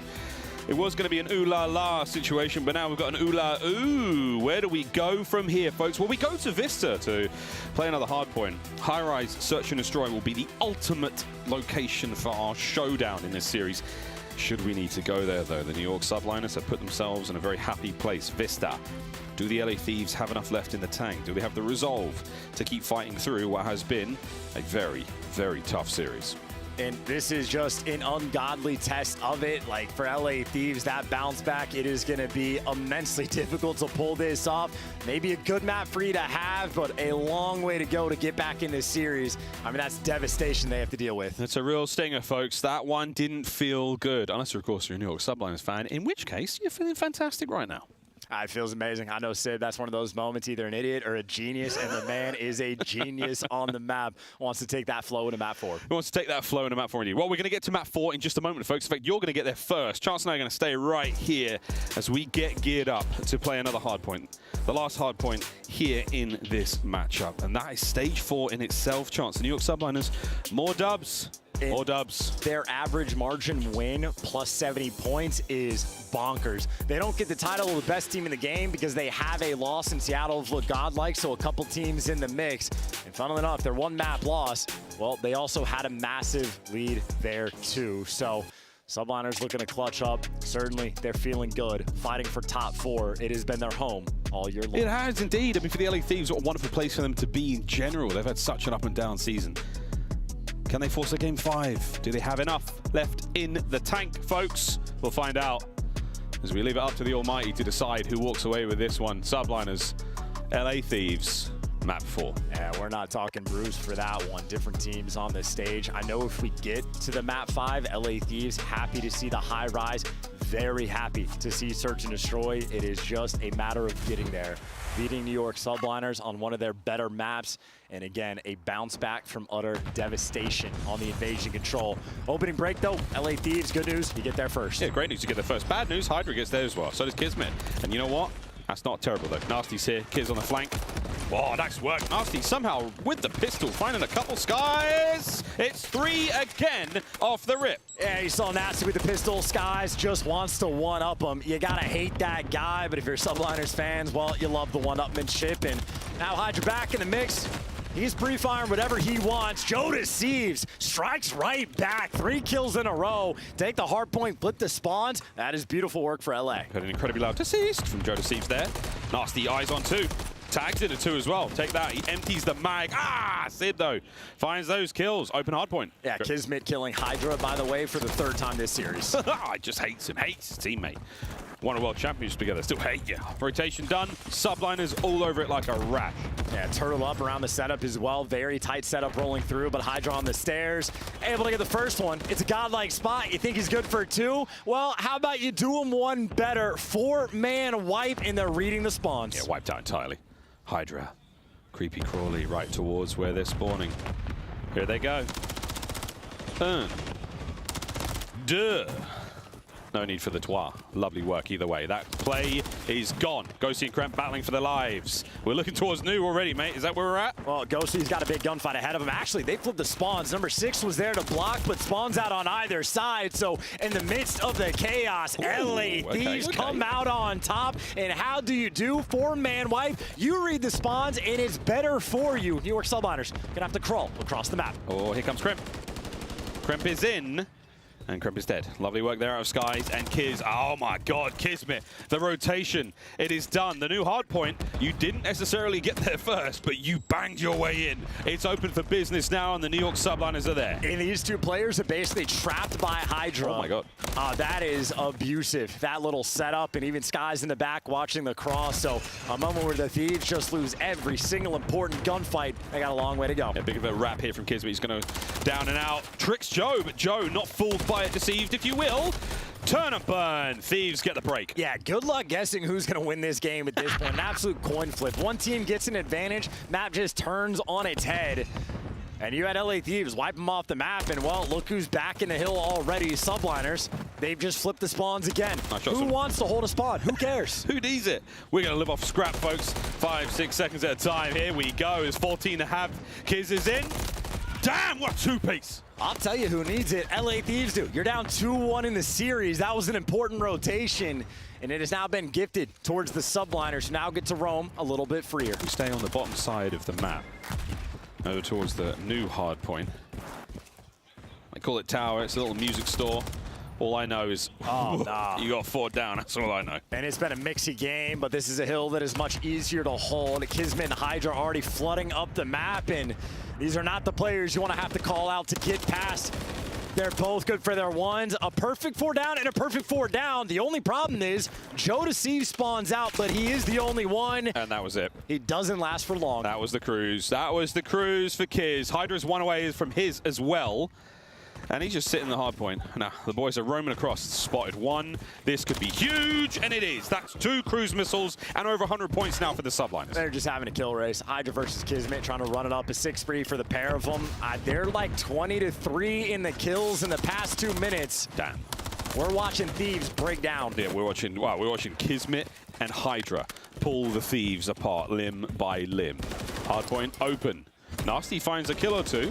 Can you keep Kismet back? Because shots like that arranged with a rival 9, you know he's feeling good. It's just a tough spawn as well. You got to run into the head glitches of the bridge. You got to run past a Kismet that hasn't died in a minute and a half. There is nothing going right for LA. Sort of staying on this extended little view here of what Kismet's up to. Sure. And this is what Kismet is up to. This is a very good look on a 9 spree. You couldn't make it easier for him if you tried. Kismet looking to break a record to put the stamp on the game. Right now, he is absolutely undetectable. His teammates are finding battles across the map. 151 and climbing. Here we go for another one. Wow, that shot's nasty. Cursed the hell out of that kill. Ghosty, though, did not. Keeps the play alive. Sky's in the point. Can you get in there, LA Thieves, and stop the bleeding? And look, we talk about this rotation, about how the most important one is the P1 on the second set. Hydra gets his revenge against Kismet, so all right, 3-1 in that category, but unfortunately on the most important rotation, the team that's up by 115 points, they win that one too. Nice shots. My word. Nice shots. Here we go. 3, 2, Kiz steps in for it. Unbelievable. Unbelievable. Folks, we're going to take a back seat. We're going to let the subliners comms guide you through the next hard point. One shot, bro. Yeah, I'm gonna pinch this. Oh, good. Yeah, make noise for me. I'm gonna pinch this. Fight and hold. I'm pinching right now, Paco. I'm pinching. We're going now. No, they picked it up. Good play. Yeah, short and vine. Short and vine. Go, get bridge, guys. Yeah, I'm bridge. I'm gonna see him on time. Yeah. I'm waiting. On me. Time, Dick. Nice one. Vine. Kills, guys. You got it. Cat and vine. Catwalk. Nice. They're all spawning in front of you. Go left. Come on. I got you, Paco. Yo, we have a streak too. Yeah. Alright, jump like a P3. I'm gonna go deep low. I'll pick up your low, okay? Low me. Nothing hitting low right. I'm giving up low right. Yeah, I'm pitching short. I just got here. My bad. Yeah, I'm gonna full pitch this. I'm gonna flip the blue. I'm winning P1. Okay. One's trying to hit me out. I'm only P1. We have no kills. Hold on. Just take our I'm time. gonna flip the mini kills we get. Hey, Joe's our side. One shot. I got the guy killed. I got the guy in time. Absolute time. Joe. Top burger. Joe, it's time. Absolute, guys. Where is he? I'm I think he's our side time. Spawning on you guys. Yes, to be outside. Laying down close stacks. One blue corner. It's our side time. Our side time. Joe. Nice, Matt. Good shit. You're just spawning blue, spawning S1. Yo, burger. Top burger. On time after. On time. Low. On him. I'm shrinking this. Come on, Kurt, what a moment. The New York subliners, absolute devastation. Flow state. Every single possible situation goes their way. A 2-piece from the Cruise, and now a pressure towards the hard point. Yeah, not GG, not even close. Subliners had blown leads like this on the map, but right now they are just taking turns team killing Hydra. They're having a little too much fun. This is oppressive gameplay from the subliners who have given the Thieves nothing. They have taken everything from them here. And unless this is the makings of the most unbelievable comeback we've ever seen in our lives, I will keep talking like this about New York. Yeah, and they don't have the spawns either. So if LA had a thought about the old comeback on this one, gonna be a long time before they can get it. Plenty of time. One player on the back steps now. Number 6 is gonna be Sib. Gets that. Oh, gets one. That's the other Cruise from Kiz. Right towards the hard point you go. No! I'm sorry, did you guys just spawn? That's too bad. That's too bad, fellas. Ghosty, you're trapped now down low. Can they get close enough for the break? No, it's Kiz once again. Hydra, oh my god, he's about to get another Cruise. He has 33 kills, Miles. He does have 33 kills. He's only going to be at 14 deaths. If subliners want this game to go longer, he could break the kill record. It's just too big of a blowout. They've managed to break the backs of the LA Thieves. Can they break their minds now? Hydra, another Cruise. 35, it's not looking bad. Late break, no rotation. New York is spawning in it. Yeah, I mean, this is just unbelievable. Wow. An absolute clinic on Vista. They beat him 250 to 115 on the first hard point, and they might just make it worse to end the series. 36. Cleaned up. Skies is in. Here comes Joe Deceives. One more second. Over the top. Kiz was there. The contest is done. And that is the series. The New York subliners with the most dominant performance, statistically or not, at least on the eye test that we have seen for quite some time. That is that. The LA Thieves, their run at Major 4 is done. I mean, Hydra would have gotten the 40 bomb if it wasn't for the everlasting team kills that kept coming through, but no pop off there, no celebratory smack talk out of New York, just a series where they come out and take care of business. Top 4 has been their home. They have met that mark and their tournament dream still alive. How far can they go? Indeed, well, the top spot for them is still within reach if they can defeat a few more on this journey. For the Thieves, they came and they saw they couldn't conquer, but they put up a very, very good show nonetheless. Some memorable moments here at Major 4, but it does come to an end. The Subliners, again, no chance. Trying to start the season, or trying to end the season the way it started, which was as a top team. And frankly, performances like that remind you why. Yeah, I mean, look, this is a team that has quite a few maps in their arsenal that can be devastating. Their offensive capabilities on invasion control certainly sits in the back of your mind, as well as their domination on Vista. I know for the side of LA, they accomplished primary goal number 1. They've made it to champs and a team capable of making a run, things to fine tune, but of course, turning your attention to the team in yellow. I don't know if they got it in them. I know some people are still not a believer, but what a spectacle it would be if they can make a run. They get performances like this, and they just look unstoppable. 36 and 16 from Hydra, and quite literally 3 or 4 of those deaths were by the hands of his teammates. 250-105 the final score on Vista. Congratulations once again to the New York Subliners marching forward through the tournament. See how far they can go. But that's the last match of the day in the books, folks. Another team leaves the major. Hey, New York versus Toronto we're going to have, and then the insanity of LAG versus Atlanta. An unpredictable tournament, but for this result for the New York Subliners, expected in the end. I mean, things started off fine. P3, that's where the lead started to develop. From P3 to P4 to P5, not a single point scored there as the New York Subliners tightened their grip.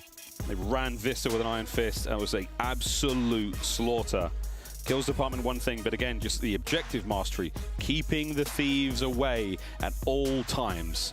A brilliant, brilliant bit of work there from the New York Subliners. They should feel fantastic about that one because the LA Thieves were a bit of a dark horse team here in the tournament. They had the capacity to cause some upsets. They've been winning big matches online. Not an easy thing to do whatsoever. Congratulations to them once again on making it this far.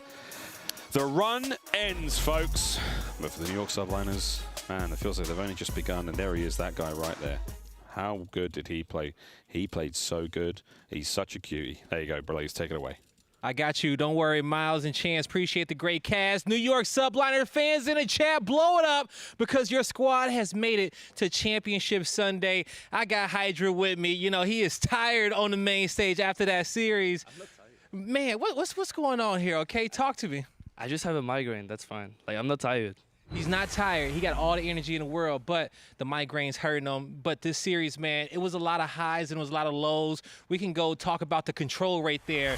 This series dead in the center, okay? 2-2 going towards the end there. What was your reaction as you guys won it? I think we trolled like every situation on the map, but yeah. My coach is co-signing on that. But I mean, we got lucky for the spawn, like the back spawn on there, so we could get on A and then get on B. Was just like, I mean, it's been like twice now that we just got lucky on that map. So I mean, we take it. Hey, you take whatever you can get, okay? Now, you know, maybe one reason to your migraine is because your teammates keep killing you. Why do they do that so often? Do they not want you to go off? Are they trying to nerf you to Sunday? What's happening? No, they just don't like me, I think. They just don't like me. That's the reason. It's been happening, well, since last year, I think. Caesar, Kiss, like I don't think they fuck with me. They got it out for you, man. I don't know why. They just got it out for you, Hydra. But, you know, lastly, it's a lot of people in the chat that do mess with you, okay? They down for you 10 toes deep. What you want to say to them? And you could even speak in French if you want to. The mic is yours. I mean, they're probably like listening in English, so I appreciate you guys for supporting us, obviously. And yeah, that's about it. I mean, I don't know. I was trying to can't even think. I actually can't even think. I was trying to get you a layup. They just like hearing your French accent, okay? But yeah, exactly. Yeah, that's gonna do it for us. Chris, take it away. Yo, shout out to Hydra. I also woke up with a migraine today. I got a massage. My head still hurts. I can't talk. Venue, by the way. Hydra drops to 36 and 16 with the migraine. That is unbelievable numbers put up by the young Frenchman. It was weird. It was weird. But we got it done. We did get it done. And you know what? He and I are both moving on to Championship Sunday. We are. Alley Cat, let's break down what we saw from the Subliners and where did LA Thieves fall short, because these hard points were not pretty. They weren't pretty, Chris. LA Thieves hardpoint has not been their strong point throughout the entirety of the qualifiers and here at Major, and honestly, you're just looking back at that control wondering what happened. And I have to tip my hat to Sib in that situation. He not only goes on a 6 spree to save A in that round 4 defense, but also, obviously, you have to talk about the round 5 attack where Sib sprints to A, okay? He's the first one on the point. He stops the clock, and off of his first respawn, he runs straight back to A. He's like, Skies is taking the risk. He's throwing stuns through mid. He's going towards B with 8 seconds on the clock. Let me see if I can make a hero play. Sib makes it onto the A site, wins his 1v1, and then they're able to double cap both sites at once. Absurd. Did you just commentate the scuff play of the game? I'm You sorry. know the future, Allie? Do I know the future? Nameless, talk to me about the final 50 seconds here. You saw it 79 to about 202. Subliners shut it down. I mean, what do you want me to say? They just ran through them. Hydra had 102 kills across 4 maps, just going nuts. This was an SMG masterclass. There was no way Thieves are winning either of these hard points. I think Allie said it perfectly. If they were to get it done, it had to be 2-3-5. Yep. They blew that control. You could just feel the energy. Thieves knew it right after that map. Like, this series is likely done since we lost that game. On the other side, you had New York giggling from start to finish. series, And I love it. At the very end, Drell comes over, their head coach, and he says, if you guys keep playing control like that, I'm going home. I'm not even watching tomorrow. So they look to clean up their game 3s, but a very dangerous team across all the respawns. New York got it done.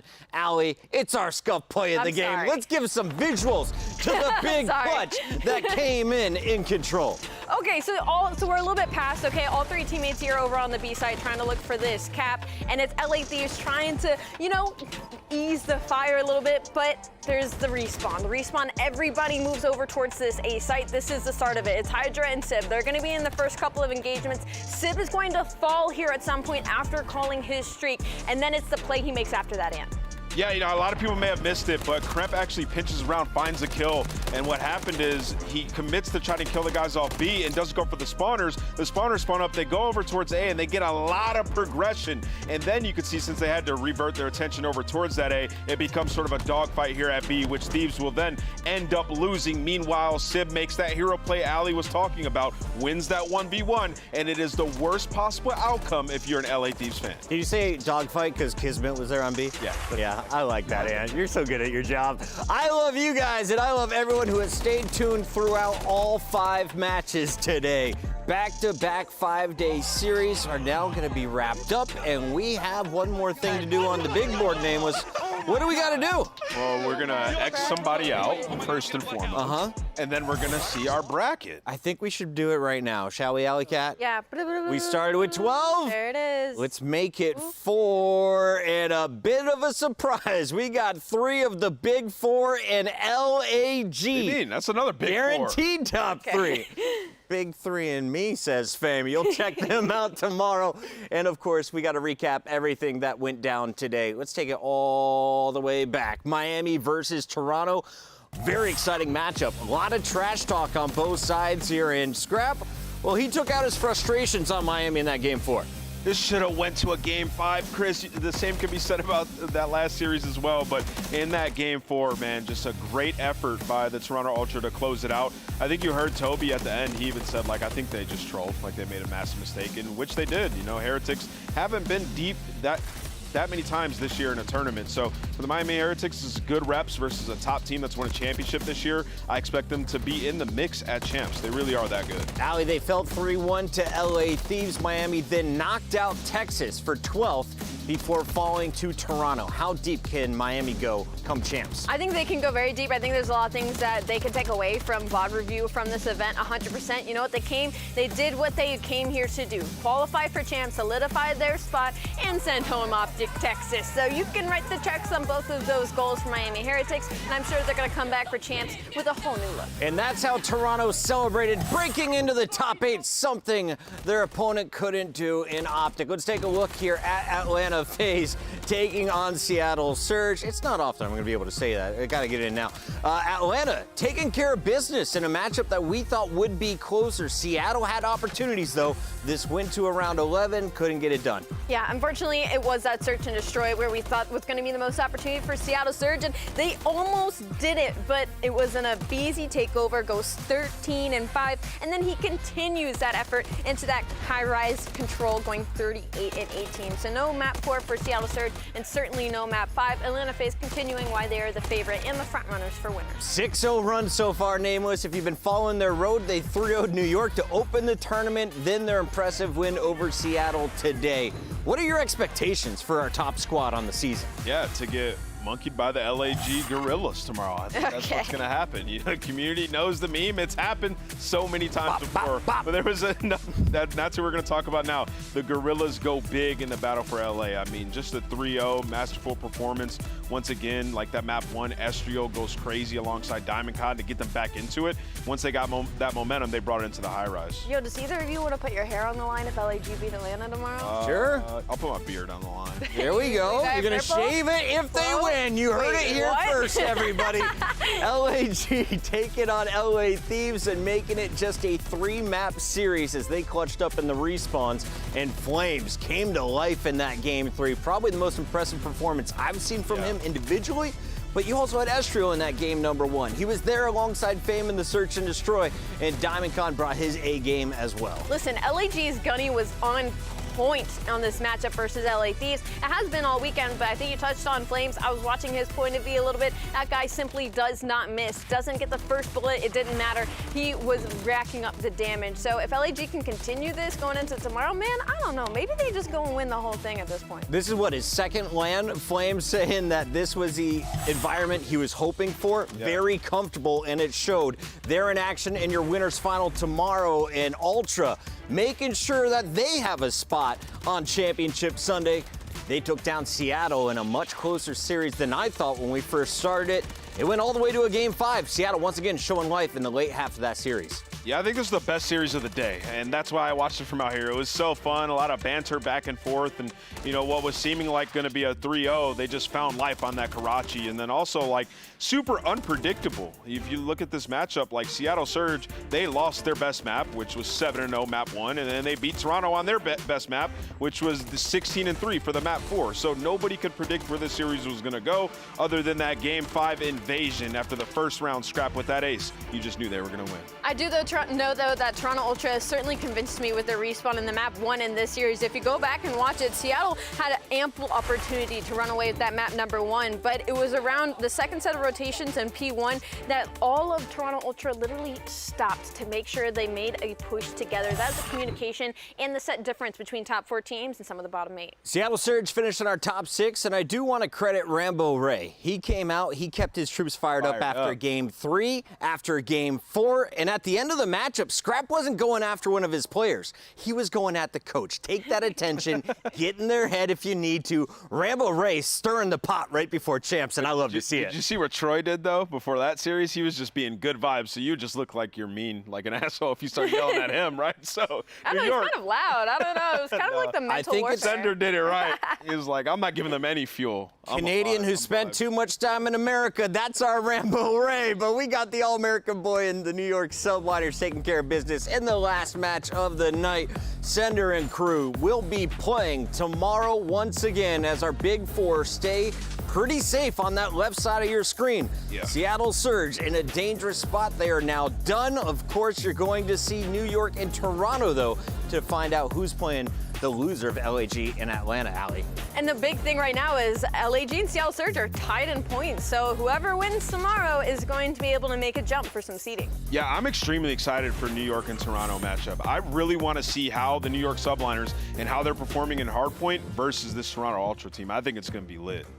Guerrillas could jump Surge. Will Surge play against Optic in the first round? That's the storyline I'm looking at. The other question is, who's going to raise the final trophy before champs? If you're looking at the KD leaders, these are the players that we think could lead the charge. Alley Cat, So many impressive players, so many impressive names, but Simp and Abizi at 1 and 2 with Celium right behind him at number 4. That is terrifying for everyone else in this tournament. Oh yeah, this is now the second time that we've seen Celium on the left side. It was usually a default that he was always going to be top of this leaderboard, and it spells great things for Atlanta FaZe fans if you're seeing Simp take it on over, with both of his teammates literally trailing him in the 2nd and 4th spots. Got to give a shout out to Jamie, our graphics god, who has been putting up so much awesome content on that big board. Tomorrow, though, you will see 4 teams represented across the day. When do they play, Nameless? Well, we got to get it started with a pretty interesting battle. Toronto versus the Subliners. One of them will not finish top 3. Another championship Sunday. You know, Scrap's going to wake up absolutely yelling at New York. I can't wait for that match. That's not a typo, Al. That is LAG in a winner's bracket final. I know, I was about to say, can we make the shout? This is our first major this year that all top 4 teams have not made it to Sunday, and we finally have an underdog making it into one of the matches. Excellent stuff. Thank you all to the fans who tuned in from the start to the finish of day 3, and we want to reward the first 300 respondents. They will receive the Call of Duty League Let 'em Cook pack via email after the questions are complete. Remember, only do it if you're 18 plus if you really want the reward. Yeah, maybe $2.99 because I already did it. There we go. Nameless, Alley Cat, final thoughts. Day 3 is now in the books. I'm tired. I can't wait to wake up for tomorrow and crown our champs. Love that. I mean, I'm loving this event. The vibes in here are immaculate. The players are having a good time with it. It's been high energy, and Championship Sunday should be no different. I learned something as well. Put the players face to face, and we will get the trash talk we've wanted all season long. Thanks for tuning in. We'll catch you tomorrow right before noon out here on the West Coast for another round of the Call of Duty League.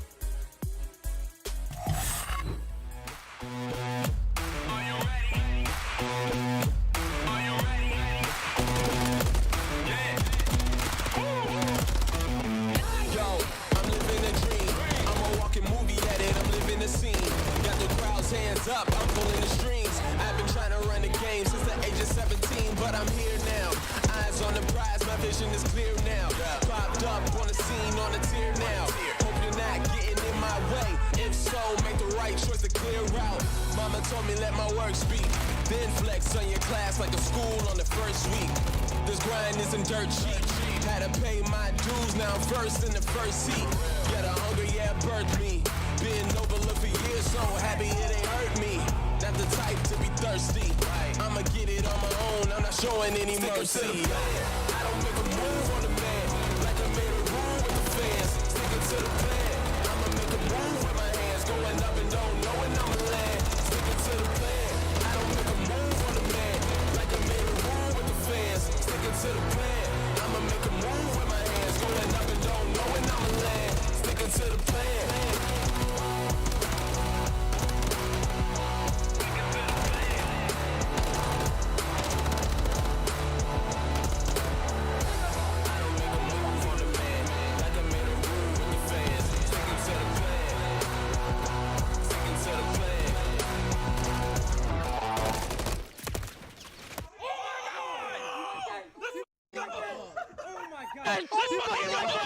Oh my god! Yo, give me Yo, I just went wrong on the point. Oh my god, I'm gonna black out.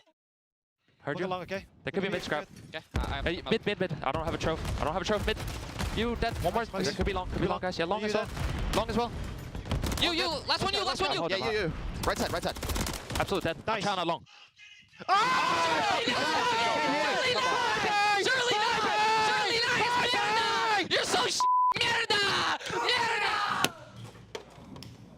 Don't